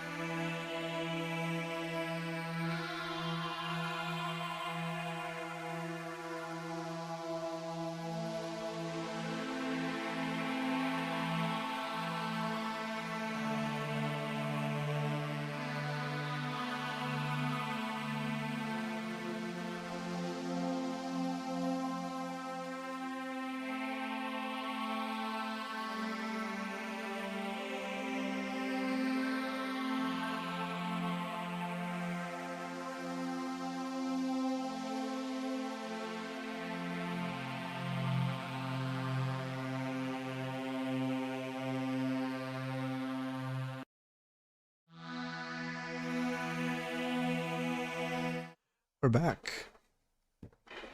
We are so back. After drawing some crazy looking graphics, I've fully re-engineered my entire operating system. Not really. But I made a decision during this 3-minute ad break. We are now switching over, rewriting the entire operating system all over again in Rust. Oop, what was that? What is that? What was that? What was that? I feel like I did that horribly. Absolutely not in sync, but whatever. Yeah, so we're rewriting the entire thing in Rust. So, real quick, it's gonna rf this. Easy. All right, let me delete that before I actually run it, because obviously I don't fucking mean that. We'll use Copilot agents to automate the rewrite. Yep. And the file system will tell you that you're a brat girl. And that's it. That's all it'll ever tell you. Oh, and that Azure is down. Fully autonomous AI agents.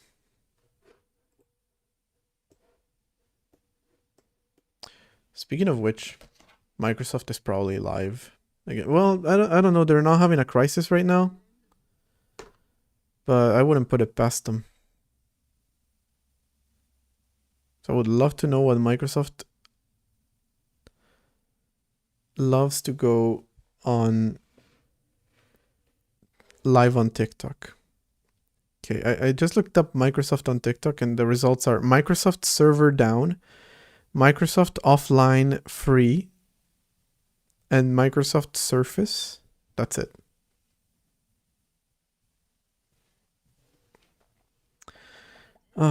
Sadly, they are not live right now. That's so sad.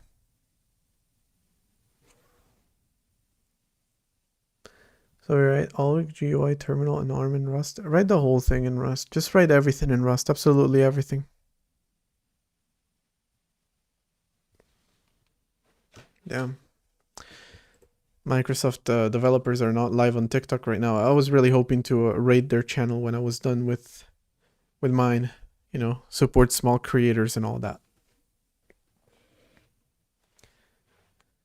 Yeah, now we're writing the entire system in Rust. Because it's a better system. It's better overall. So I'm doing that. That's actually like I was giving you a little Easter egg with this color. It's the color of Rust. So, oh, I can't zoom in more than this. Damn it.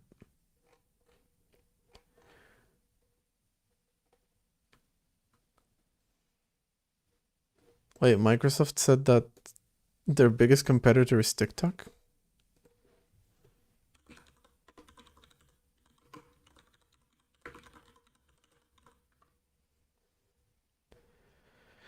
Google, Amazon, and Apple.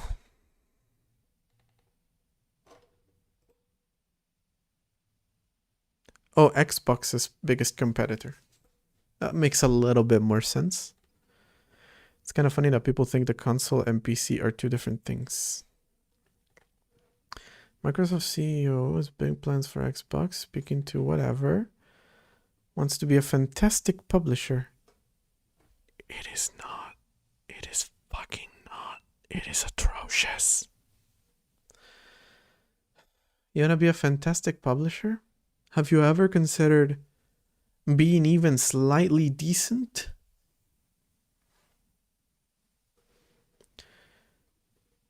No, they haven't. They haven't fucking done that. We're going to be everywhere on every platform. Yeah, we know. That's why I'm liking indie games more and more every day. Also, like, AAA games are just fucking annoying me at this point. So you want to make sure whether it's consoles, whether it's PC, whether it's mobile, you can't escape. Oh, I mean, sorry, I was paraphrasing there a little bit. We just want to make sure that the game is enjoyed by gamers everywhere. Do you though? Do you though? Do you though? Do you actually? I don't think you do.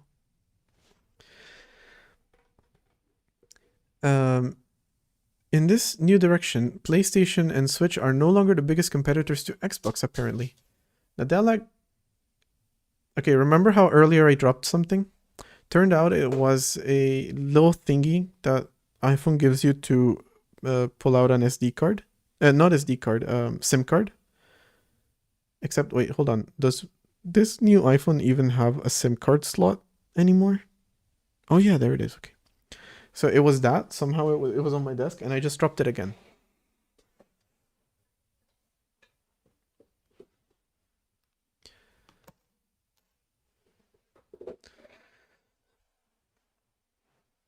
Nadella agreed with Xbox Games boss Matt Booty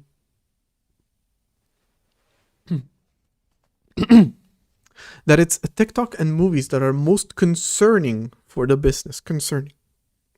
Gaming's competition is short form video. He said, so Microsoft might have to invent some new interactive media. What the fuck does Microsoft know about fucking inventing anything, bro?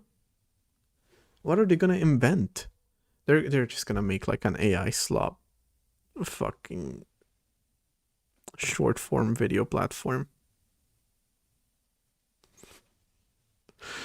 What could you possibly invent? I'm not saying that there's no more types of media to be invented, because there are. I'm just saying that they cannot do that. And also, I'm not saying that they cannot do it without AI, because they can't fucking do anything without AI.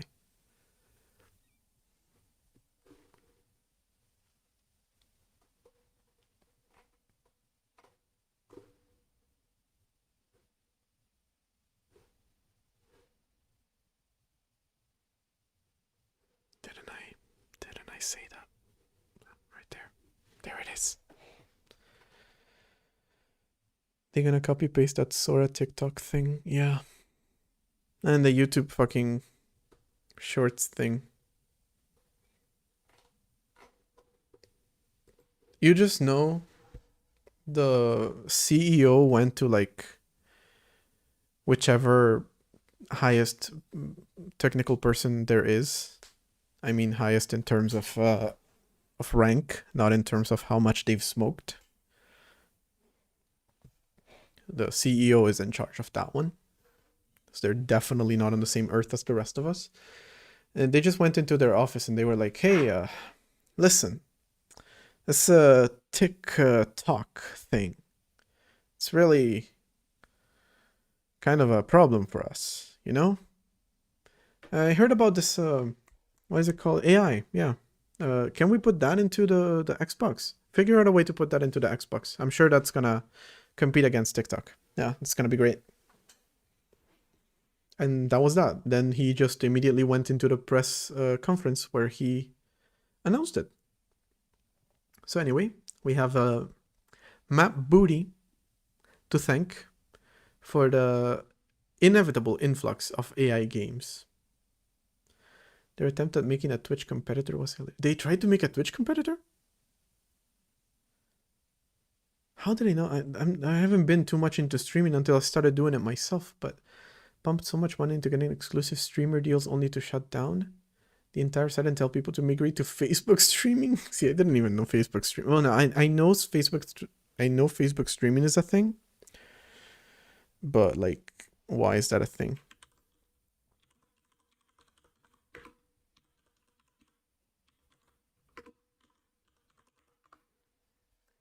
Mixer.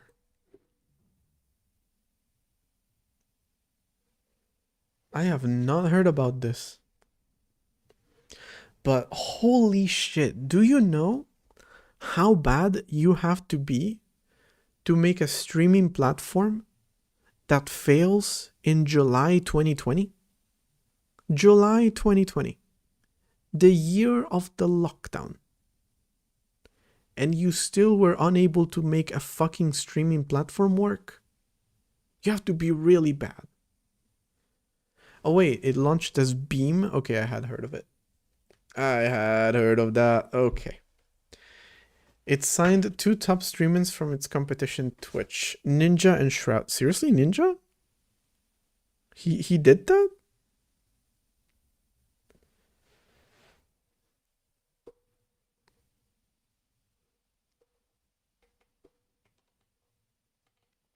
Apparently it's low latency streaming protocol called Faster Than Light. Sure. They have 2 currencies. Okay, fair.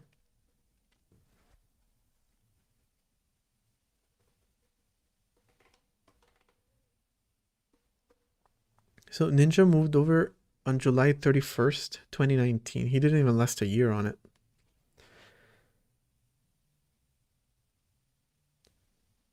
His wife and manager Jessica Blevins stated that the contract with Twitch had encumbered his ability to grow his brand outside of gaming. Ninja and Shroud's contracts were terminated early with Full payment due to the shutdown? Yeah, obviously. It didn't even last a year. He was signed on July 31st for August 1st.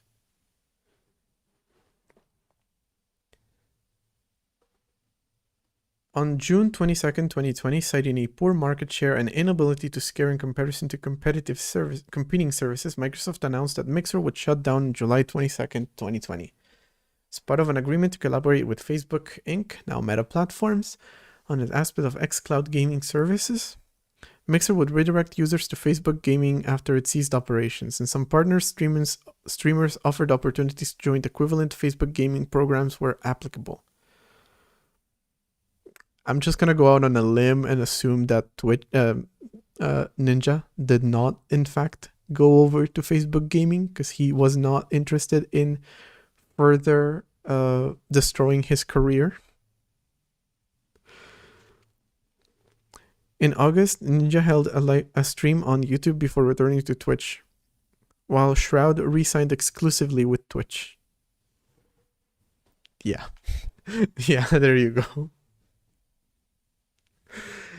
It probably already killed them to have signed with them. I cannot possibly imagine they would have been like, oh, you're shutting down after just 1 year. Oh no. Facebook Gaming? Yeah.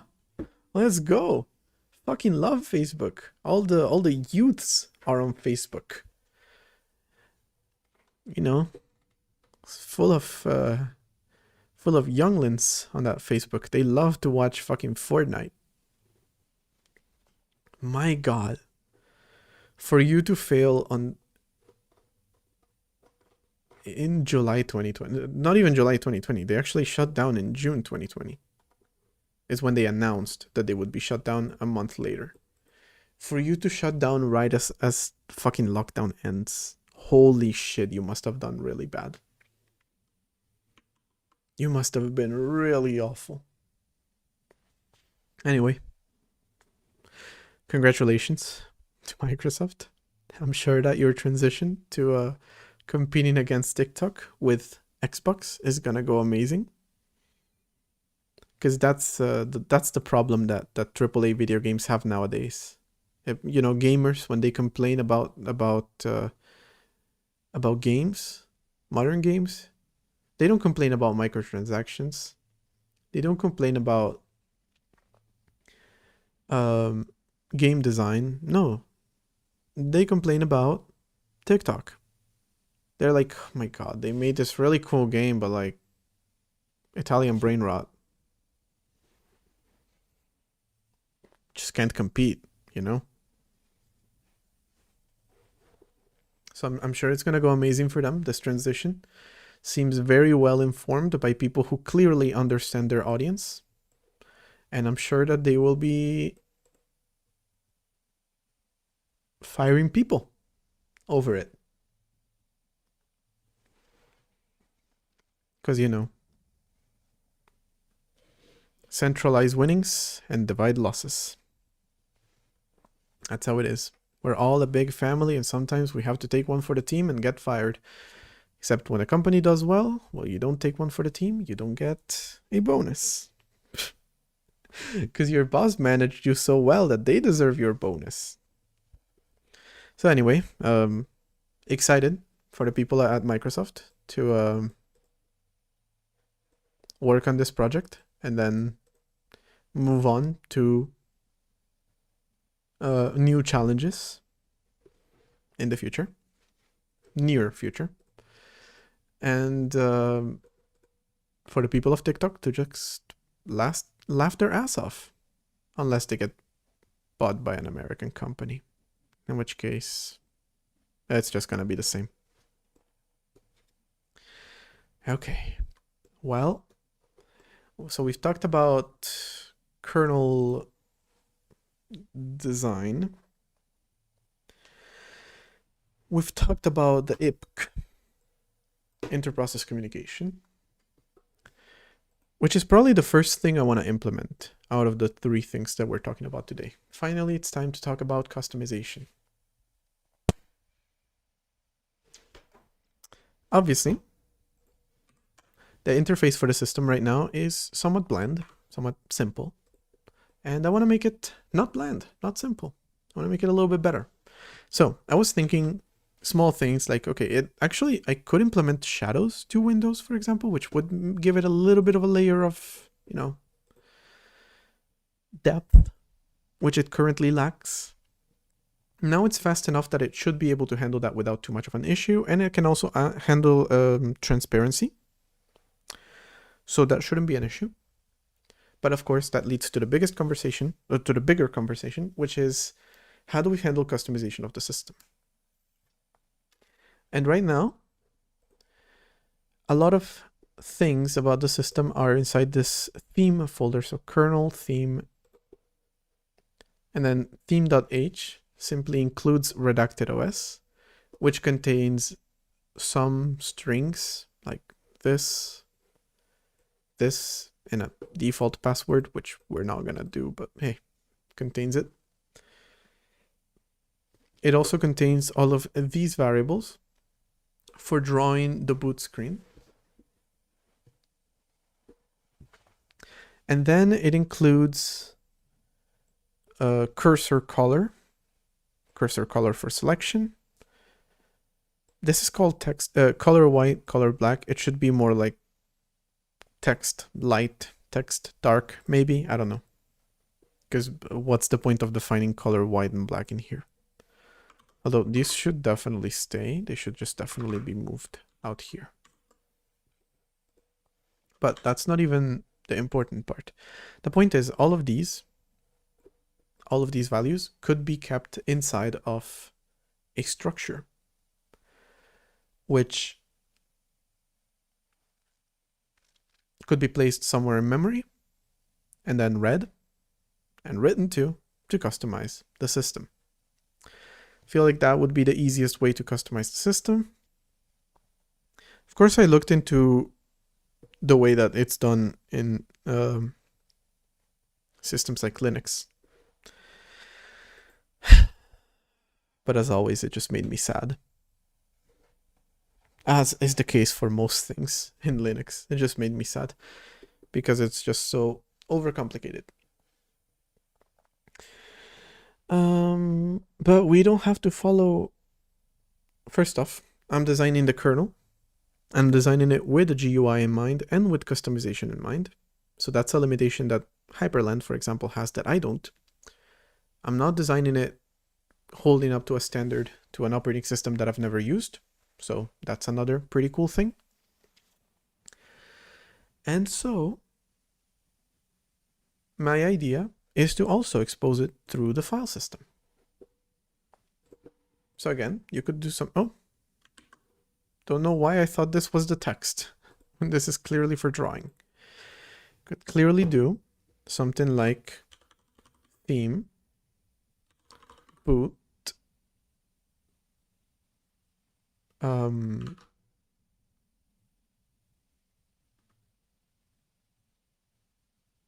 what can I call it? Logo or path. This could represent a structure that indicates all of this, which is how many lines are drawn in the logo. You can increase and decrease. Now there's technically more. The distance between them,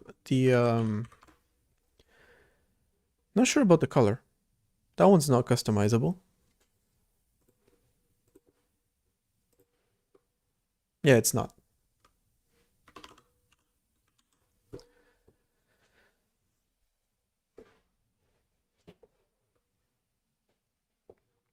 So it also contains the path that it follows. You change this, then you change the logo that gets drawn. And you change this, and you change the text that gets shown. So by modifying all these,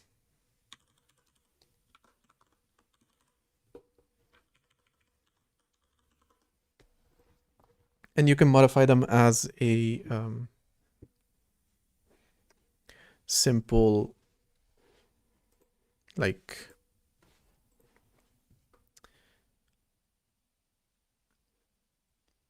property. So you can change just the system name. You can change the way that you draw the path. So this stuff and these things and this. There's an asymmetry mode. There's padding. There's actual things defining. It's kind of on a grid system, but it's like an asymmetrical grid. So that's how it was built. The point is you can customize all of these things by just accessing it through the file system. You would obviously have some sort of default, which is provided through a file, most likely. And you could just change it. Honestly, I haven't fully considered how I want to do it.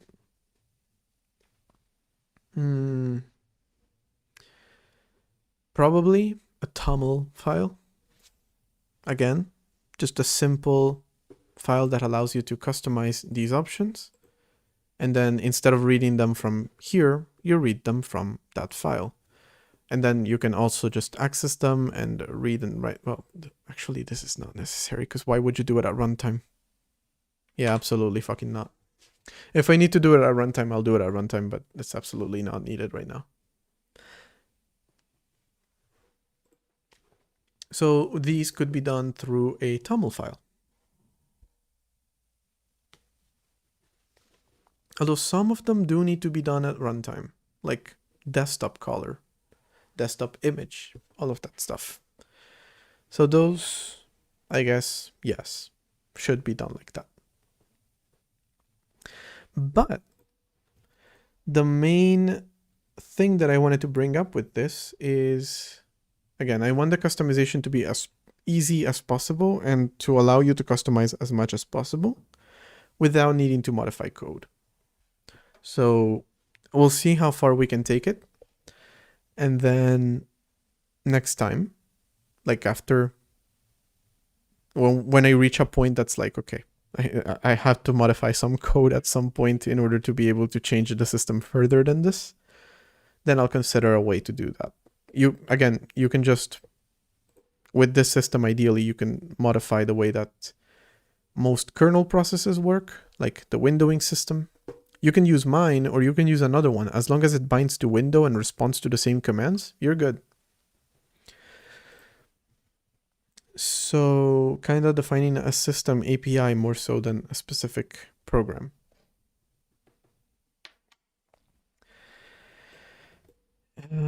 But the main consideration that I have, for example, is when you call certain files like window 10 resize,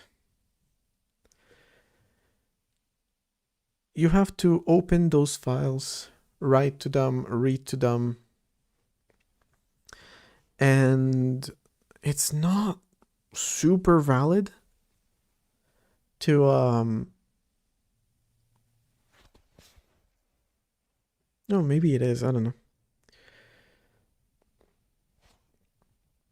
To have to open these files, because like, for example, when I say window resize, this is a file path. So I need to open that file path and then read or write to it. In this case, write to it because I need to write a size. But if not, I need to read to it. Read from it, I mean. But that means I have to open it before I do any operation. And the way that I was doing the file system stuff last time I streamed, and also when I kind of ended up fixing the cat process, is that I made some exceptions for some reserved files, like printf, or standard output, standard input type of stuff. Not sure where I left those. Oh, here. Like if you're writing to a file and the descriptor is a hard-coded descriptor for writing to a file, then you kind of just call proc and then just use that module to write. It's really ugly. You have to find the process module and use it to write. So forward the operation to that one. It's a little bit ugly. I would ideally like to come up with a more easy solution for that. But most importantly, if I call this and I call this, I'm given two different file descriptors, which is not necessarily right. But also file descriptors are completely useless in this case because this is not really a file, it is a command. So I'm thinking if I should implement a simple write, simple read type of syscall, where instead of writing to a file descriptor, you just, where it's syscalls here. You could do like s read, which would be a void. Well, not a void. A pointer or a size pointer.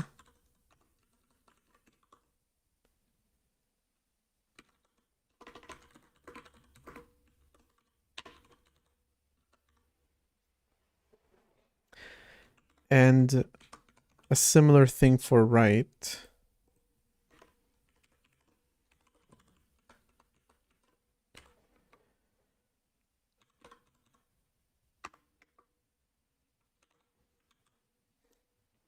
Where you could call these two functions. Did I call it wread? Write read? No, I meant swrite or simple write. Which, at least the way that it works right now, it could open, perform the operation, and then close a file.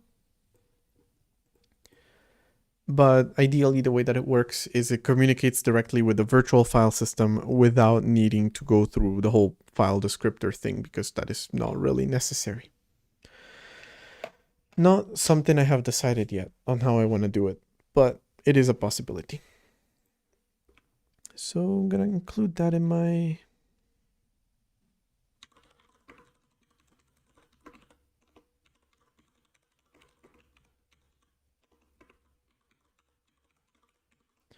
So if you want to communicate with a VFS, you don't have to go through the hurdles of writing a file or reading a file, because you need to open a file. That's pretty much the only hurdle that there is. You need to open and close a file, which is done so that two people cannot write to the file at the same time, which is not even a thing that can happen right now. But yeah, it's not a thing that should happen.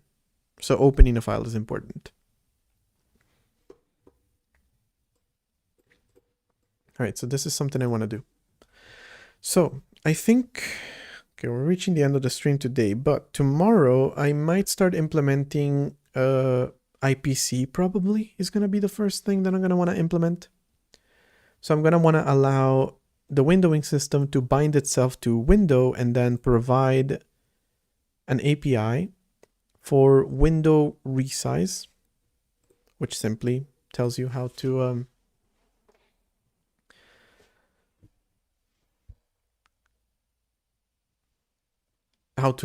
communicate that we're, resizing that an application has resized a window. Well, the application doesn't need to handle it itself. The syscall library would, but yeah. But also, yeah, kind of ending live in a second. Once I implement stuff like this, and once I implement modules that are external to the kernel itself and thus can be easily replaced, then I also need to somewhat standardize the way that the file system and the way that the kernel API works. That's maybe a thing for me to consider once I've actually done any of this, but ideally, any module that you provide should have a certain capability of some sort. So either through something like tests, yeah, probably through something like tests, which is a thing that I want to implement as well, by the way. add it to the list.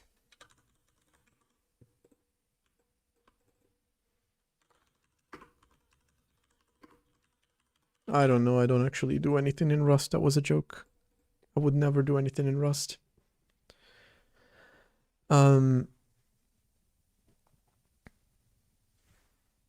Yeah, once I actually implement these modules outside of the kernel, and once I actually implement even these things outside or inside of the kernel, doesn't really matter, but the point is replaceable modular stuff in the system, I'm going to want to standardize the way that it works somewhat. And when I do, I'm going to want to either write some unit tests or something similar to that to ensure that it works correctly, to ensure that any module that you load into the system is actually works like it's expected to work. I don't think this would be a runtime check. I think it would more so be a check in the moment when you like install the module. But I guess it depends on how the actual like modularity of the modules works. The modularity of the modules. Like, it could be done at compile time, or even at packaging time when you compile and then you prepare a version of the system to go out. But yeah, I don't know when. I don't know when. But the point is, any modules that get loaded into the system and any processes that bind themselves as if they were modules into the IPC system should have some standard to them.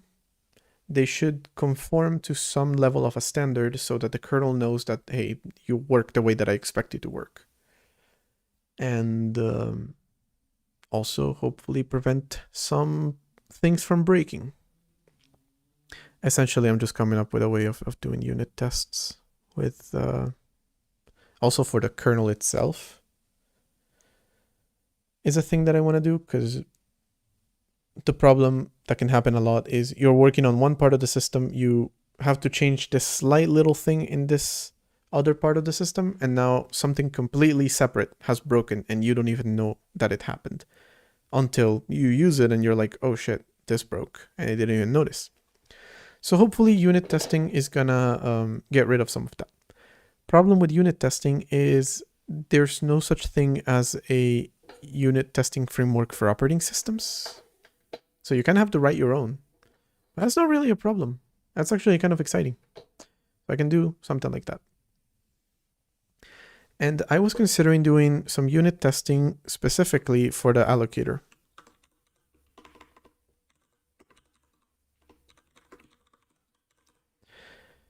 Because the way that the allocator works right now, I can think of at least one case, or two cases actually, where it allocates more memory than it frees because of the quirks of the way that it works. And that needs to be fixed. So in order to fix that, first I want to detect the bug, having it actually happen, because like, how do you know that you haven't freed as much memory as you should have? That's hard to do when you're just running the system. Even though I only assign it 500 megabytes of memory, it still, like, I'm not doing anything that needs 500 megabytes of memory. So it's not necessary at all.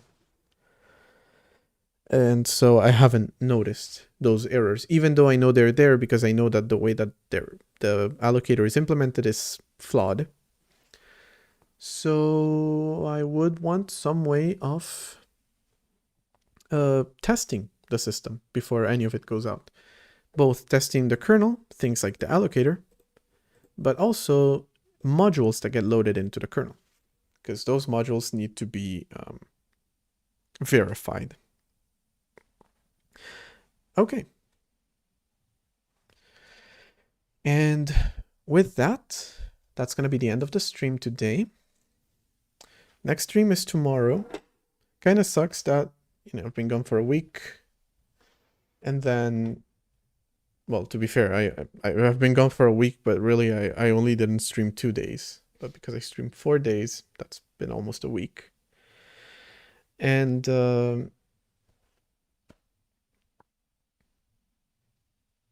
yeah, next stream is tomorrow, but then the one after that is Friday. Though I do have most likely a video coming out on Wednesday on compression.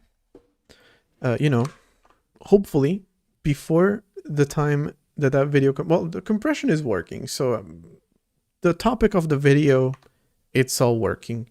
But hopefully before the compression video goes up, I can figure out why Doja Cat is blue. Whereas my dog looks fine. Except I don't even have a picture of my dog in compressed form anymore, so maybe I just broke it. You know what, before I end this stream, I'm just gonna quickly test this with a picture of my dog exported as a PNG. It's gonna be saved to OS user resources. There we go. All right, let's see if he's blue as well. Again, this happened once on stream, the exact same bug, and I don't remember how I fixed it, but I could just go back and see how I fixed it. And then just do the same thing here. But first I gotta see if it's just this picture or the gesture picture is also broken.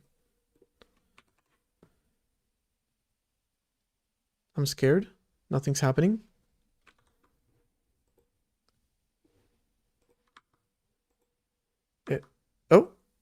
Oh, that was taking forever. What the hell? Oh. Okay, that was taking too much memory. Really? How big is that image? That was taking forever to load. It's actually not even frozen. But yeah, the picture itself looks fine. Oh, I just realized the old picture used to be smaller. This one is quite large, so you can kind of just see a very, very close-up of his ear. But he's not blue.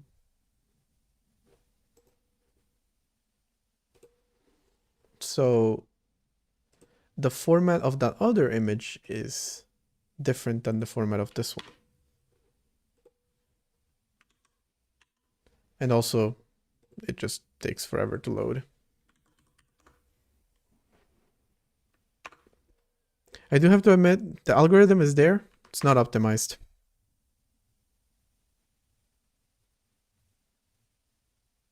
What's still taking you so... Oh, I probably didn't even detect that there was a change. So yeah, it loaded the exact same image.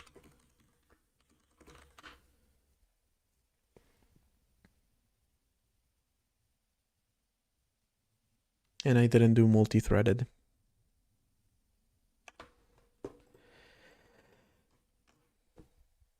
Oh, wait, hold on.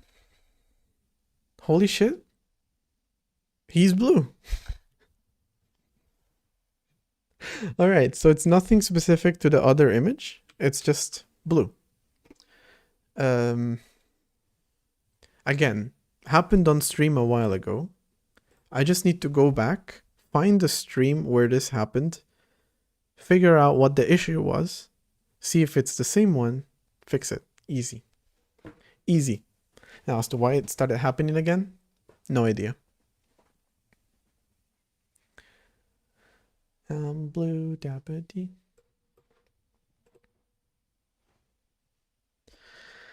But I would rather do that than actually debug the damn thing, so what can I tell you?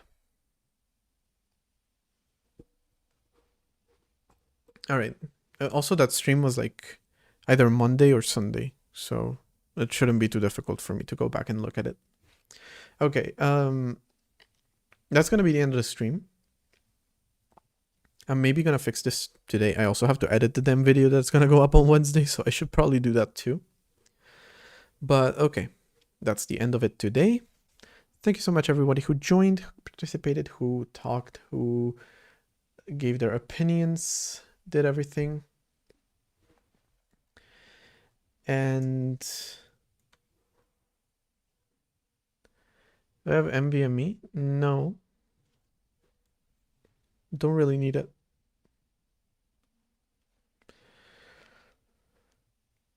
So far, I really only have the things that I do need. That's kind of how I build most of the system. If I don't need it, I don't build it. And if I need it, if I'm building it, it's because I expect to need it at some point or another.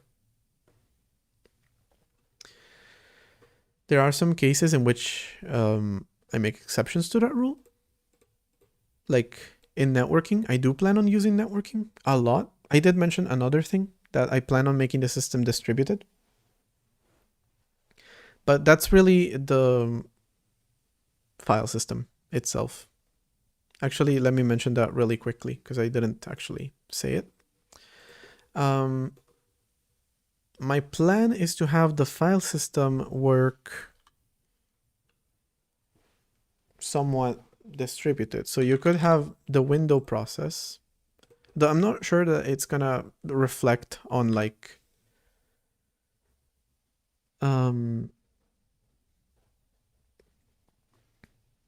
it's gonna reflect on like actually being able to run an application and see it in a different computer. I don't know about that, but I'm using Windows simply because I used it down here. It's a simple one. And then audio. Then you could have an application. And these could run on one computer. Nah, not the Pi 5. Fuck the Pi 5. I swear to God, I hate it. And this one could run on another Pi 3. And if done correctly, you could theoretically access, again, supposed to be the file system, not really like file resources like this. Maybe audio works through file system, so maybe audio, but not really because it's supposed to be fast. So if you do it through network, it's probably not going to be super fast, even if it's local networking. But actually, let me change this to just like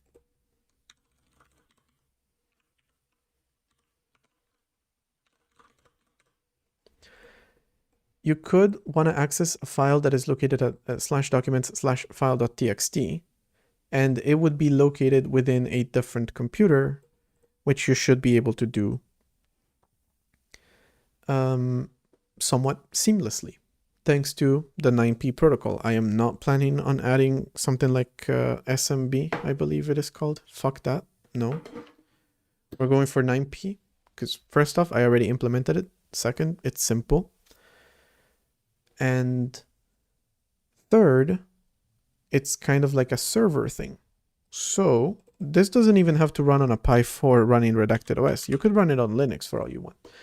You could run a server on Linux, which is a 9p file server. For that matter, you could run it on Plan 9, which is what this was originally built for. That provides documents file text, and then you could access that through, I don't know, shared documents file.txt.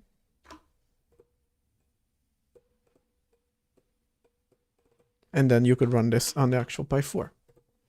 All right. But again, that's another thing that I want to build, but it probably will come after this. Probably after testing. And I don't know if before or after this, but not right now. But I completely forgot to mention it since today I've been talking about operating system design and kind of what my plans are. Probably needed to mention it. Now I'm actually ending the stream. Let me see how long this detour was. 4 minutes. Okay. I just spent 4 extra minutes talking about something that I forgot to talk about. Now I did. Instead of the 30 minutes that it usually takes me. That's progress. Okay, with that, everybody, thank you so much for joining. Thank you so much for watching. We'll see you tomorrow where we'll start implementing, I don't know if IPC or unit testing for the allocator. One of those two things, I don't know. Probably IPC, it's a little bit more flashy. It's a little bit more interesting. But implementing a unit test framework from scratch seems like something I want to do for sure. So for the second time, thank you so much for joining. Tomorrow's stream is 7:30 p.m. CET, Central European Time. I believe daylight savings also happened for the US and North America. So I will schedule the stream after I finish this one, and you can just look at when it is scheduled. I'll also update the schedule on Twitch because I think it's not updated. All right, with all that, see you.